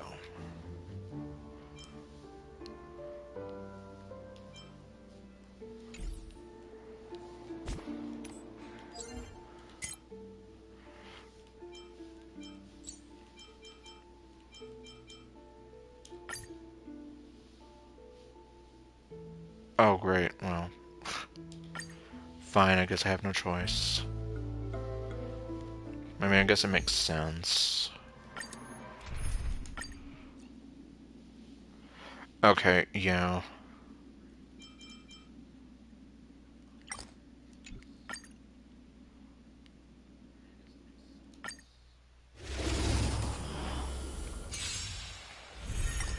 I'll take it on.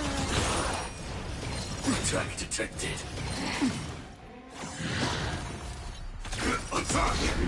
Until everything burns to ashes! Just a little something. Think nothing of it. Set the seas ablaze! You can't run!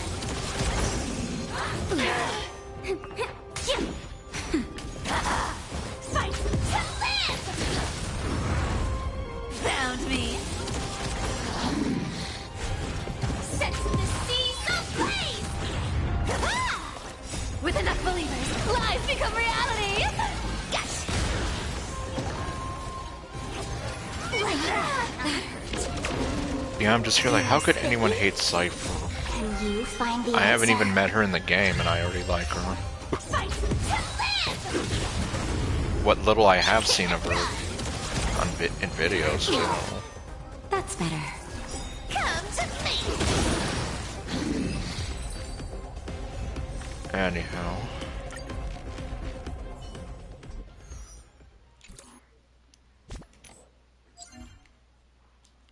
Okay, there we go.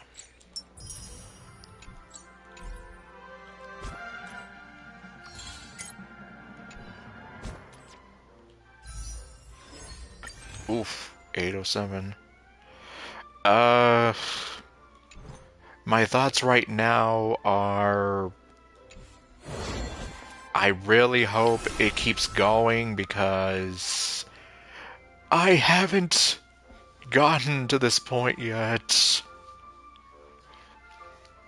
Like, I just want to get to it and not ruin the story for myself. Although I know some people are definitely upset for various reasons. I can't really say too much on that because I haven't experienced it myself. Although I do think it's weird that the English dub of the game does not have them voiced whatsoever. Like, I don't know. And I mean, technically speaking, like, both Saber and Archer do have English VAs. Or alternatively, you could have just left them in Japanese, and we just deal with that, but... oh well.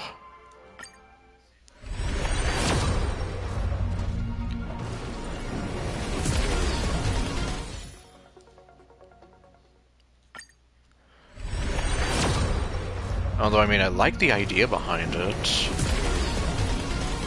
Especially considering, like, I'm a fan of both game series, so...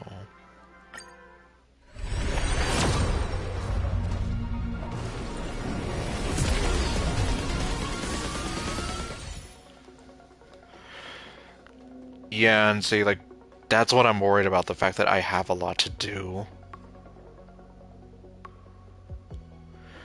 And, you know, considering I also play Genshin Impact, which has had a lot of those... it's had issues with its English dub. Like, yeah, I'm kind of familiar with that sort of issue.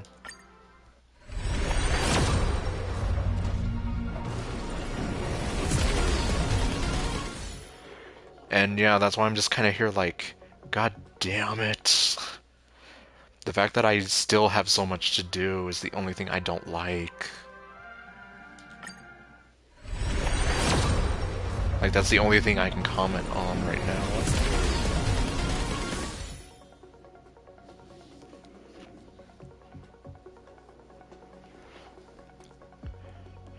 Oh yeah, I've heard Amorphous has been like, is super long.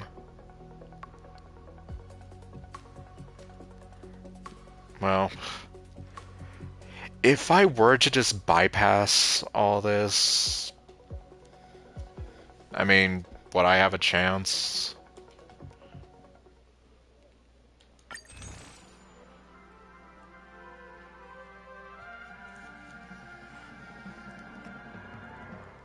Oh wait, what?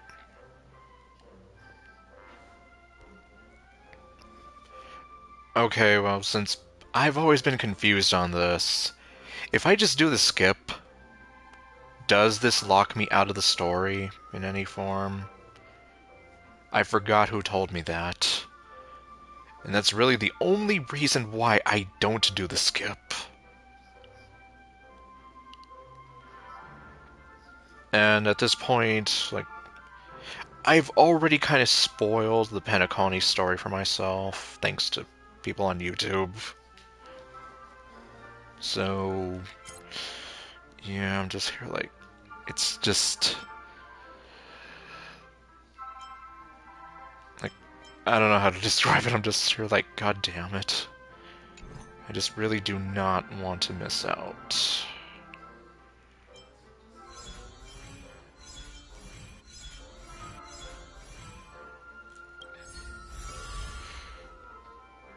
"49 wishes."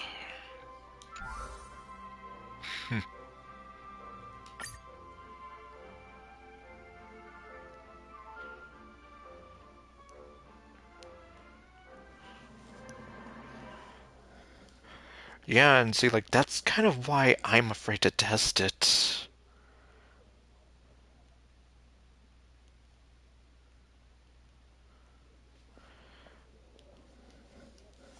Or, wait.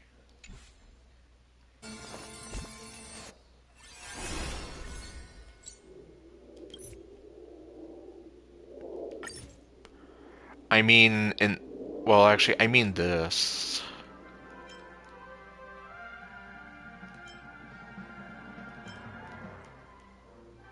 Since, yeah. Like, if I do this... like, can I just go back to the story like usual?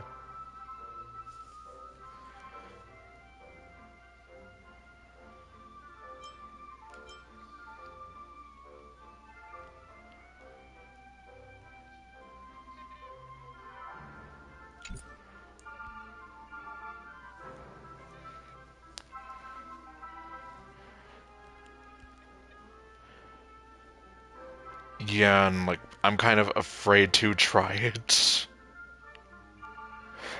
Yeah, and that's what I realized when you meant. Okay.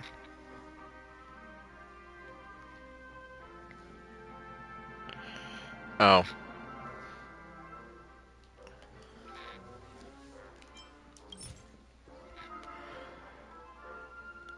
Cause yeah, I'm just here like... I'm just kind of here like if I'm gonna screw up anything. Because otherwise it's like...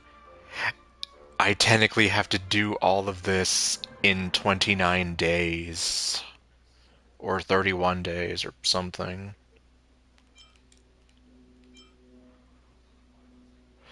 Uh...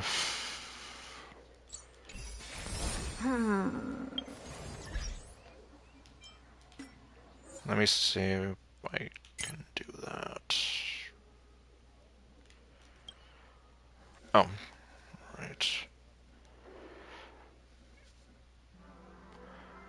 Let me see. Okay, well, that's my goal, at least, anyway. And let me see, just because sometimes YouTube is kind of screwy, Let me hide this.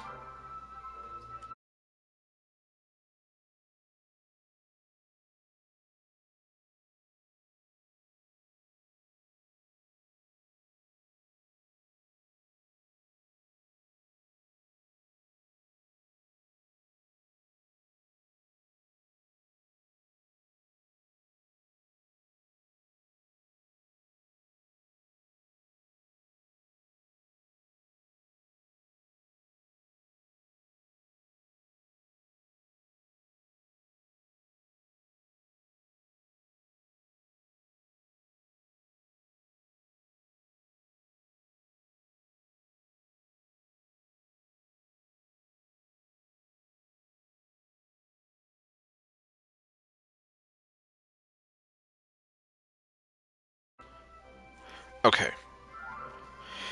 Yeah, I only did that because one time YouTube got angry at me for, well, I'm not even sure what it was that they got mad at me for exactly, but... And yeah, that's why I'm kind of here, like... I do agree that the Fate collab does take priority, but I'm just here like, I don't want to ruin Penacony either. And okay, there you are.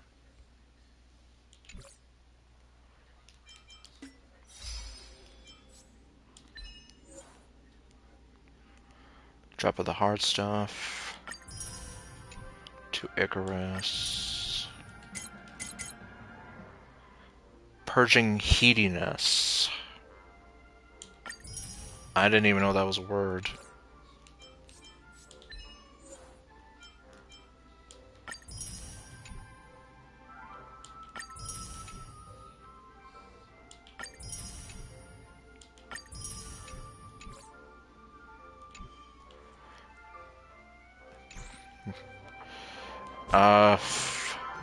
Well...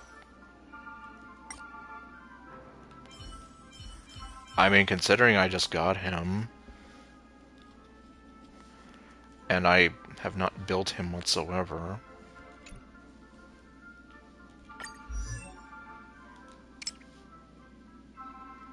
Yup.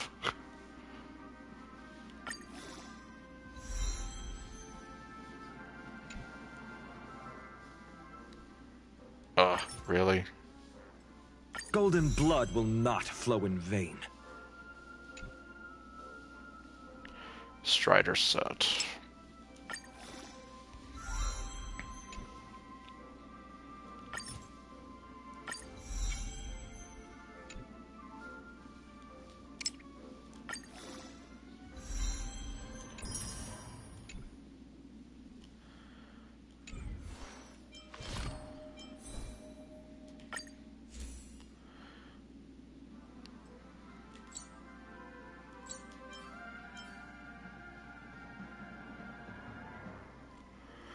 Okay, well, Strider set, well, Wave Strider. I'm gonna guess that's what you mean.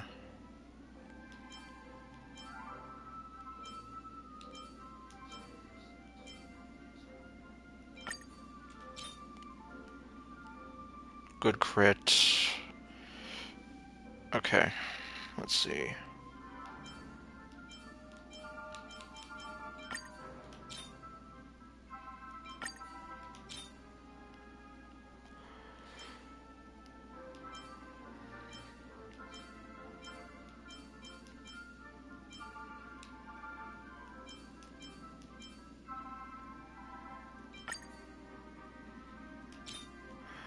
And the rope.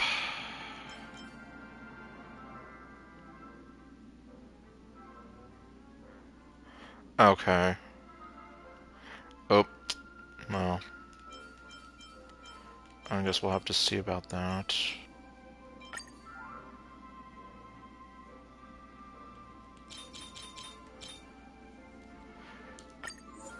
Oh, oh no, that's right. Okay, right, speed, so he goes first.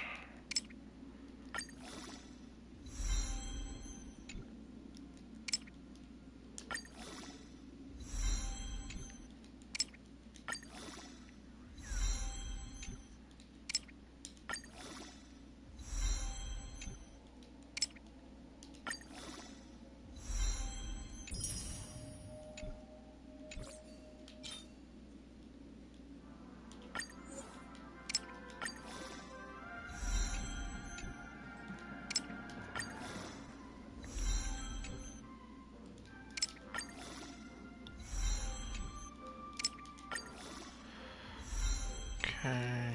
Well.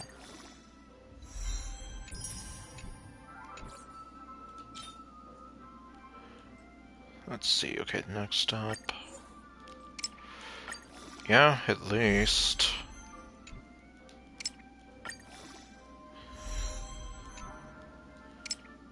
I mean, well, I guess with crit rate, take what you can get. Oh. Okay, nope. Okay, I guess I'll leave that there.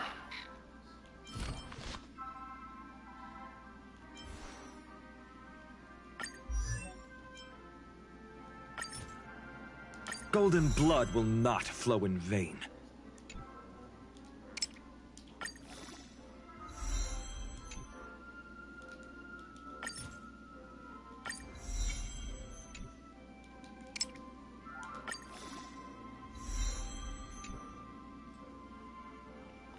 Okay, well, I got him up to level 60.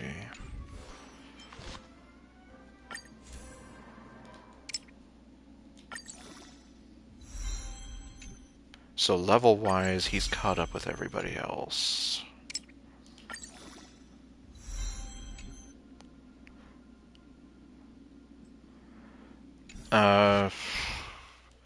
Considering I always get that mixed up.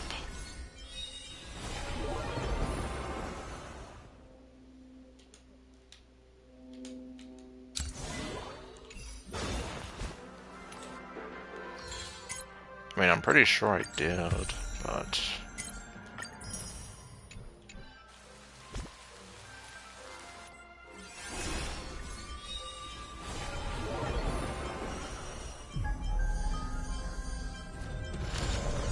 Okay, yeah, here it is.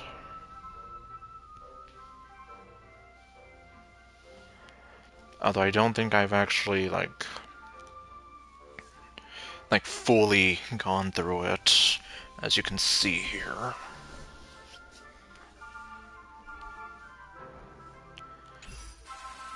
I mean, I did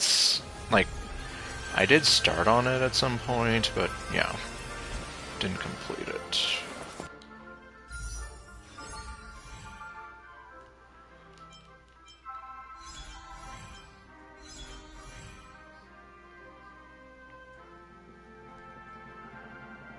Oh, I see.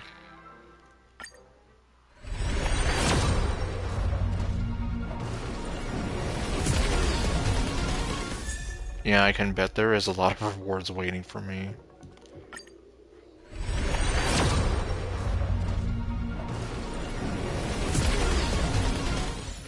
Like I said, I started it, but I didn't, actually continue going through it.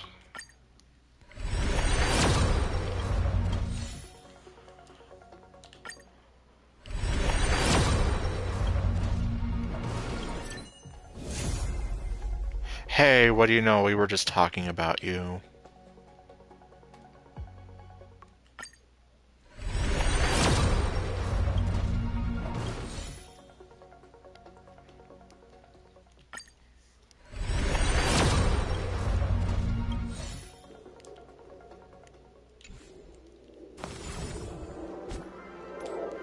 Alright, well. Might as well. It feels like the stars just got brighter.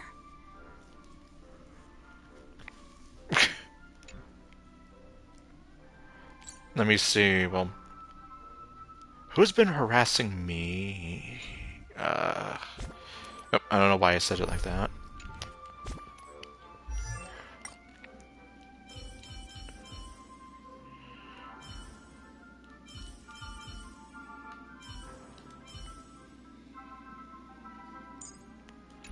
I don't think it's Shepard. No.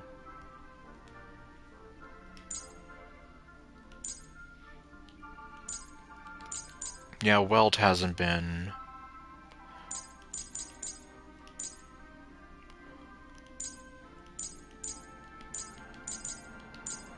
I have all of March's things.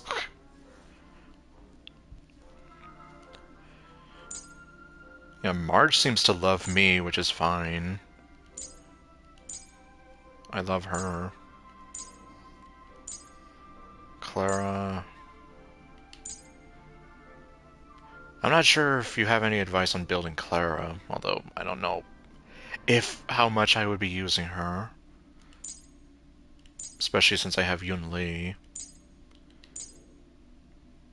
Emiya, maybe, as well. Yeah, Dan Heng. Just the whole dynamic that the three of them have.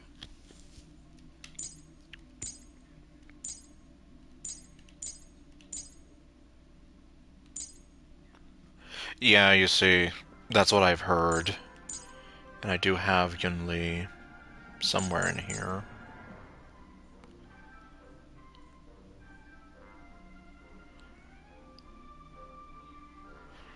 Okay.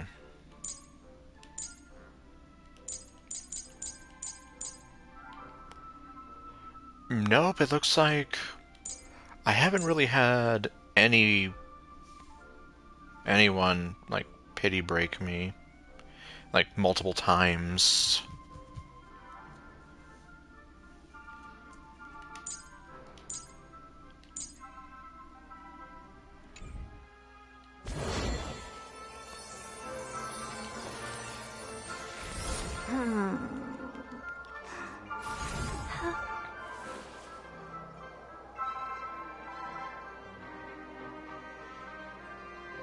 Blades, like cone. Do I even have that one?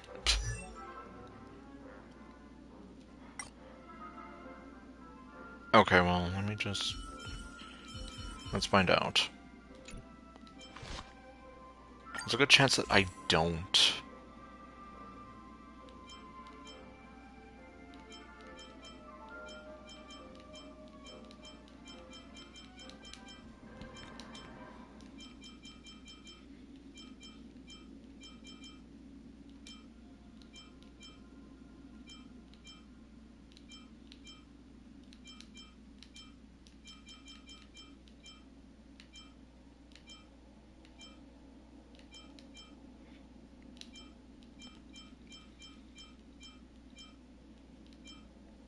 Yeah, I don't have it.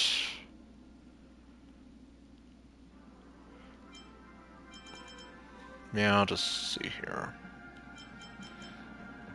You'll do.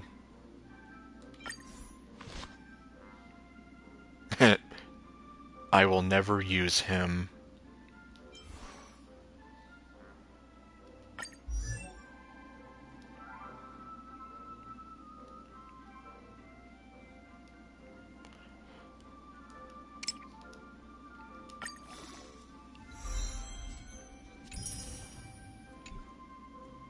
One day, I'll grow up and protect everyone. Oh my gosh, she sounds so cheerful.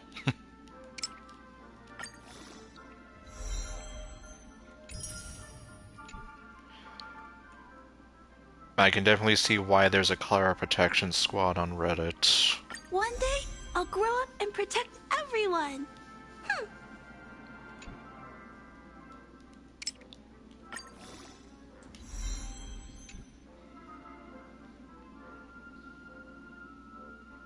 The Remembrance. Oh, wait.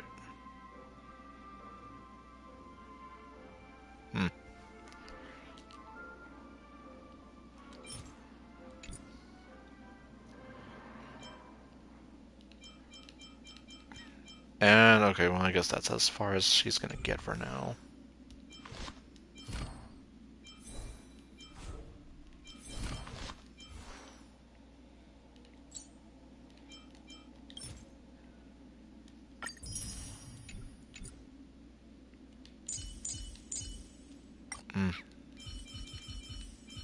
There he is. Okay.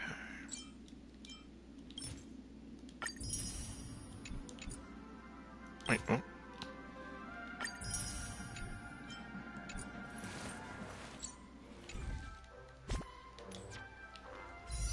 Time to make some more useless wishes.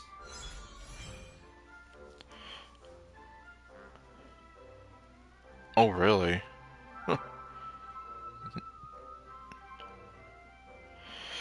I guess, if you put it that way.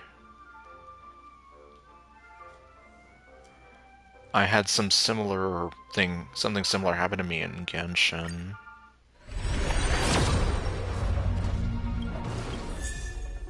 Oh, Asta.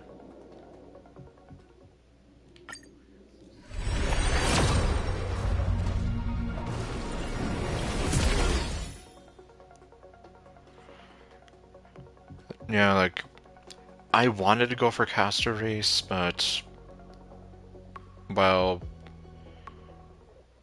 I guess since y'all haven't really kept, well, you're new to my streams, I'll just say that I kind of had a thing for Tingyun, so... That, and I heard that, like, she could be very great with break teams, so... That also kind of influenced me.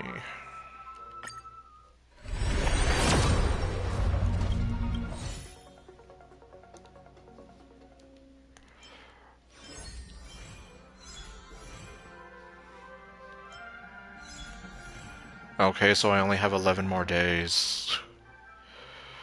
Well then...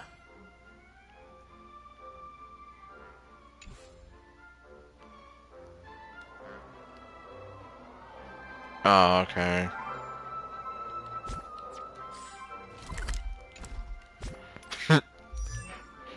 It's like you have a legitimate reason for pulling her versus me being like, I have a crush on the pretty fox girl.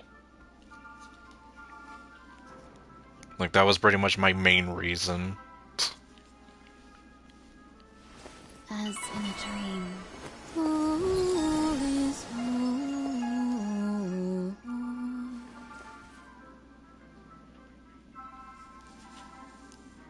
Yes, she is.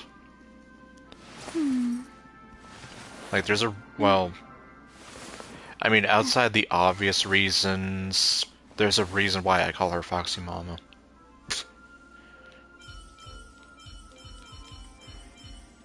And why I was super sad when she died.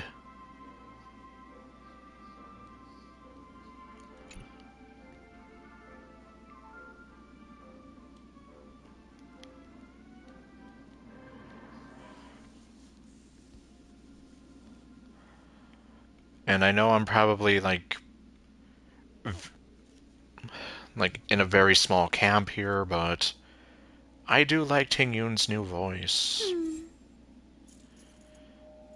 Something about it does seem endearing to me. But I do agree that, like, her original voice was definitely good. I was having some DDLC flashbacks.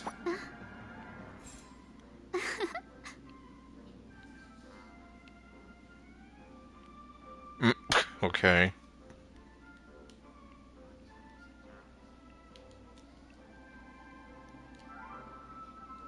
Oh, hello.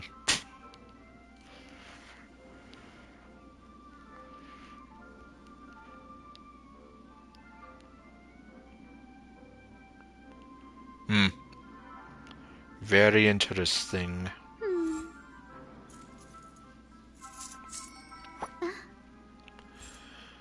And then I guess speaking of DDLC, I suppose it also helps that I seem to have a thing for brunettes with green eyes. Peace. Peace is above all things. It's all your fault, Monica. Well.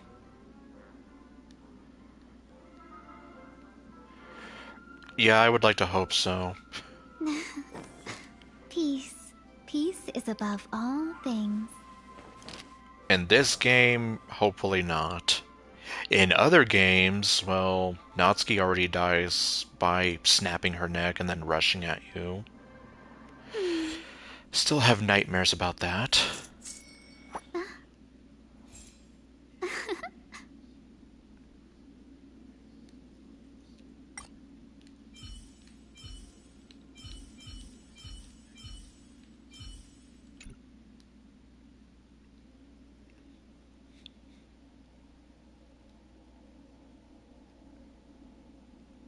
I also think it's cute that she still calls you benefactor. Oh no, I mean Natsuki from DDLC.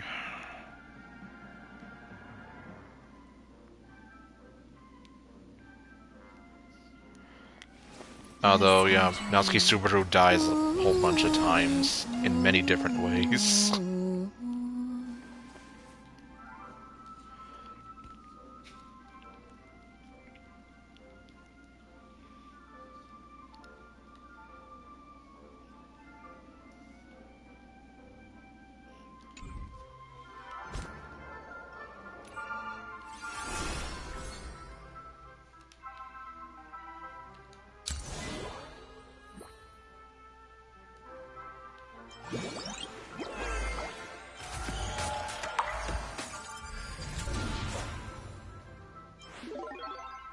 Ah, yes, this.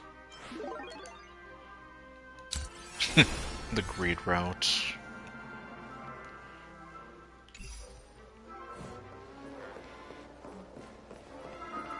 Boss, the actors are on strike again. Yep. I have a lot.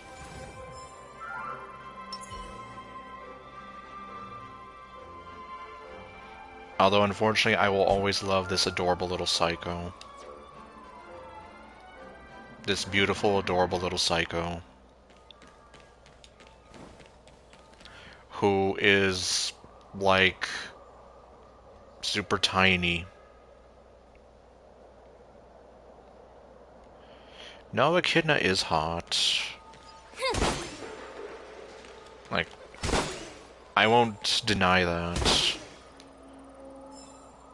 Like, even though, well, if I have to choose one side of the aisle, even though, like, I would choose Rem any day, Echidna's hot. Especially, like, when it comes to even some of the merchandise of her, like, that just makes her hotter.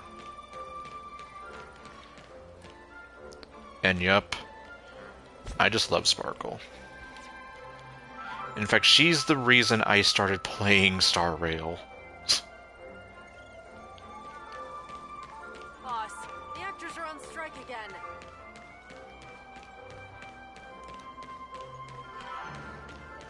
Yes, I know the VAs are on strike. She kinda does. Well, maybe, kind of.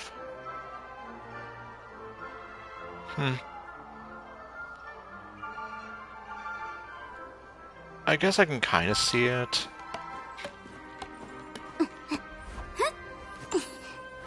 Oh, hello. Like, yeah.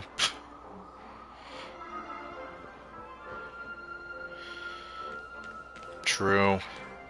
I know some people have been saying something like, imagine if we got like a 5-star Sampo.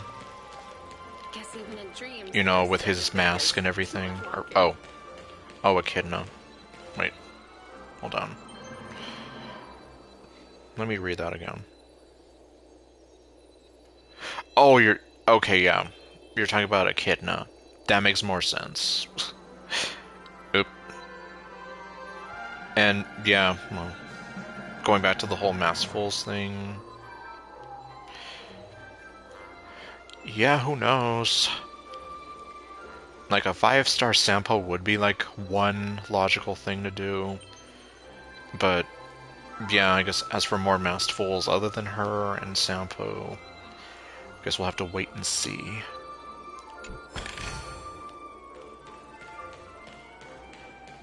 And who knows, maybe that's another reason why I think Echidna's kinda hot, just because of the whole, like, sort of gotha vibe she gives off, while just being, like, so deliciously evil and very temptatious.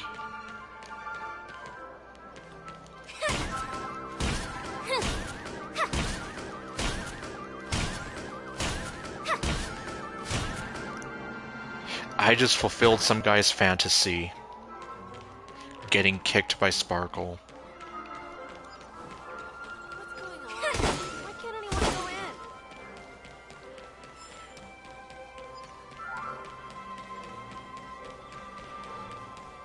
But yeah, I guess one thing I will never get over with Sparkle is just the fact that she's, well, super tiny. And, well, one of my stream regulars, well, he's not here right now, he left like a couple hours ago. Boss, the actors are on strike again. But he pointed out to me how technically Sparkle is shorter than Clara and Yun Li. Like, technically speaking, the way she is right now, like, she's about the same height as Yun Li and Clara. But if you were to fulfill the wishes of a lot of people in the Sparkle subreddit and remove her sandals, then she would be even shorter than them. So, she's basically, yeah.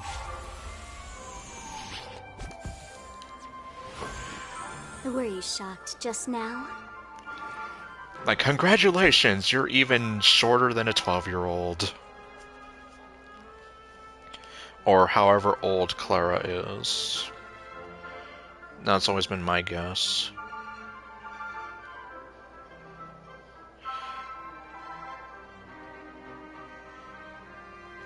Well, considering I'm like 5'8", I don't really, like, I'm a short guy, so I don't have much of a chance.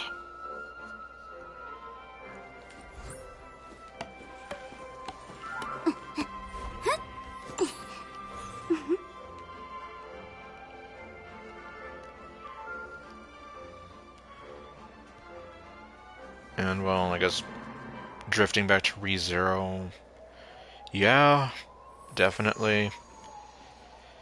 Although the one thing that I will not be happy about Were you shocked just now? was Rem being in a coma for a long time.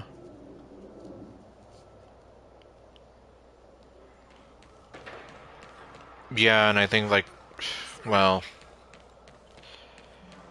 I guess just because, I guess I'll just say it now, so the game project that I'm trying to work on as a dedication to somebody, that somebody's name is Darlene, and she was a short girl. Like, I never tried it for obvious reasons, but, like, I'm pretty sure I could rest my chin on her head. And yet she used to make fun of me for being short. When it's like, I'm almost a head taller than you are, what are you talking about? Boss, the actors are on strike again. Like, seriously?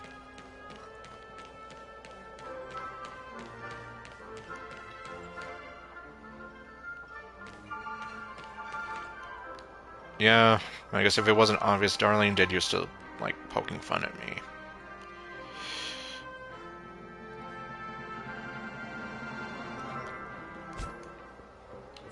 Well, I can tell you right now, I love her personality.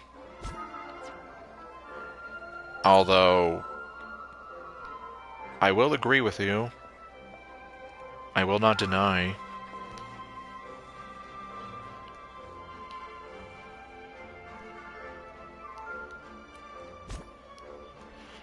Like, yes, just look at her. Not caring.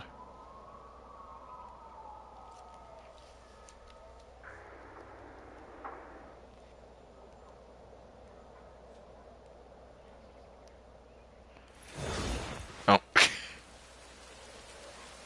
Yeah, I guess, well. Obviously, though, like, I would not try to... Oh, God. I'm just here, like, considering Darlene being shorter than me, like, I don't think she would appreciate, like, getting head pats from me. That would just be weird.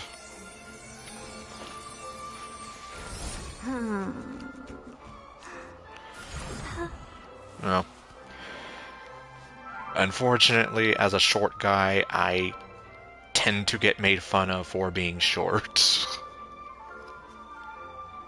Which is why I'm here, like, my only hope is to find a short girl who will not look down on me. Which shouldn't be possible, because you should be looking up at me, not down on me, if you're shorter.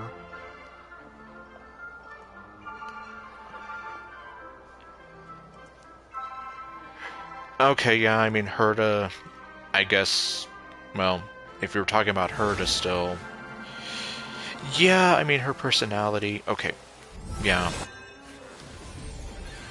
Yeah, her personality can be kind of off-putting. Like, yeah, I mean, she has, like, seriously a beautiful design, but yeah. And then there's her.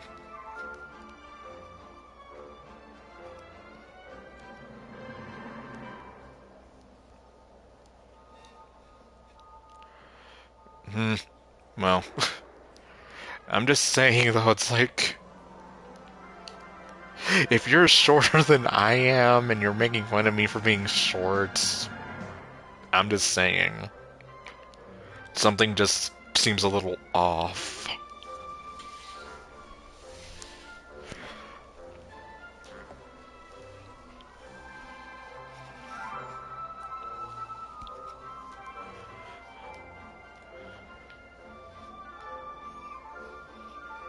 I miss you.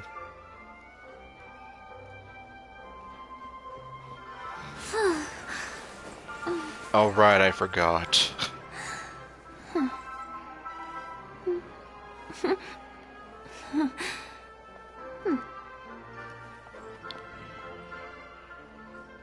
Oh. What was I gonna say? Oh yeah, like, who designed that frickin' idol animation? The same person who made the one for Navia? Okay, I guess back to sexy short psycho girlfriend.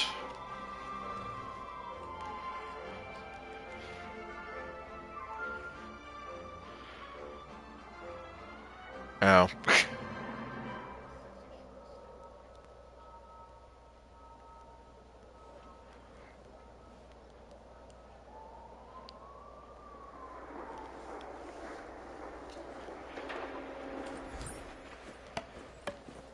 Yeah.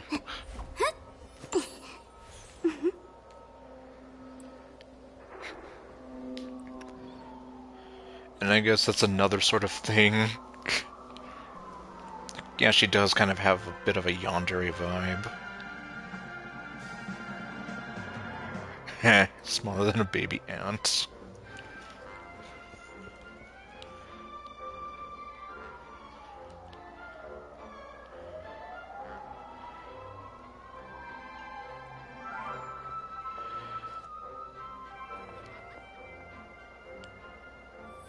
Oh, I see.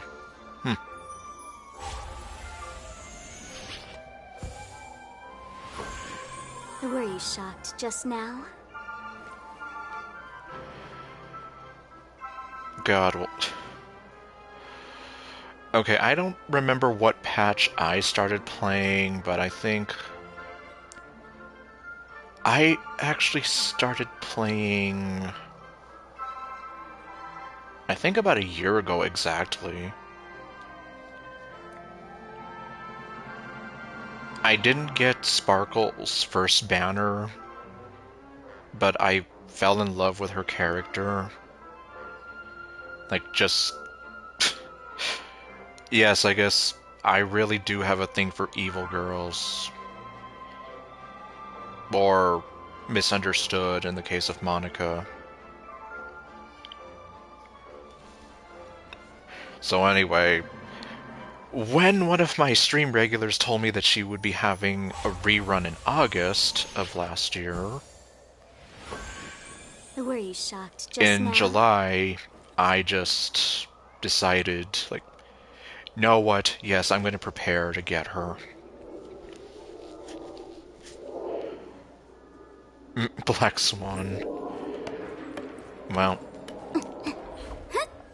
I guess if she is you... well, anyway. And Black Swan is another beautiful character. Although apparently someone told me that it looks like she wears lingerie. And I can't unsee it.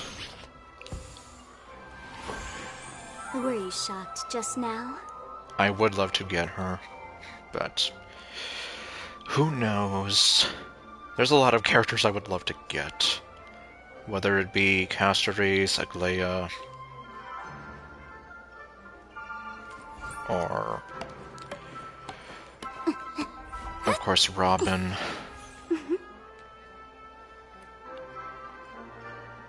Yeah, I love Farina as well.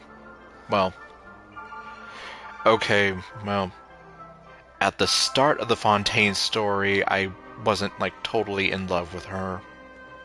By the end of the Fontaine story, I basically wanted to throw my arms around her and apologize to her for ever thinking of her as being some kind of selfish brat, and telling her to please never cry again, and please to never feel lonely, and, like, yeah. In fact, like, in that, in the cutscene you get, like, before you go to Natlan when you're leaving Fontaine, I actually, like, stayed there a while, being stupid.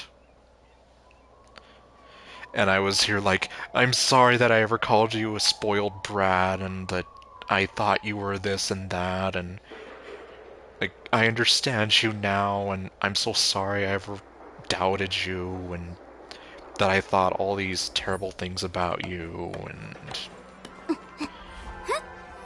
obviously, you know, as if Farina can hear me. But I guess you could say I wanted to set the record straight that, like, even though I started out not liking her, by the end, like, she won me over. Were you shocked just now?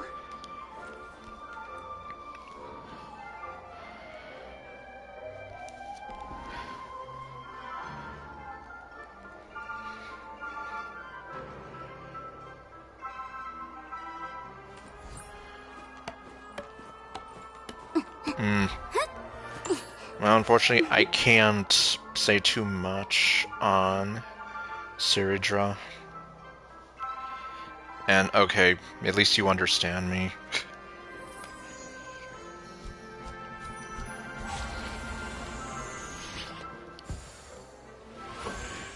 Were you shocked just now?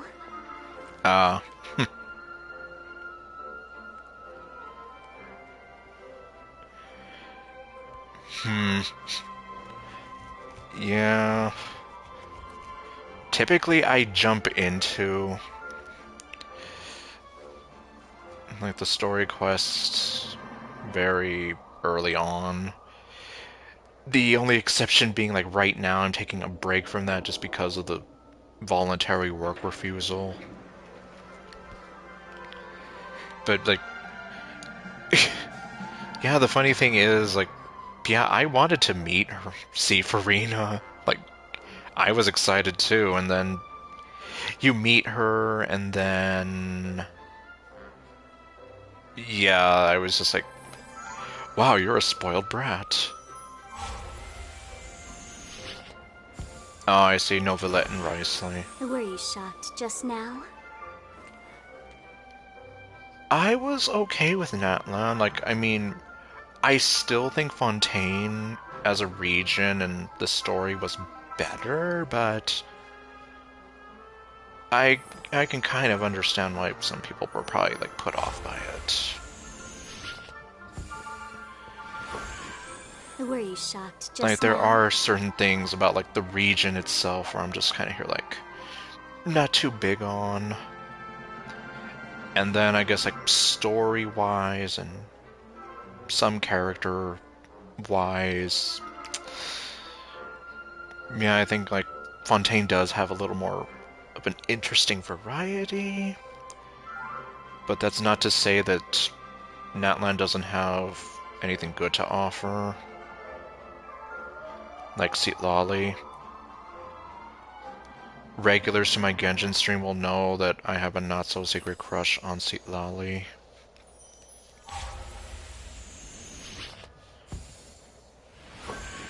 Were you Or shocked just now? Grumpy Queen, as I sometimes call her. And how I've pretty much made it clear that she's probably the first character since Mona that I've truly, like, really gravitated to and loved. And yes. Yep. I mean pink hair granny girl.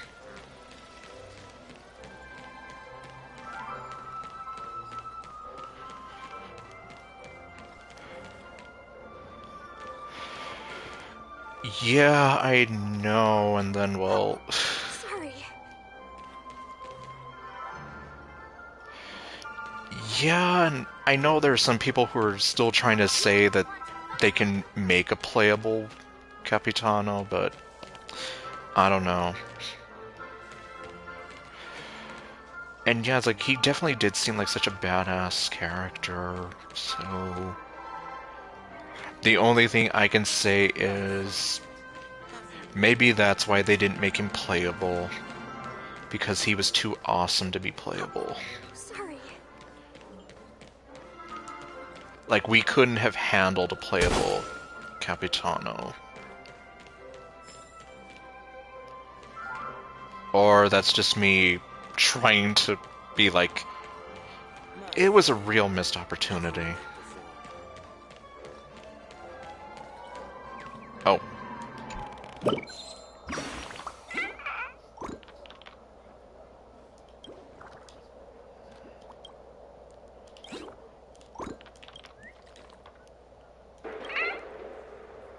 Bird.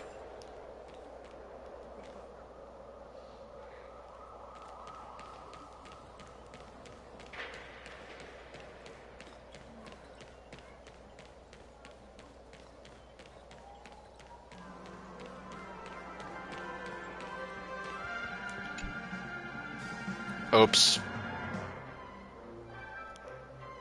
What have I stumbled on?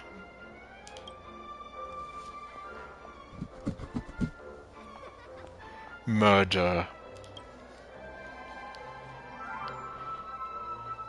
A cassette tape? Really?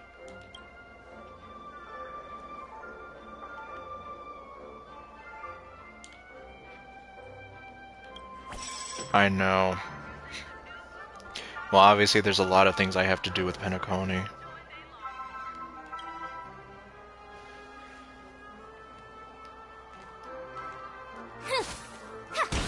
Oh, pfft. There.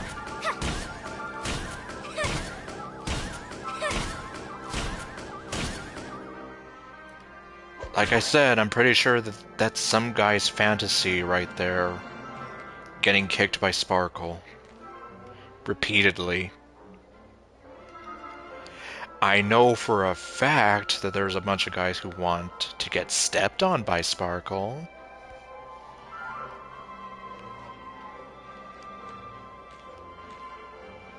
The many different ways that they want to get stepped on by her that I won't go into that I've read.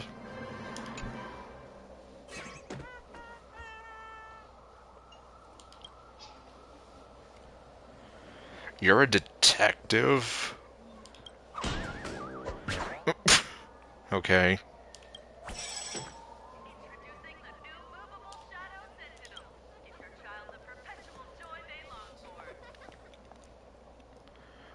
Although I am gonna say, like, that does not look like a cassette tape. That looks more like a film reel, but...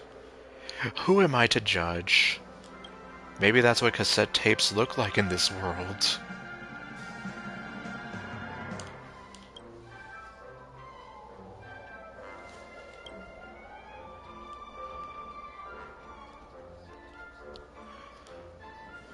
You're quite the professional. We're counting on you, great detective.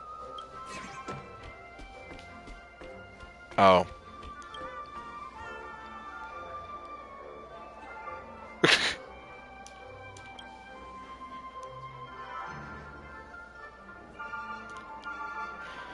Well, I'm already involved now. Let's do our best. You can rest assured with me around. The galactic baseballer.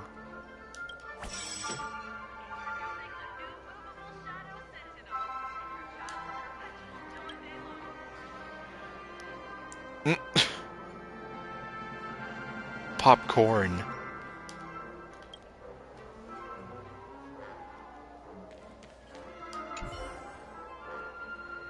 Oh, it's sugar-free soda.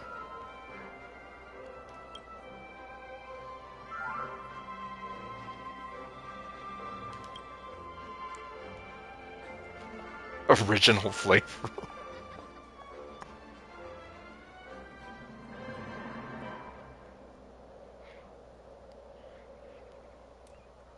Wow.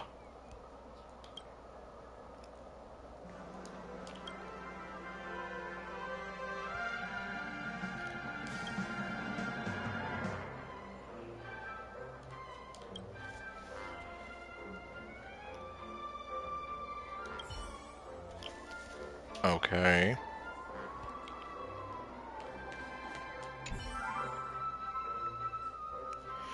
That darn kid.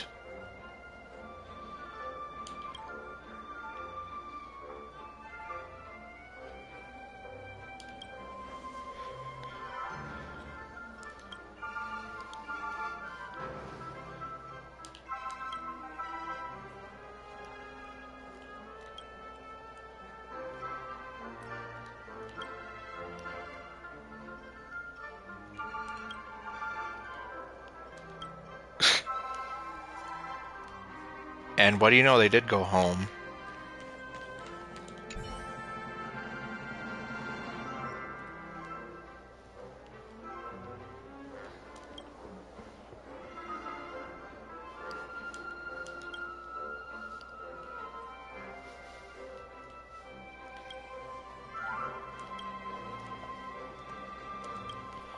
The boss. What if the boss finds out?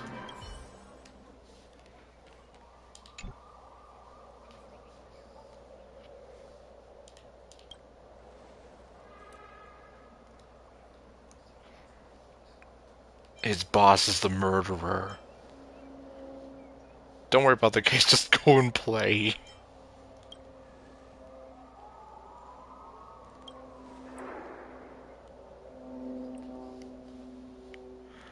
So clearly his boss is the one who murdered him. I don't know.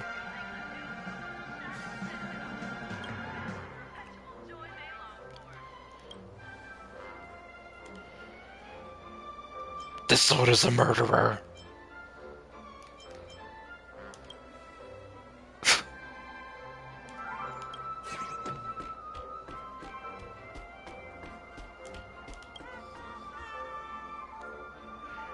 Like, clearly, he was tired of all the loud music.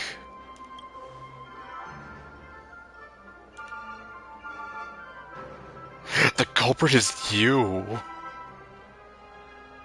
Oh my god. Oh my god. I accuse you of being the murderer.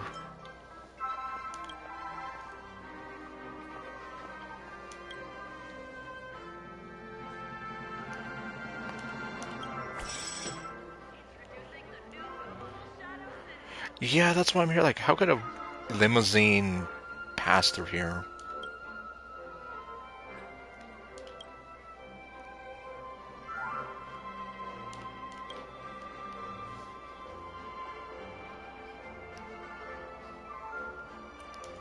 Oh, I guess this is another one of those quests where I just have to come back one real day later.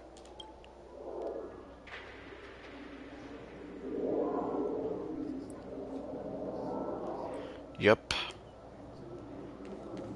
Interesting. Investing here is like a bet you can't lose.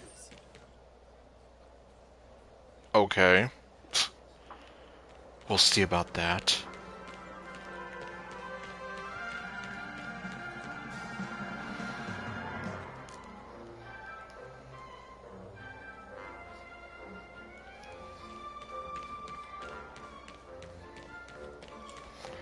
Let's see, what time is it now? Oh, jeez, it's almost 6 a.m. for me.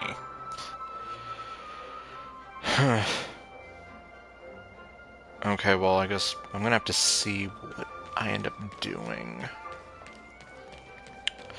My only solution would be to try some kind of plan where I stream multiple times in the week.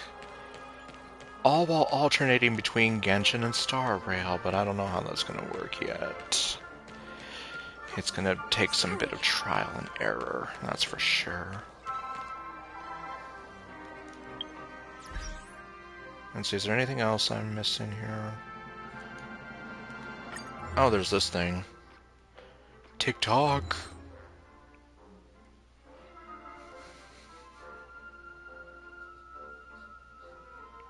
I know.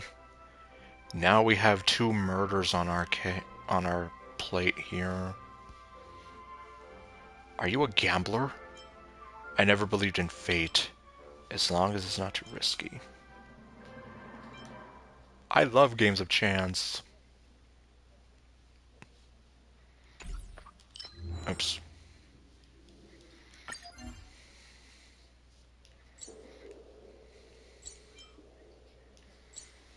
Who is this?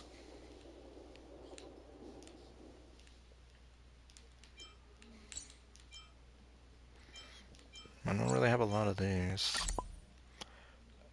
Sure, I'll just put your... Oops.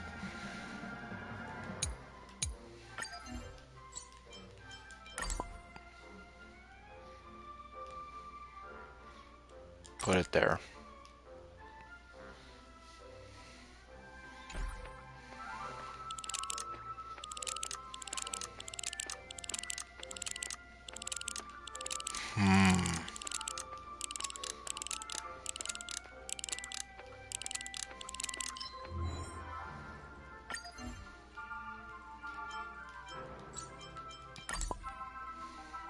Sure.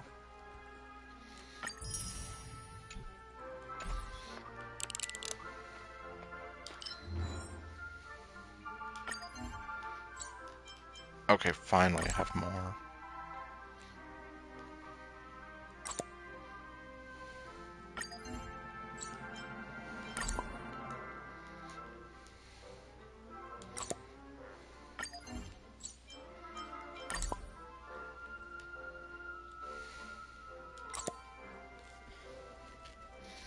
Okay, well, you didn't miss a whole lot, other than that weird murder mystery case.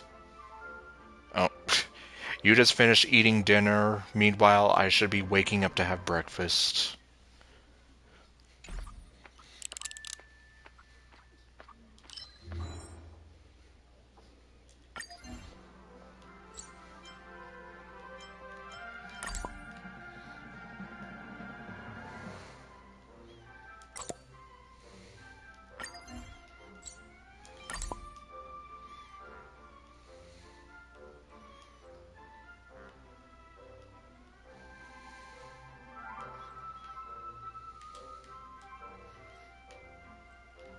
I don't know.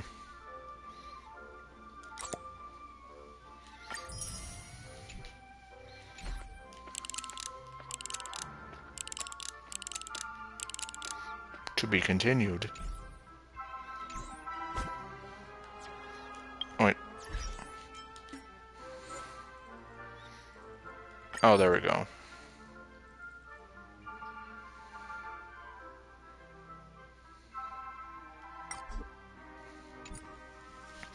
Ow. Okay, let me actually sit up for this one.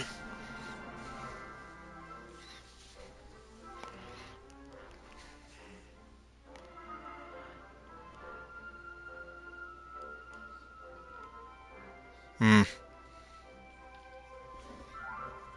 Interesting.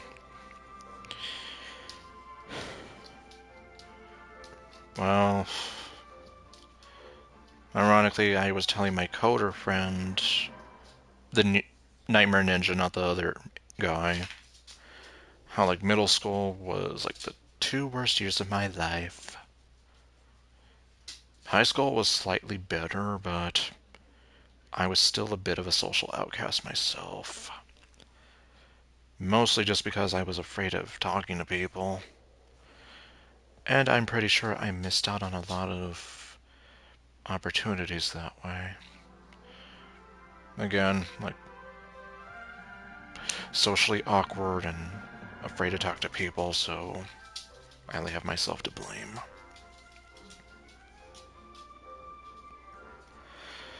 And then that did kind of follow me, like, later on. I know before Darlene died and before we had this nasty fight that led to our fallout, she did actually say that I had changed since I knew her, and, well, seemed like she liked the person that I was becoming. But anyway. I don't blame you. I had a lot of girls that were mean to me in, like, middle school. Like, they used to think of me as, like, well, they wouldn't treat me as, like, a guy. They would treat me as, like, just, well, less. Like, I've told some people stories of how, like, I've had girls steal my lunch. I've had girls sit at my lunch table and throw food at me. You know, like some kind of zoo animal that's helpless and can't defend themselves. It's like, yes, let me throw food at you for fun. And just, yeah, so who knows? Maybe that was one reason why I had like so much trouble talking to girls back then. I'm a little better now, but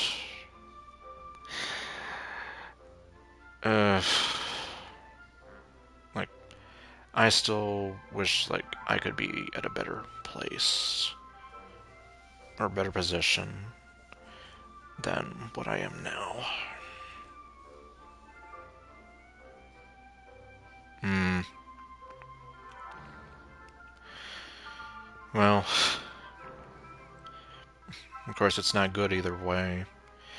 In my case, it was making fun of me for being kind of weird, overweight, essentially unattractive. Like, I remember in my gym class, there were these 2 girls, and while we were running, one of them was here like, my friend thinks you're hot. And then the other girl's like, oh, no, I don't. Like, okay.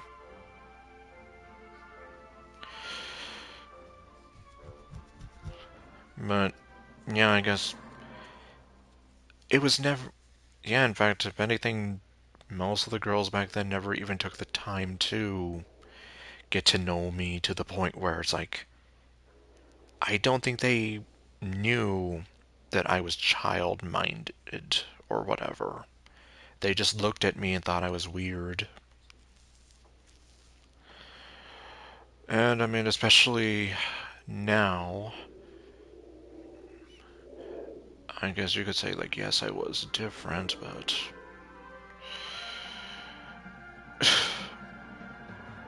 I don't see that as a reason to harass somebody.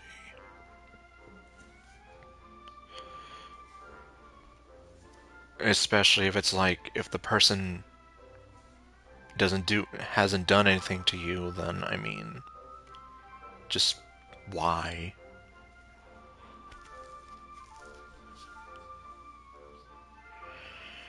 Okay, well.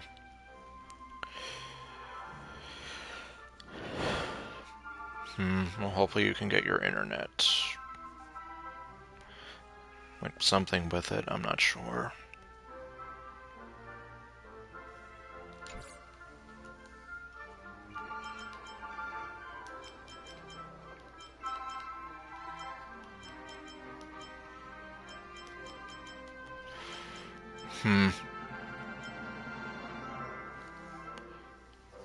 Yeah, because at least it's fine on my end.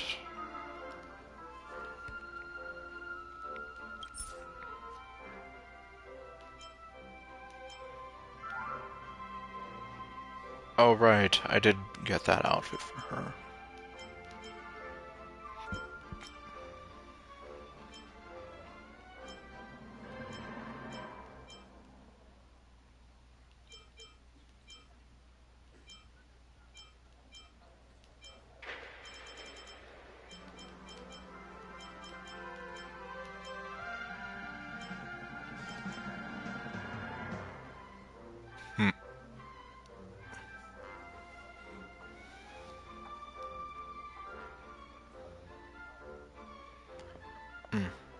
Okay, what about the new friends of yours?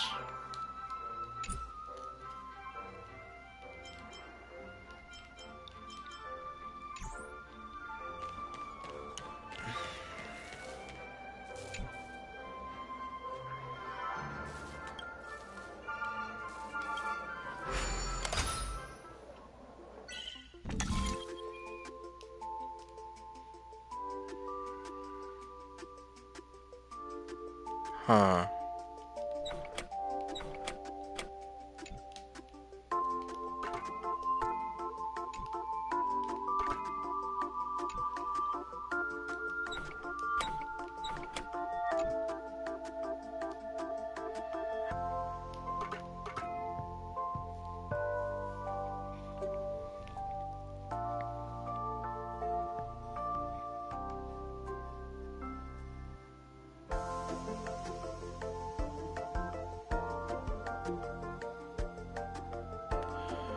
Huh.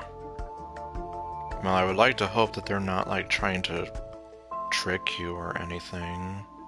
Well.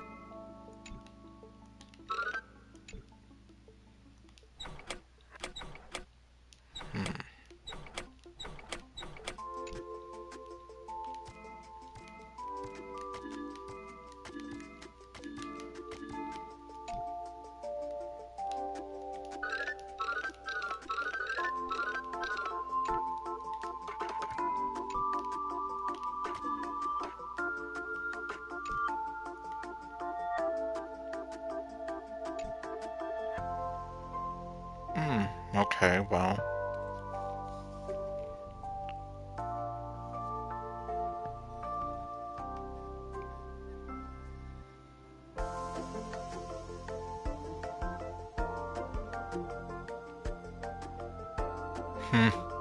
Well, I don't think it's that strange.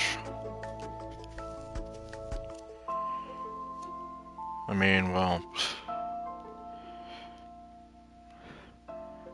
Like, I guess some of my friends know that I have a habit of just randomly quoting or even singing random song lyrics.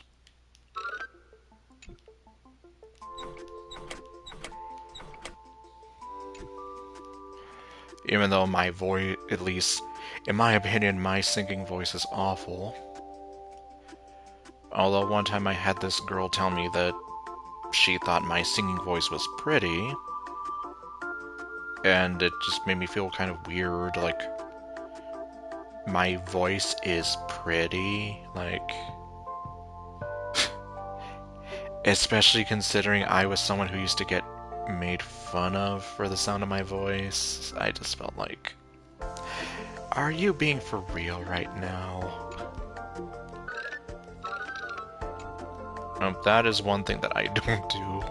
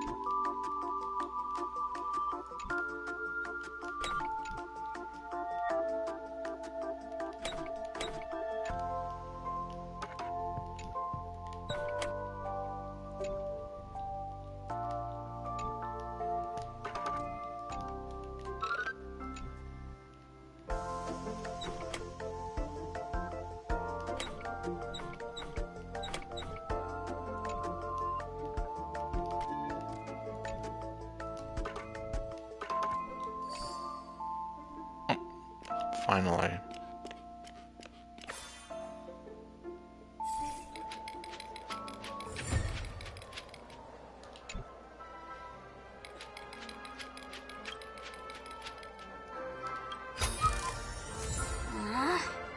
Isn't there more?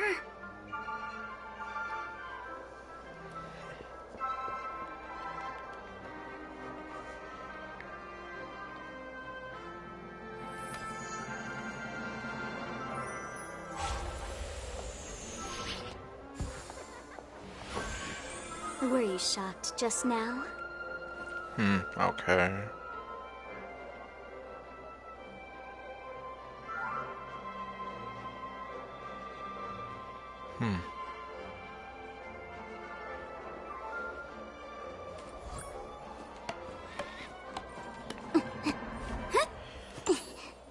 I guess that almost seems similar to, like, the series that I'm doing.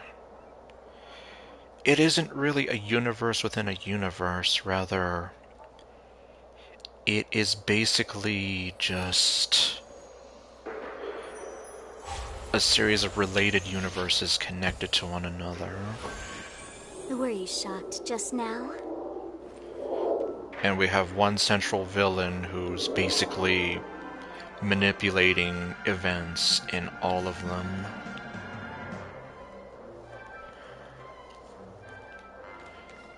Because he has this quest to create a perfect world. Or what he sees as being the perfect world. Oh, hello.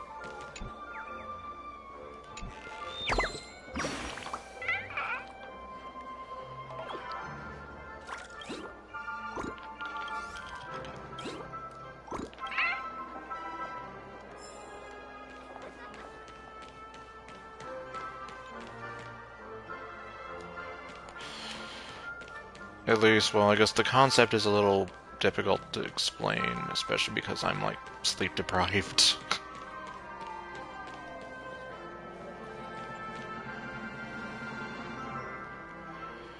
And then, of course, there is just the fact that a lot of people kind of blow these off because they're just some... Have we met before? like some bunch of random fantasy stories.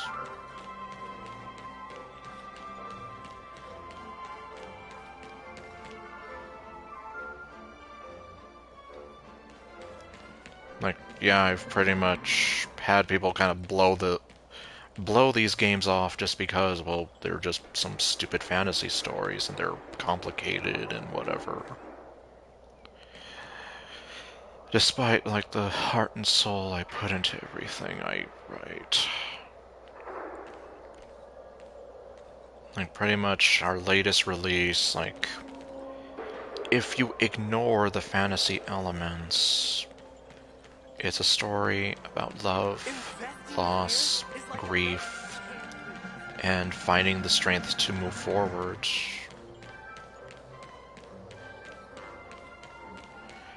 But, yeah, apparently apparently I did not make a good story. Oh. Even though, well, I've had some people say that they do like it. I'm not gonna, well... Even though you probably will not play this game anyway, I probably won't spoil it anyway.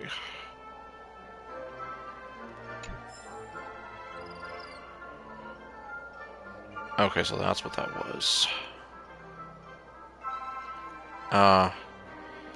According to one of my friends in high school, and that was a talent of mine as well. Character creation, world building, things like that. Oops. Yeah, I'm not going over there.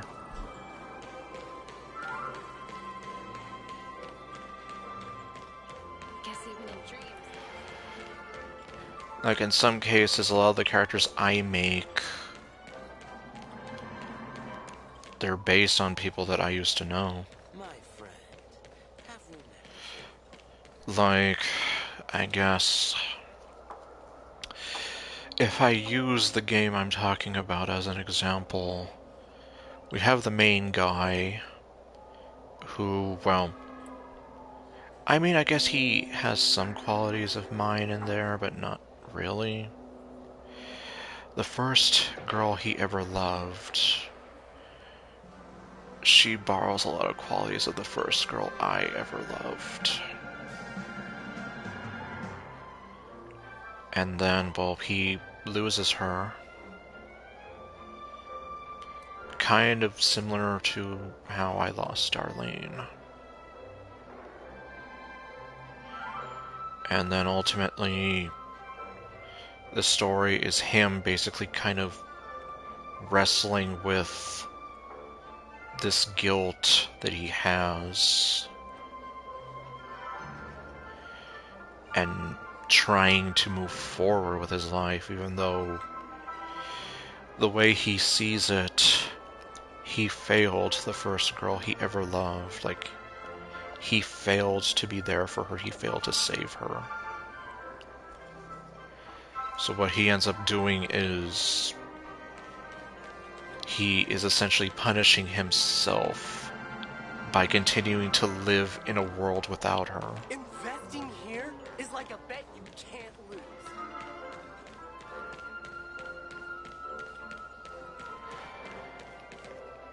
But later on in the story, he meets a girl who actually used to be friends with her. And it actually turns out that she had feelings for him too. But, like, she never wanted to make a move on him because she knew that, well, her friend liked him. Even though she wouldn't admit it. And yeah, it's like he's beating himself up. And then as the story goes, he ends up falling in love with this new girl, and at one point he's even here like, is this right? Like, the way he's here thinking, like, the way I feel about her is how I felt back then with the first girl. And he's just here thinking like, well, is this right? Like, should I be feeling this way? And like, he's here thinking, well, number one, remember, like, he's punishing himself for failing, as he sees it. But then he's also just here thinking, like, if I fall in love with someone else, then, like, is this basically like an insult to her memory? Like, acting like she never existed or mattered to begin with? And obviously, like, he still loves her.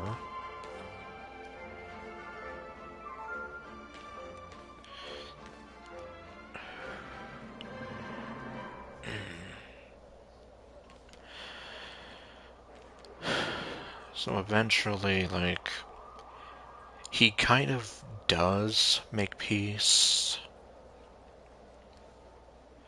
However, though, thanks to the tampering of the main antagonist, him and this new girl cannot be together.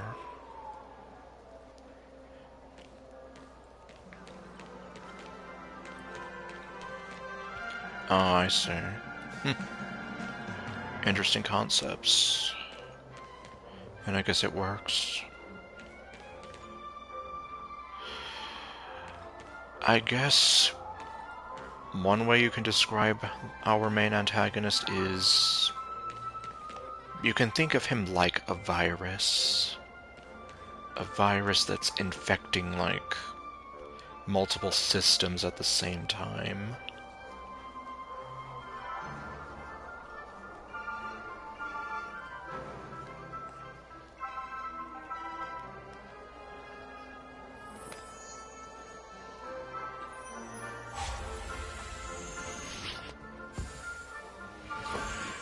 Were you shocked just now?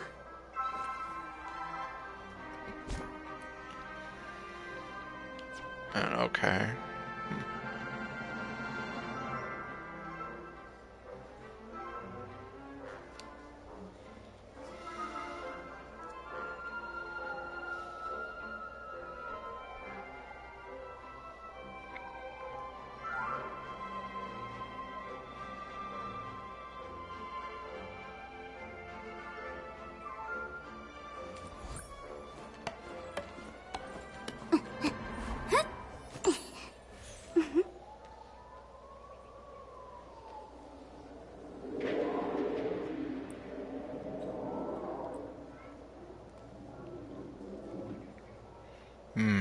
I see.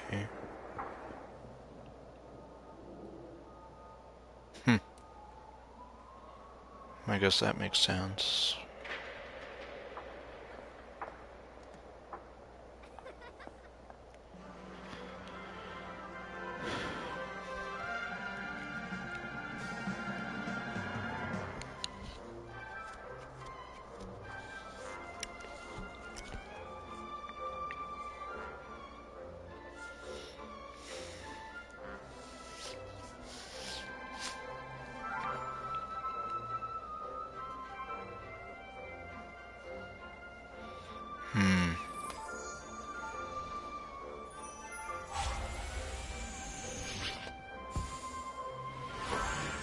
Were you shocked just now?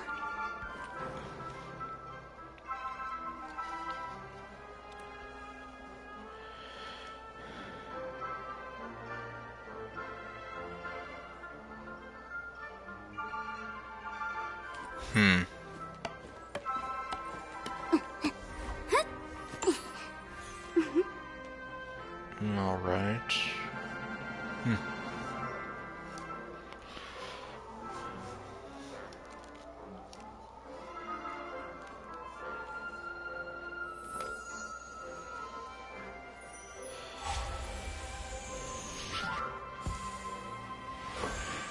Were you shocked just now?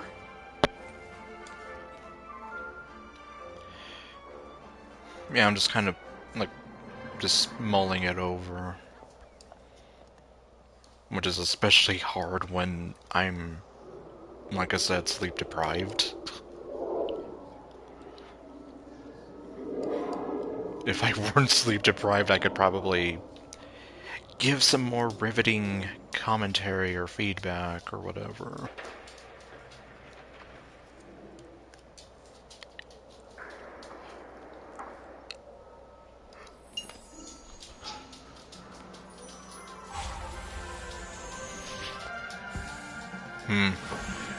Were you shocked just now? All right.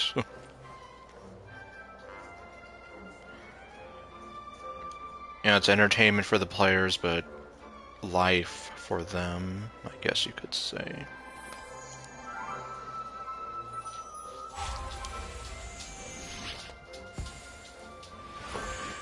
Were you shocked just now?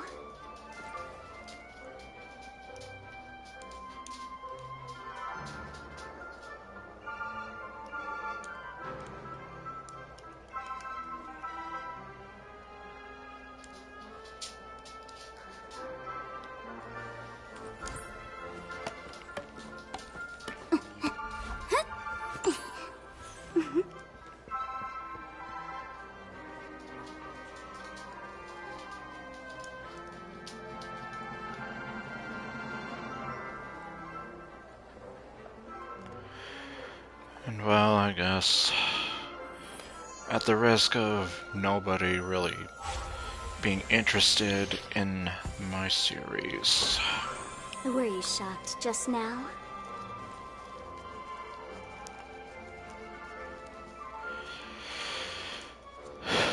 I guess what this is basically building up to is what I've referred to as like a finale, where we have protagonists that were affected from each of these different universes teaming up to eventually defeat like the main antagonist once and for all,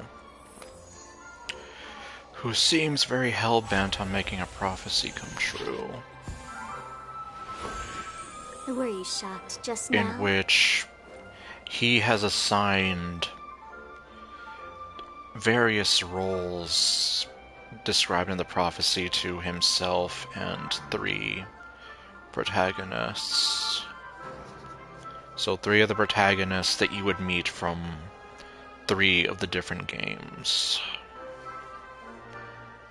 One of whom is the character that I described. That being the one who's been punishing himself for being a failure and losing the first girl he ever loved.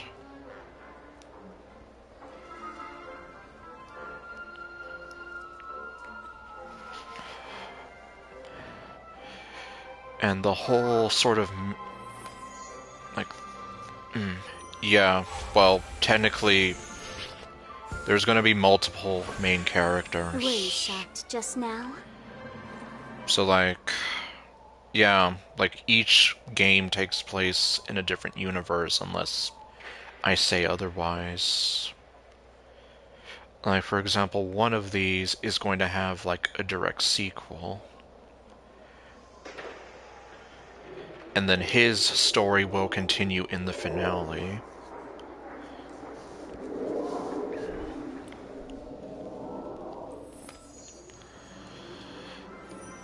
So, yeah, kind of like that. Were you shocked just now? But, yeah, essentially, I guess due to some shenanigans and tampering with the universes by our main antagonist, the 3 of them do end up meeting. And eventually, like, yeah, they try to see about putting a stop to him. This story, I don't know how many installments it'll have. Were you shocked just now? It's kind of too soon for me to tell. As of right now, let me see. How many do we have?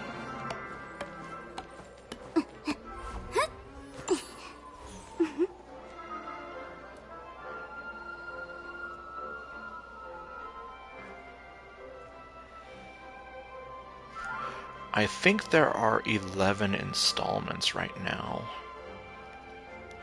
Although some of the first ones we made, I sort of pretend they don't exist for various reasons, so technically less than 11.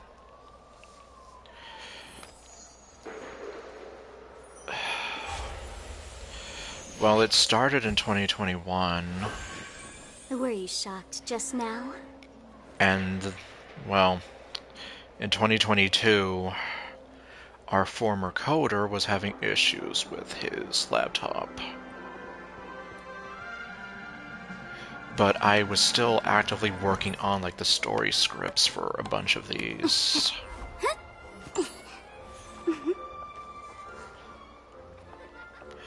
So what sort of ended up happening was I'm working on the story scripts, and then he is sort of having issues with his laptop. At the same time, though, was when we started, like, having conflicts. Like when he tried to shoehorn one of his projects into the storyline that I was making, which, had I let him go through with it exactly the way he wanted to, it would have effectively hijacked the series, and he would have been taking it in a complete different direction than what I wanted it to be. What was even more fun is the fact that he wanted me to write the script for him. And how that was accomplished was he would just give me some story notes here and there. And if I ever questioned, like, well, what is the motivation for these characters? Like, what's the point of this happening? He would just be here like, oh, don't worry about it, it'll make sense later. And I'm like, no, I want it to make sense now, because I want to understand what the hell I'm supposed to be writing. And you're not giving me too much to work with. So, like, I basically tried to write his story to my abilities, and he liked some stuff, but he overall hated the script and basically told me to, like, throw it out and do it again. You know, even though I wasted like 2 months trying to get this actually made. So that was already 2 months down the drain. And then there's also the fact that he seemed to lose interest in his own project, combined with the fact that he was also not really all that helpful. And then obviously kind of just being mean in general.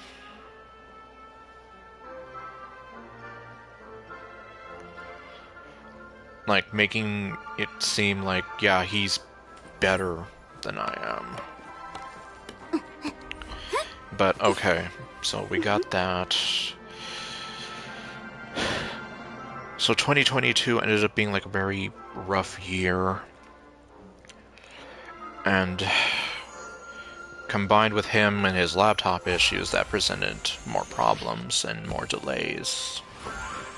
Were you shocked just now? So we ended up trying to get some additional help to try to make, you know, salvage something.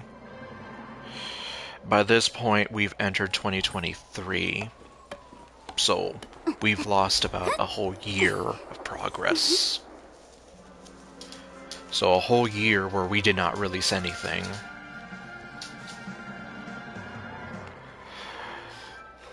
So with 2023, I basically suggest just trying to make a smaller project in which we introduce our character, Akane, who, like I said, she's 50% based off Darlene. And, well, let me tell you, I had to fight to get that mod. I had to fight to get that thing actually made. Like, when it was 90% done, he was even here like, maybe we should wait to release it because Akane's birthday, like her actual birthday in the game, is November 15th. And it was the middle of April. And he's here like, yeah, we should wait until it's actually November. And I'm like, no, no, no, no, no, no, no, no, no. We are not waiting. We are putting this out now. I don't care what month it is. And it was a good thing, too, because after that came out was when he messaged me late at night in, like, I want to say either June or July. Maybe it was June. That whole thing about, like, yeah, I want to go out on my own and make games the way I want to. And kind of implying that I was holding him back and whatever. And considering I was so fed up with him, I just kind of let him go. However, that still put us up a creek. Nightmare Ninja had already joined the team by that point to help because the other guy was having issues with his laptop. So he joined on as like a second coder by that point. Were you shocked So just now? it was just him and me. In August of 2023, I remade what is technically the first game that we ever put out and the first story that I made in this format. I hated the original. I thought it was terribly written, so I wanted to do it better. So, like, I coded that whole thing on my own just to see, like, can I do this?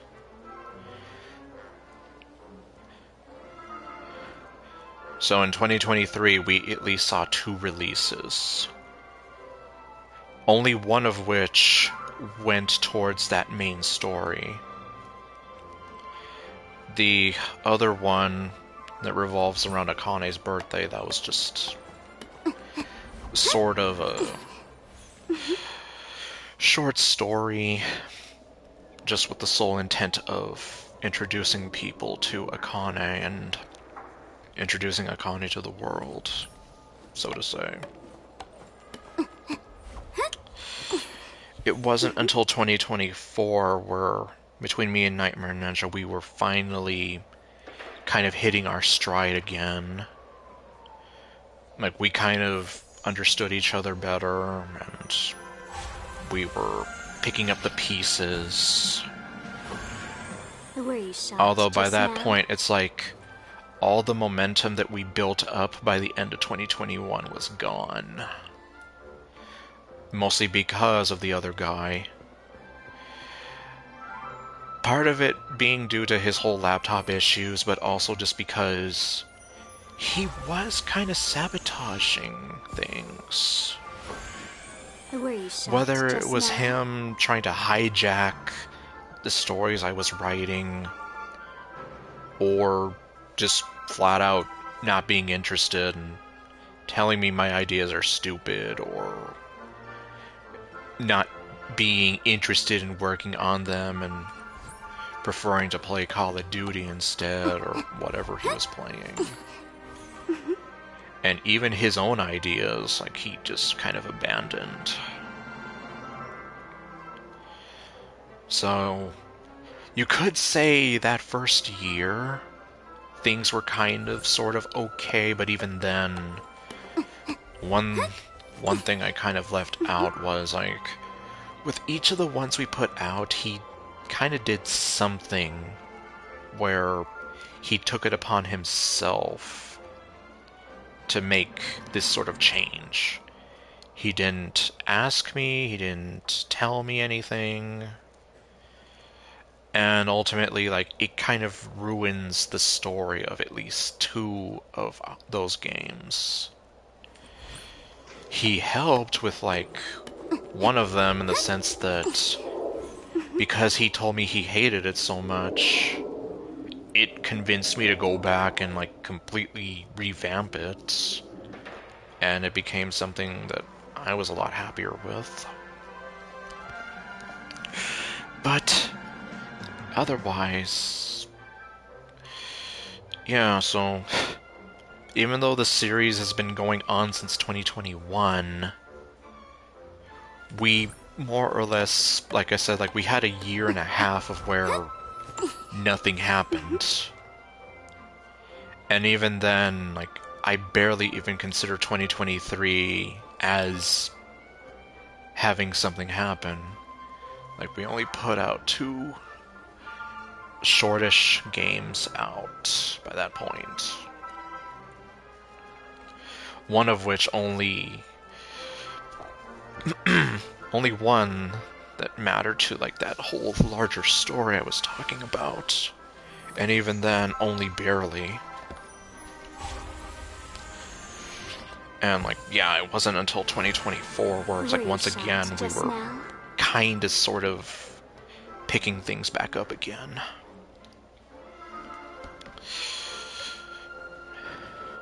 So even though it's technically been going on for, like, 2021, 2025, so like 4 years, we really only have 2 years where it was, you know, like, actively having things released. Granted, I guess you could say, like, I never stopped writing these story scripts, so it's not like we lost a whole lot of time. But considering a lot of these things were meant to come out like a year prior, yeah, it really did feel like a lot of time was lost. A lot of time I won't be able to get back. Were you shocked just now? And then, of course, there's the story that I want to dedicate to Darlene, which is something completely separate. This larger story, I guess you could... The way it started out was like... It was basically like me trying to get back into writing after I stopped, after my mother passed away. While also sort of kind of getting used to game writing, script writing, as opposed to fanfic writing. So totally different things at their core. So even though these sort of exercises started out as like training, they did evolve into like these larger stories, which eventually led to me deciding, like, yeah, what if we connected them? And that's how that concept was born.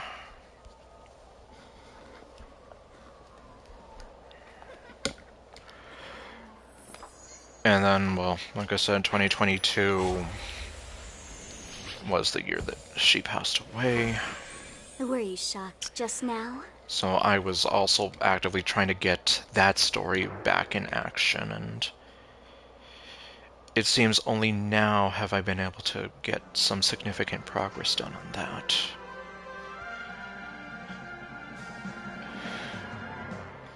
The team that I was part of before, when I presented that story,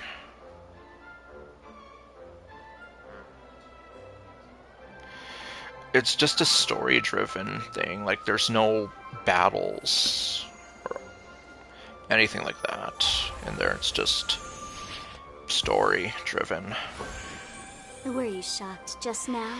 There are, like, some answer choices or whatever that decide, like, the endings you get. Although, with me and Nightmare Ninja in, like, this new era, we've kind of done away with those slightly.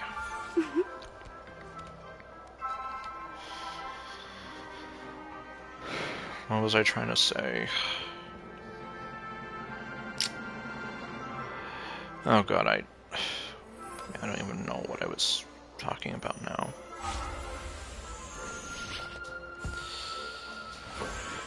Were you shocked just now?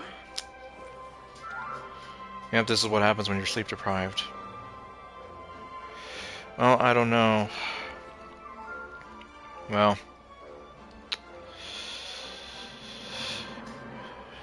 I guess the only thing I can say is if you really do want to keep up with these, whether it be like this larger story that I refer to as the Perfect World Anthology, or the one that's dedicated to Darlene that I have codenamed as Project October Horizon, well, best thing I can say to do is Were you shocked just now? to, I guess, keep up with both my channel as well as the channel that him and I made dedicated specifically to our development team.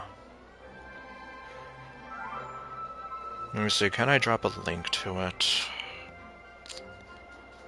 I've never actually tried dropping links in this chat before. Well, assuming I can actually get the thing.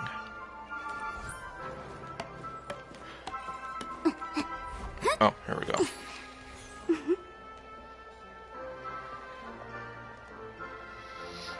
Let's see, can I do it? Yes, I can.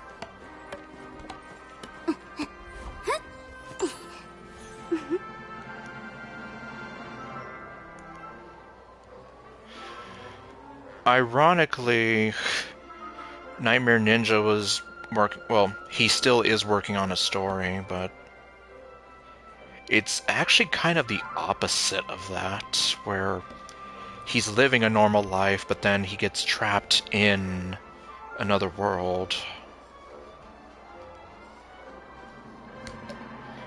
And, well, that's really what I can say about that. I would not be at liberty to talk about that, then, since that's his story, not mine. And I definitely wouldn't want to say too much.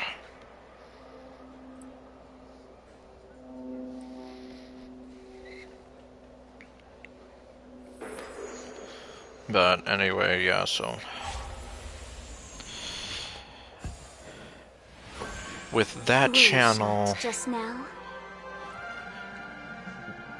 well, the way this channel works is you have like various like highlights right now of like my developer commentary stuff.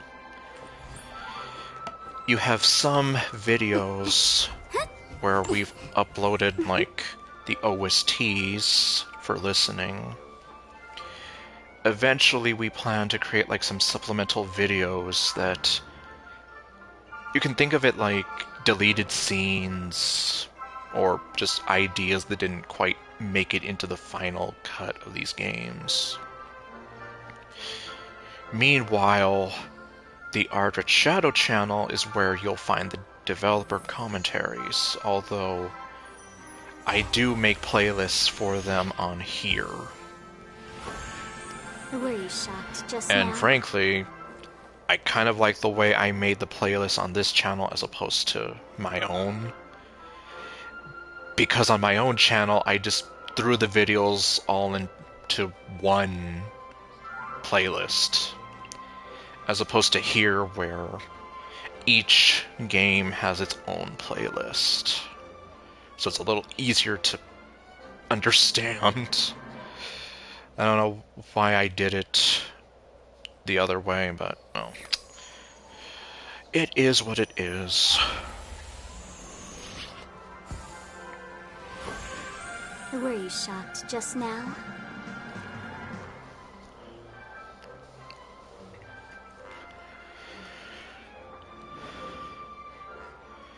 So yeah, I guess for the most part, best thing I can say is like keep an eye on both channels, although the Team Trader channel, I would say especially keep a close eye on. Yep. Like I said, I'm not gonna give up on this. Not again. Oh, that's right. That's what I was gonna say. The team that I was part of before when I presented this story related to Darlene, well, Were you shocked apparently just it was now? so badly written that they literally laughed me out of a Discord voice chat. And for the longest time, I could not touch that story, which was why I canceled it.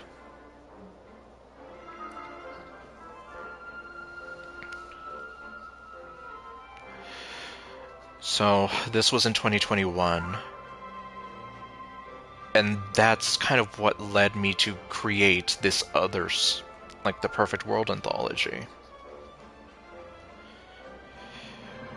Enter 2022, when I find out that Darlene passed away, well, that's kind of when I decided that I need to make this story come out. Well, you know, ironically, with the, like, NES and Game Boy inspired game, we were actually looking for someone who could do pixel art.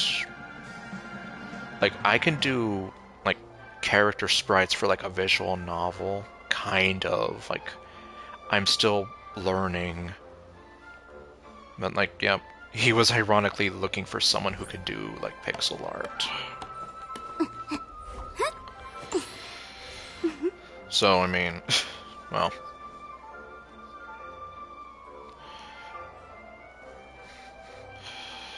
But, anyway. So even though, like, I tried... Oh. Yeah, like... I could not do pixel art. Like, I wouldn't even know how to, like... So... it's a completely different Were you shocked thing, like, just out of my now? comfort zone, so I wouldn't know, and, like... That's kind of why we were trying to figure out, like, okay, yeah, how would we tackle, like pixel art for these style of games? Well... Well... Well, I guess... Okay, you're okay at digital art. Okay. And then, yeah, like, well, I would like to think I'm sort of decent, but, like, I'm still learning. Well...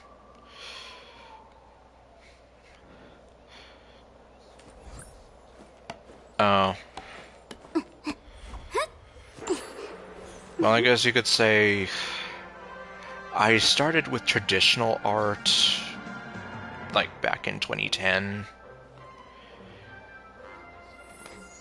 But then I was kind of, like, on and off with it. I quit for a while. Were you shocked just now? And then in 2017, like, I made the jump into digital. And then also quit for a while. And at least, like, back in 2023, I would say is when I really tried to buckle down and try to improve.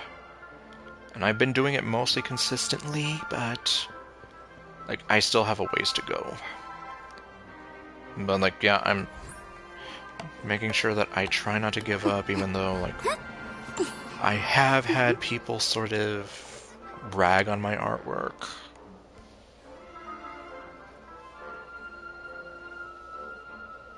Ah, I see. So then, like, for a few years you did hand-drawn, and eventually, like, in 2023, you made the jump to the digital artwork side of things. Were you shocked just now? Oh. I still need to finish the story, but, well. Bottom line was, like, considering how much they knew the story was important to me, and yet they laughed me out of that thing. That really hurt, which is why I canceled it. After finding out she passed away was when I'm here like, I need this story to be made.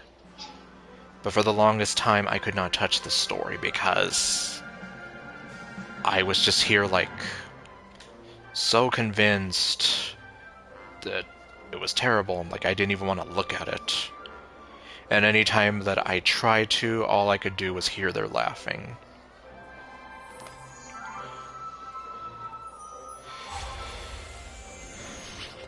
And, well, apparently that was like a form of PTSD. So I guess you could say that, like, that also kind of contributed to a few things. So between me and that other guy, like, we did try to revamp the story completely to where we thought it would be a little more interesting. Like, we started an outline. I'm still using that outline to this day. So between 2022 and 2023, like, yeah, we had that outline sort of made. And then, of course, he leaves after, like, dealing a crushing blow to my self-esteem as a writer. 2024, with Nightmare Ninja helping me, we make more progress on the outline. And then, like, this year, I've actually been making some progress towards, like, an actual story script. Like, 6 chapters have been finished. I started on the 7th. As of right now, I have no idea how many chapters it will be. I've just told people that it's going to be as long as it needs to be.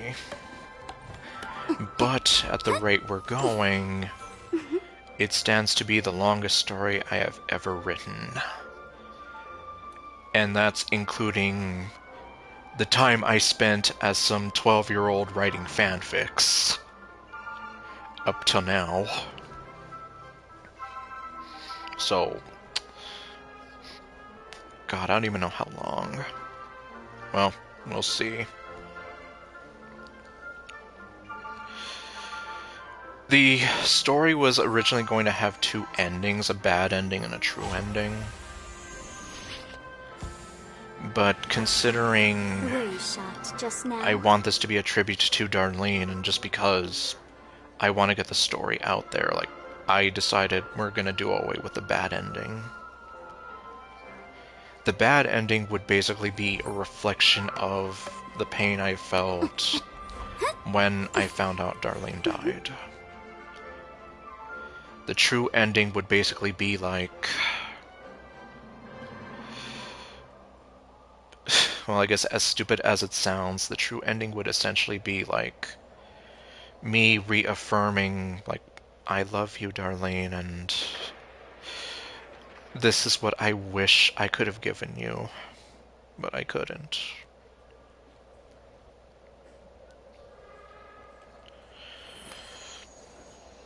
So that's kind of why I'm here. Like, I think that is the ending that matters the most in this.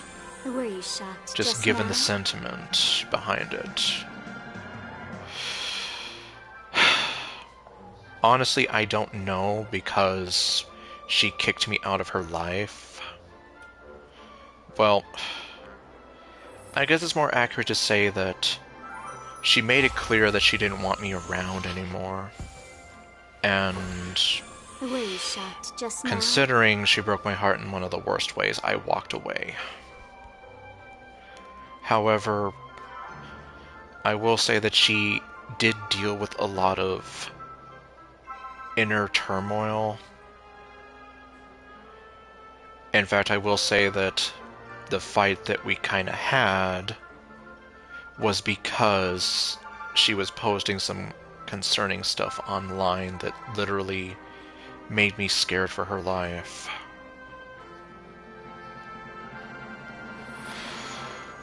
So considering she dealt with those kinds of thoughts,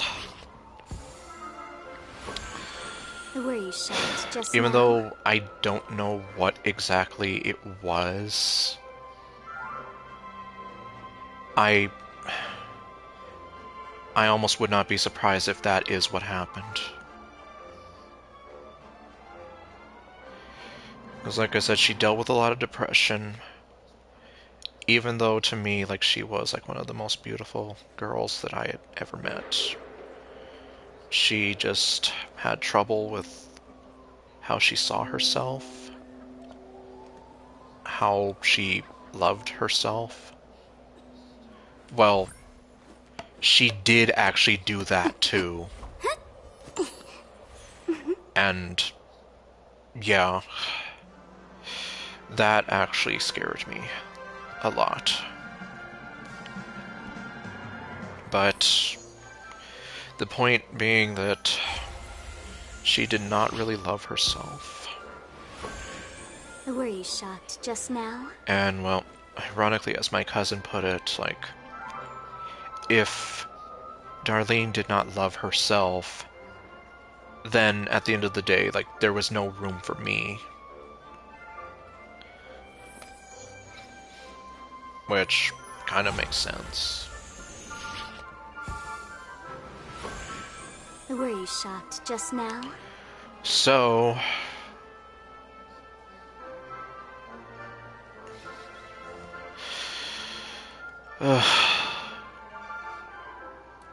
well...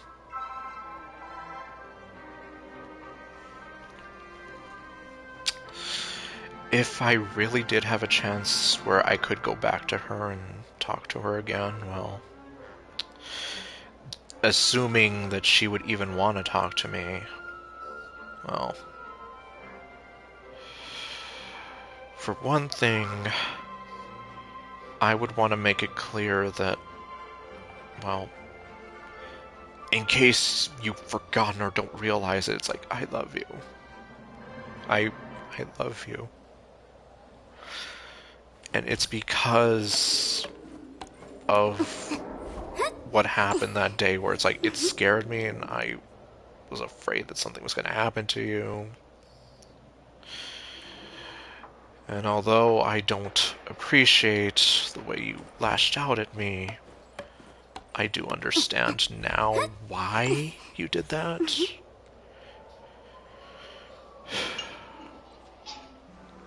I guess the bottom line would just be that I wish I could make it clear to her just how much she meant to me, which I honestly feel is more than she realized. Were you shocked just now?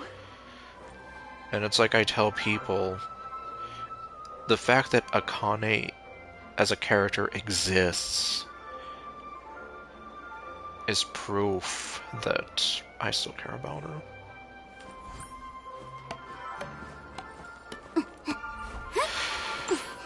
That's a good question.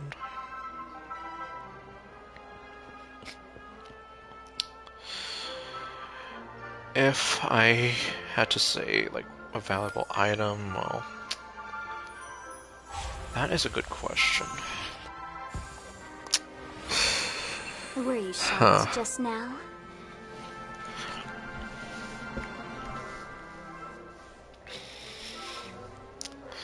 Yeah, I actually have to... thinking about this sleep deprived is not easy, but... huh.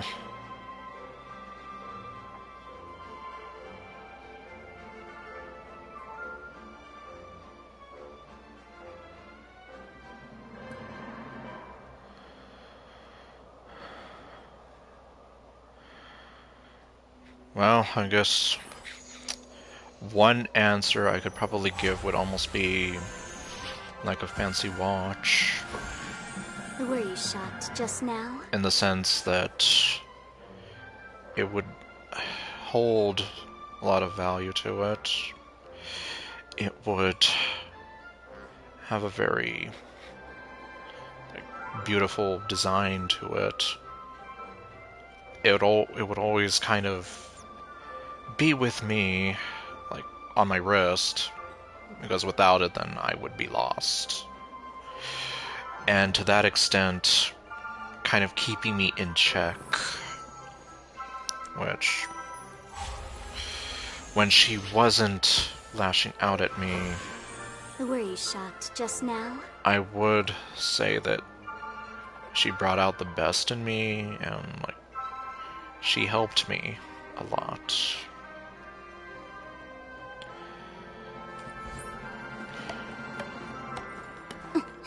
And, like, kind of helped me realize pieces of who I am.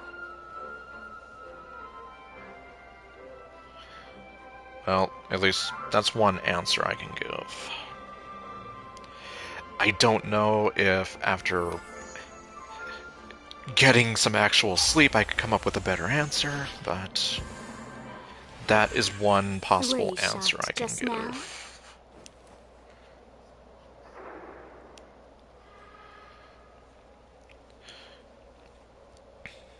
So I guess, like, yeah.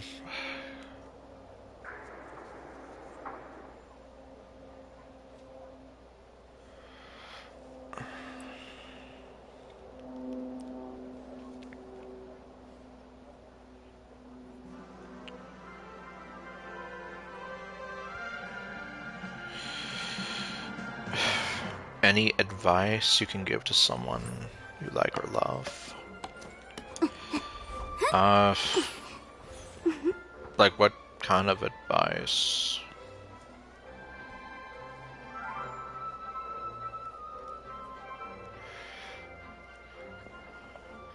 Like, just general advice, or advice on something specific?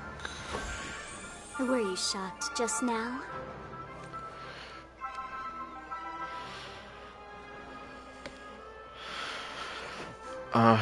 Well, in general, I guess what I would probably do is, I guess, take a bit of some of the last valuable advice I got from my mom, as well as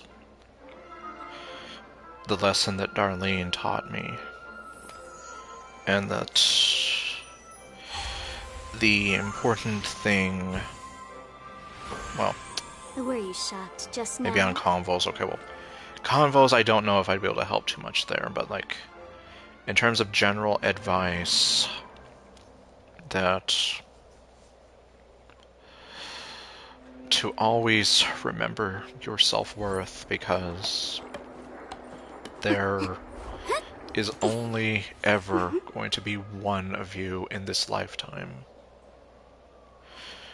You only have, well, the YOLO term, I know, but, like, you only have this one life, so you need to make every moment count. Were you shocked just now? Because, as my mom put it once, we're on this earth on borrowed time. Unfortunately, we just don't know how much time that is. So with that in mind, you should do your best to live the life that you want and nobody else. Because at the end of the day, it is your life, no one else's. The most valuable thing you can have on you is time. Once you lose it, you never get it back, so that's why I say that every moment needs to count for something. And any time that you spend trying to be something you're not, or live a dream that you don't want, well, unfortunately that is time you don't get back. So as my mom put it, live the life that you want and don't live for anyone else. Because as my mom put it directly, she told me to live the life that I want, not the life that she wanted, not the life that my father wanted, the life that I want. And that so long as I was happy with the choices I made, the life I had, and the person I was, that she would be happy as well. And it was through Darlene that I realized the importance of what it means to truly love yourself and know who you are. Darlene spent a lot of time trying to be like a people pleaser. She felt like she had to be a certain way in order to keep people in her life. Just now? And yet, the people that wanted to stay in her life, she ended up pushing them away. Kind of like what she did to me. Because I am thinking about my mom, and thinking about Darlene does get me emotional at times.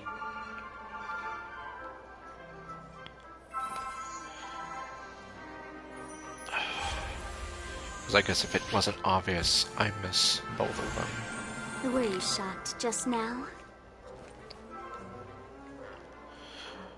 And at least my mom especially was probably like the biggest influence in my life.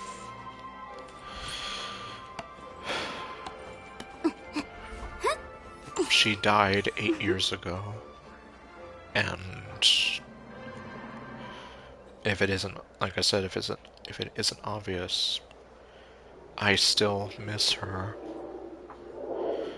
There's so many things I wish I could talk to her about. Were you shocked just now?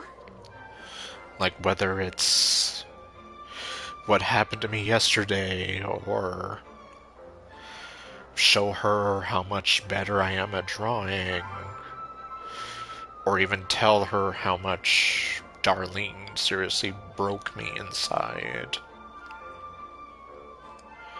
There's just so many things I wish I could tell her, but I can't.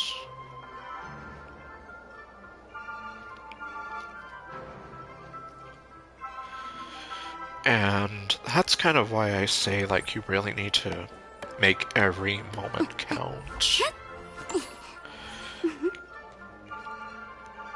And most importantly, you need to make every moment count living the life that you want, being the person that you are. Because, well, look at what happened to Darlene, and look at the advice that my mom gave me. You shouldn't be living the life that someone else wants for you, or trying to be something you're not, all because you feel like you have to be in order for people to like you, love you, whatever.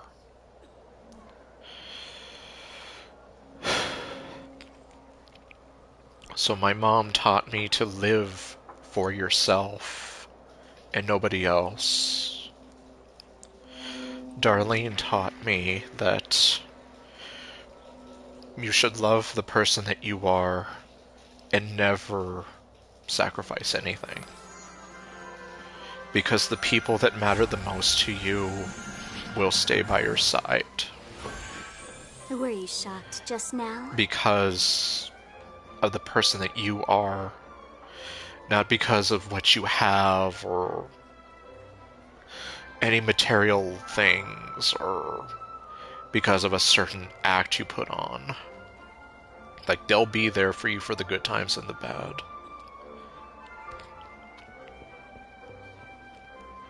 So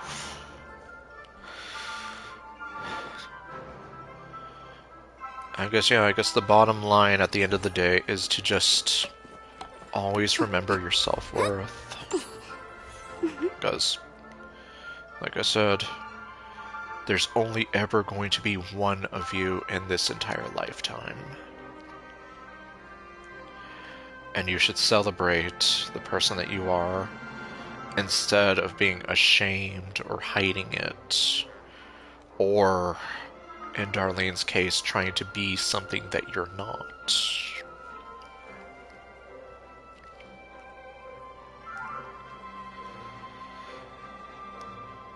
So I guess, in terms of general advice, that is some of the best general advice I can think of and give.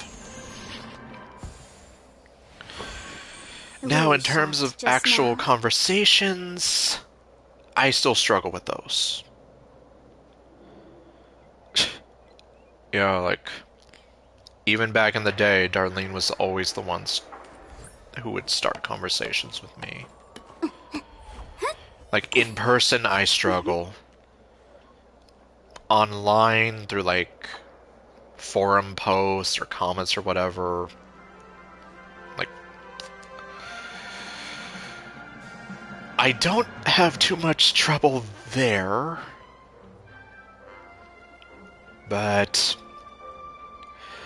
well, the first girl I ever loved, Madeline, like, I was almost afraid that, like, I scared her off because of my habit of making long-winded messages, as someone put it. But, well, thankfully, that wasn't the case. And she did get to sort of take a chance, and we got to know each other.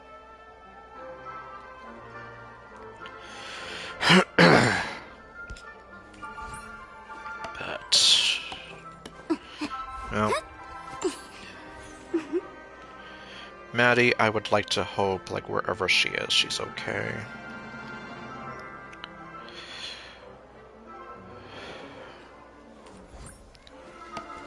Alright then. Yeah, because I've probably talked your ear off long enough, and the sun is literally coming up now, so probably a good place to leave things anyway.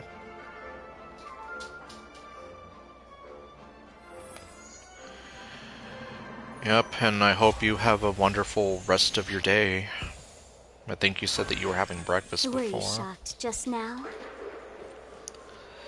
But, alright. Yeah, I guess we'll see how much sleep I can get, but anyway, well, thanks for, like, staying with me here, talking with me, and hopefully anything I've said helps you. But anyway, take care, and yeah, have a great rest of your day. And for everyone else,